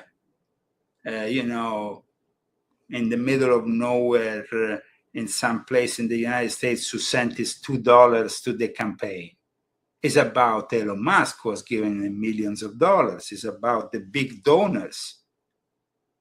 We have to be really realistic about this thing. Even when you see the way that Trump has nominated the whole diplomatic corps, aside from Kimberly, whatever, the ex-girlfriend of the son, okay, whatever. Because they said, okay, let's give her a place. Where in Athens? Okay, let's get out the Athens, get her out of here, yeah. Okay, but the other ones paid like 20 millions, 40 millions, 50 millions to become ambassador in Italy or in France or in France. Okay, it was a relative. Yeah. So I'm not sure if it's true, but I've heard from other people that when he endorses someone, he gets paid to endorse people. So I'm not knocking. I love Trump, but there's lots of, we have to always question. We have to look at different things, and that's what we're doing right now. Yeah. Now, what if Trump does start to do the MAGA thing and starts to arrest people and goes into Colorado and frees Tina Peters and all these other things? What do you think happens then? Okay, it doesn't really change the fact that when I went to the supermarket this morning, the butter was costing double as it was costing 5 years ago. I don't care about arresting whoever. You can arrest Barack Obama and hang him on the thing. If I go and pay, and at the end of the day, I don't have the money to buy my food, I don't care about it. So, I mean, yes, I understand that there's a satisfaction. The enemy gets arrested, but does it give you food? Does it put food on the plate? Does it put your healthcare in place, in the right place, when now people are risking to pay 4 times, 5 times as much? And it's not a question of being, a leftist, a Democrat, or whatever. It's common sense. What Trump has been doing is generating a backlash that will bring a landslide victory for those idiotic and evil Democrats that at that point will take over the whole show. And then they might even place Governor Newsom in the White House. I mean, maybe Vice President AOC. Guys, at that point, remember, and I stated here on January 4th, 2026, if that happens, remember, the only person responsible is Donald J. Trump. He's the only one who should be arrested at that point. Because if you let Governor Newsom become the president of this great country, and you screw it up for everybody. Yeah. Now, some people don't think you're a Trump supporter, but you voted for Trump, and you've I was the president. Let's make it You're just clear. being realistic here. I agree. We need to look at this stuff. Let's make it clear, guys. I was involved in the organization of the Coachella Valley event, which was over 105,000 people here. I mean, I was the president of Italians for Trump, which we founded, and the Italian American community was on board from the start with Trump because of us. I mean, people, I was given passes and stuff, and I could do things like, go to in the backstage and everything, and we had a great time. And what really shocks me is when people say that, because guys, if you think that somebody like me, who worked for Operation Gladio, stayed behind against the communists, risking my life behind the scenes, getting tortured in Europe, having to flee Europe and Italy because of my war against these people. Why I don't like Trump? Very obvious why I don't like Trump now. He even supports a joke like Prime Minister Meloni, who is a fake conservative and a fake right-winger. You want to change something in Europe. Trump says he wanted to change. Oh, there is censorship in Europe. And then I wrote a letter to the ambassador in Rome. I asked him for help because my case is a serious case that has to do with freedom of speech. For the books I wrote, they brought me in front of a tribunal. They wanted to take my life away and my livelihood. He has done nothing because he's some rich guy from Texas who Trump has put there, and he doesn't care about the Leo Zagami or the freedom of speech. He doesn't care about having problem with the Republic of Italy, which is the most corrupt republic in Europe, connected with Freemasonry, the mafia, and the worst scumbags. And I can tell you everything about it if you want, but I mean, we don't have time. The weapons that go to the Middle East pass through Gioia Tauro. Gioia Tauro is in Calabria. It's the 'Ndrangheta mafia, together with the CIA and others, that then gets the weapons there. And sometimes we have also intervention by the Chinese intelligence. Yeah. So, I did a show yesterday morning, and I saw on the show Chinese intelligence basically taking pictures of my guest, and he pointed it out, of course, that and he was in Italy doing the show, and so there is definitely Chinese influence there. who was a guest on your show? Juan O'Savin. Okay. And he was in Italy, yeah? He'd been in Italy probably for about, maybe 5-7 days, maybe about a week. I did a couple shows with him while he was in Italy, but the one yesterday morning. Well, it's not a surprise. Not a surprise. I mean, Chinese intelligence is all over the place in Italy. Yeah. They even have police bases that torture Chinese that go out of place. They keep their control. You remember the famous Chinese police stations that were also found, by the way, here in America at one point. They exist all over Europe, and they exist also in Italy. So, I mean, nobody does anything against them because the Chinese, they imagine this. I tell you one thing. The Chinese have bought already part of the Italian national debt. My brother, who works, he's a civil servant and works for IMSS, which is the one that gives the pensions to the military and everybody else, said that the other day there were 30 Chinese that went all the way to the top floor where the directors are. 30 Chinese. Wow. They have bought already their influence, and America is not doing anything to stop them. So, I mean, the thing is this. Okay, you want to go back to the real estate. I mean, I was an I was brought up with my grandfather. I had people in my family who had to flee Russia before the Bolsheviks took over the show. I mean, I have direct involvement with this whole scenario, and it's not because I simply go on the internet and I dislike the left. I hate the left.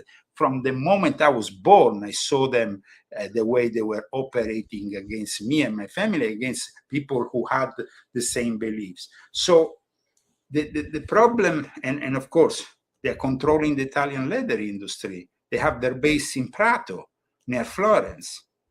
The Chinese triads, in reality, depend from Chinese Freemasonry, the Hung Ha. And the Hong men, they have 6 million adherents around the world, and they control. People think that this, why do the Chinese have all the dry cleaners? And they think it's a coincidence. They don't, why? They have all the dry cleaners. You know how it works? Let me tell you how it works. The Chinese Communist Party and the Xi and the Xing Party, which is the party of the Freemasons of China, organizes a meeting with thousands of Chinese families from a specific part, maybe of China or various parts of China, and then says, okay, this is the plan, this is the business, these are the countries in the world, go and do it, and take over their show.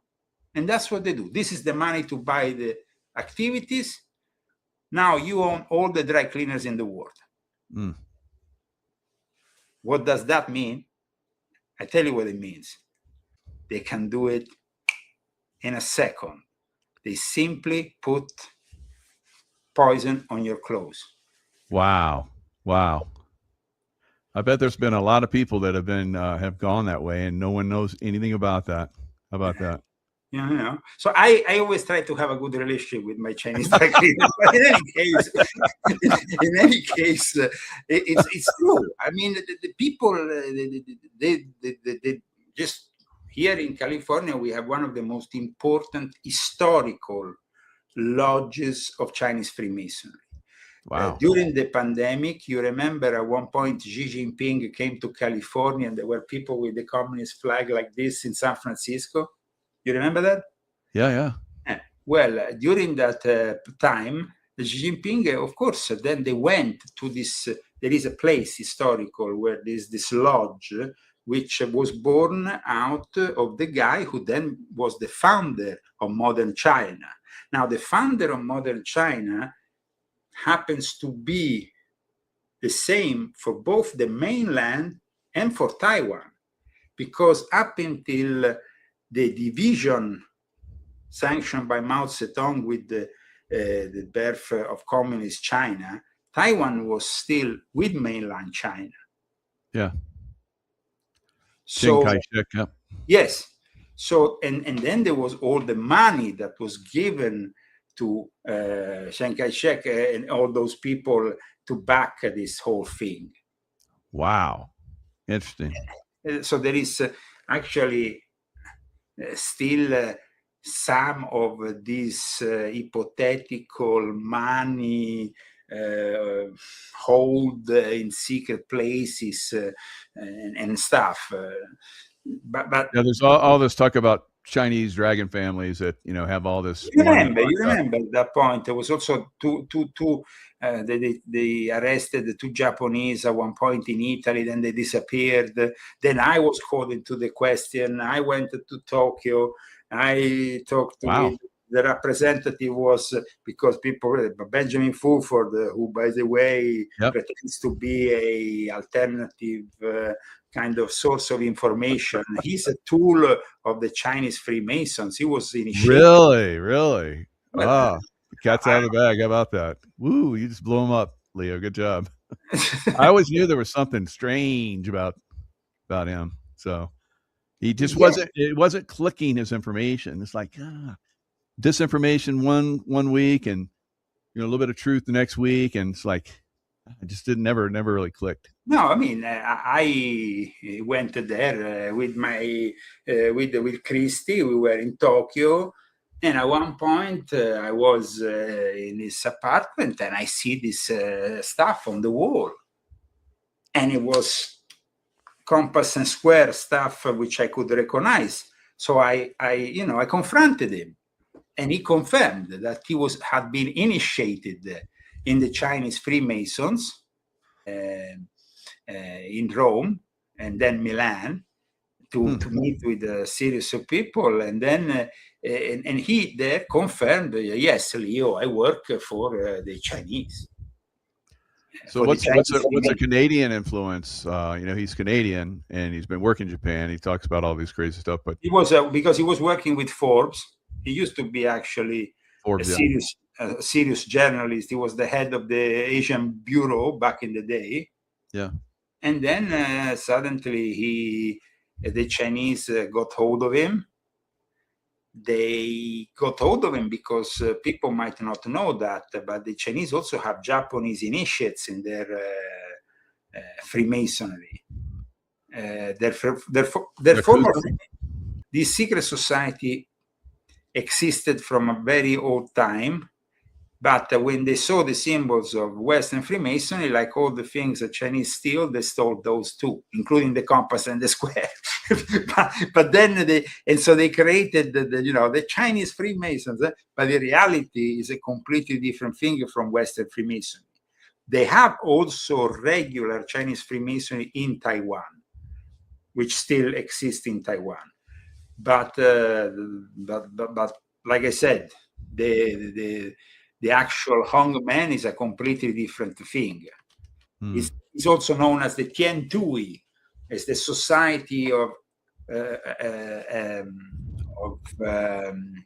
Sky, Earth and Sky is known. It's a very complex history that goes back also to the beginning of martial arts and the way they were spread by the Shaolin monks. And then, so let's say that the Chinese Freemasonry is also connected with the spread of Chinese martial arts, Wing Chun, and what we commonly refer to as Kung Fu and all the rest. Yeah, I studied that very deeply for a while. Now, well, that's a very good. When you get butter, what kind of butter do you get? I just have to go off topic because you're obviously an Italian and you know cooking. Well, I simply tend to get organic if I can, because I like. You are showing, of course, our family cooking book. I will always suggest to use the best material possible. You never want to. I mean, I think that the important thing in life is not to exceed with spending a lot of money in buying expensive this or that, but when it comes to food, remember that you are made out of what you eat, so you want to invest in your own health. You want to limit the intake maybe of certain things, like this year I've decided, for example, that for a few months I'm going to limit the intake of meat, probably for a period, just so I can, purify myself. Nice. And but of course, it's not that I'm gonna probably maintain it for the rest of my life, because I know that in the past, when I had a vegetarian diet for 1 or 2 years, at times then I needed to find alternatives, and it wasn't so easy. Right. But, yeah, I did. But I mean, these are the things. It's about definitely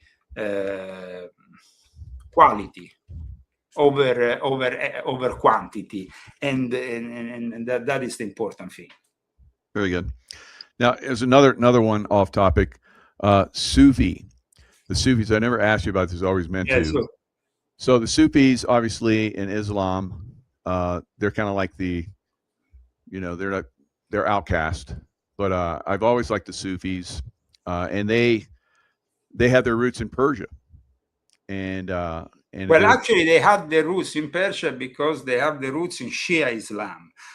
They then later on developed also in Sunni Islam, but they initially developed in Shia Islam because Shia was a minority, because Shia at times had to be secretive about their practices. That's what facilitated the birth of the first confraternities of Sufis within the Shia Islam. Yeah. So I love the Sufism. They're very spiritual. The whirling dervish, Rumi poetry.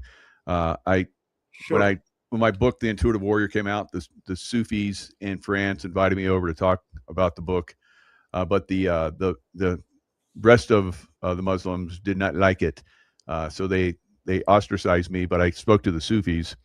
But yeah, they're pretty impressive group. Okay, I think. Let's say this: that the Sufis can be many things.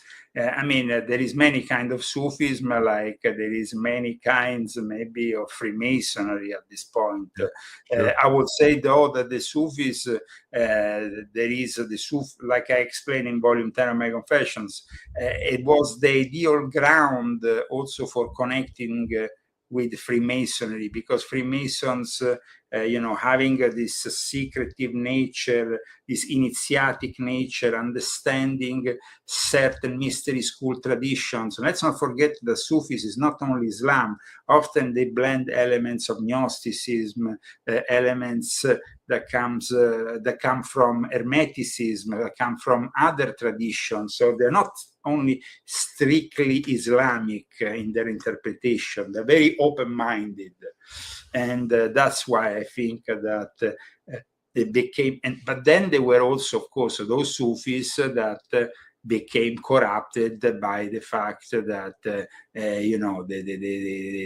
Freemasons maybe offered them to not only perfectionate themselves or follow the whatever mystery school tradition they were following, but they became involved in geopolitics, in uprisings. So Sufis became corruptible in certain countries, unfortunately. I see you have some problem with your camera. It's going a little bit all over the place. Yeah, you managed to fix it? It's acting up. It does this sometimes. Okay. I just turn it off and turn on the other one. So. Okay, perfect. Kind of. So the thing is that in this, we have a Western initiatic system, but then we have an Eastern initiatic system. And then, of course, we have a Middle Eastern initiatic system where the Sufis are at times the Illuminati of the situation, let's say. They have, not in the negative necessarily sense, sometimes though in the negative also, because like I said, in some countries they became involved both with the English or the French, and they became involved in uprisings, they became involved with the things that they don't really pertain to their practice. So wow, what a great show. A lot of insights on a lot of different things. Going back to that visit of Xi Jinping with with Gavin Newsom. Let's not forget that Gavin Newsom was received in China like he was a pop star, like he was like, you remember that visit that Newsom did in China? It was like 2 or 3 years, and he was like, wow. He was received. So you can imagine Newsom in the White House. China would be like, wow, we made it finally. And that's why they're pushing Newsom. But of course, but there is a connection. Good point. San Francisco is the place where the very start of the Republic of China was put together. And it's actually one, let's not forget, one of the oldest communities. The Chinese community here in America is very influential, but the connections that the Chinese Freemasons in San Francisco have with the Democratic Party, you should check them out. They are pretty shocking. And led to some, to some scandals and stuff. Sure, yeah. So I think that people need to understand that when you have as next governor possibly in California, Mr. Fartman, Swalwell. You remember Swalwell? Yeah. The guy who had Fang. Yeah. Fang. She was a known Chinese intel operative, and yet he's still good to go.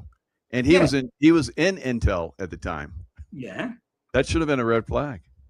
And he's going to become probably the new governor of California. Oh, you think he's going to do it? Okay. Swalwell? We hope, of course. Well, we hope that he doesn't manage. But, I mean, he has the backing of the young men, the Tiandui, the Heaven on Earth Society. He has the backing, of course, of all these people, very influential people here in California. The Jesuits, the people who control California are the Jesuits and the Chinese Freemasons. Yeah. Also, remember Dianne Feinstein? Her butler or driver or whatever. And of course, was also a Chinese intel guy. Absolutely. Yeah.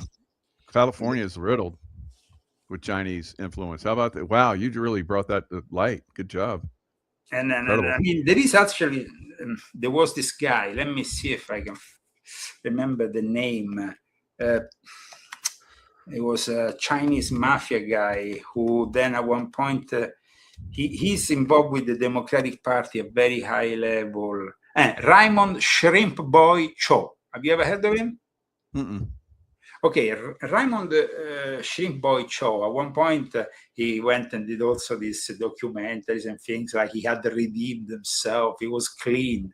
This guy is one of the worst thugs of the Chinese mafia and the Chinese Freemasons. He's a Hong Kong born, convicted felon who led San Francisco Chinatown and controlled it in a way like no other. He was the dragon head of the Qiguntung, which was the maximum expression of the Tiandui there. And then him, Raymond Shrimp Boy Chow, was connected to this, let's see if I can find, to this Democratic guy. Let me see if I can find. This is I show you on your, you can put him on the thing, because these are friends of Nancy Pelosi. I mean, this is the kind of guys, you know. Shrimp Boy. Shrimp Boy, very, very powerful guy. And in fact, watch here. Cho, along with 20 other defendants, former California State Senator Leland Yee, this guy, Democrat guy. Wow. Democrat. And he was the second highest ranking Democrat of the California State Assembly. And he was involved with the Jitong Tong. This is the headquarters, and this is where the founder of modern China was living when he was in San Francisco. See? Wow. So, I mean, it's not like we're making up here conspiracy theories. These are conspiracy facts. So at least you can go and check them out. Of so, course, I mean, they got it covered on both ends, because there's a Chi An who's on the Republican side running for governor. Yeah. So let me pull him up. So I've been to some of these, where they all talk, and he was there. And Sun Yat-sen, watch. And he's a priest. Wow. That makes it even more sick than ever. Eh? Oh, no. Here he is. It's South Korea. I'm sorry. So. Oh, no, he's from South Korea. Yeah. No, but check out what I'm showing. I'm going to show you something now. We said that was the place. I don't want to pick on the South Koreans, but yeah, no, he's an Oriental guy. Okay, so this place is very important, like I said, historically in San Francisco. It's like when Xi Jinping goes to San Francisco, it's almost like going to Mecca for him, because the Qiguntung are the most recognized for the political support of Sun Yat-sen. And Sun Yat-sen is the Chinese physician, revolutionary statesman, and political philosopher who founded the Republic of China. And his first political party, the Kuomintang, that then was preceded, of course, the Long March of Mao Zedong. And he was, here we're talking about the history. You understand, it's quite incredible that the history of China passed through California and San Francisco. That's crazy. No wonder there's such Chinese influence. Wow. Here you're talking, and now that, and after the success of the 1980, soon proclaimed the establishment of the Republic of China. Now, the Republic of China today is Taiwan. Yeah. After because then, so is this a good against bad? We have the communists, and we have the Republic of China. No, there is no good against bad. There's no good Chinese involved here. Oh, wow. Let me tell you the truth.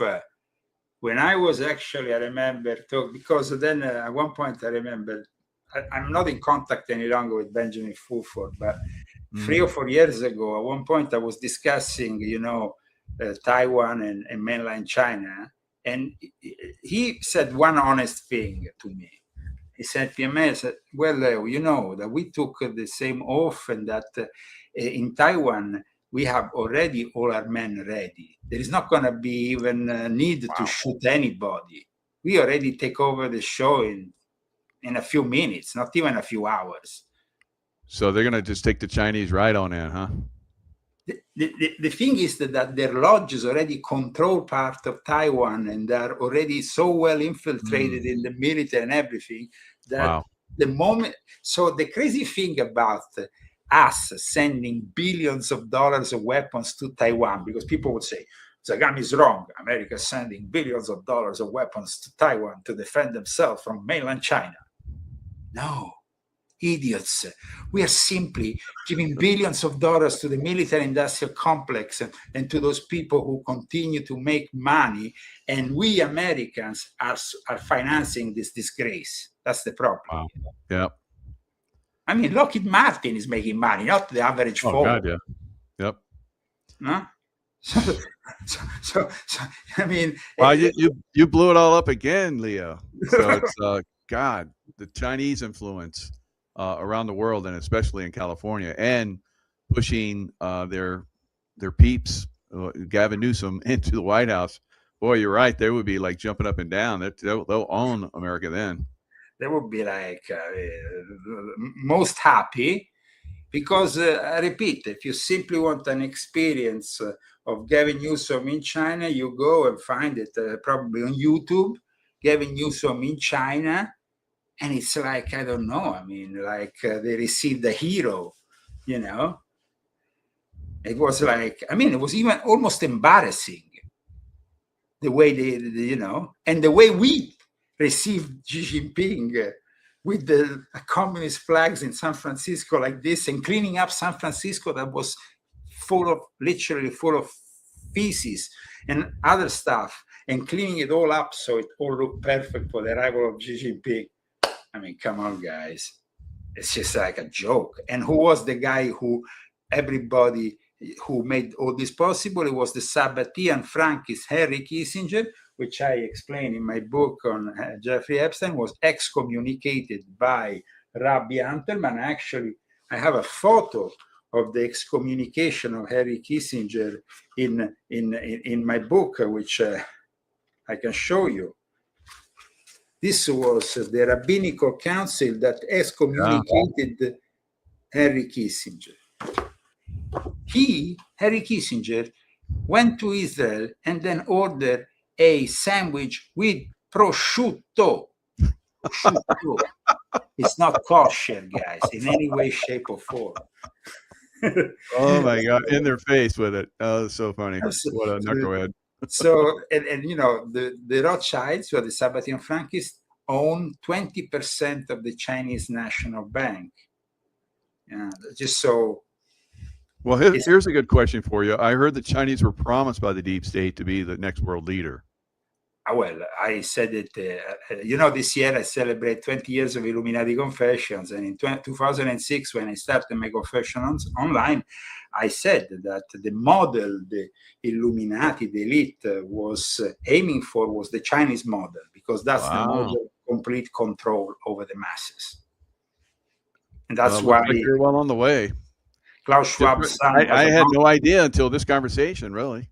I thought they were like, back end player trying to make it to the top, but looks like Klaus Schwab's son lives most of his time in Beijing. He has an office there. That's where the Great Reset is about Russia and China, but mostly China taking over the world and installing their cyber Satan, their AI communist. Right.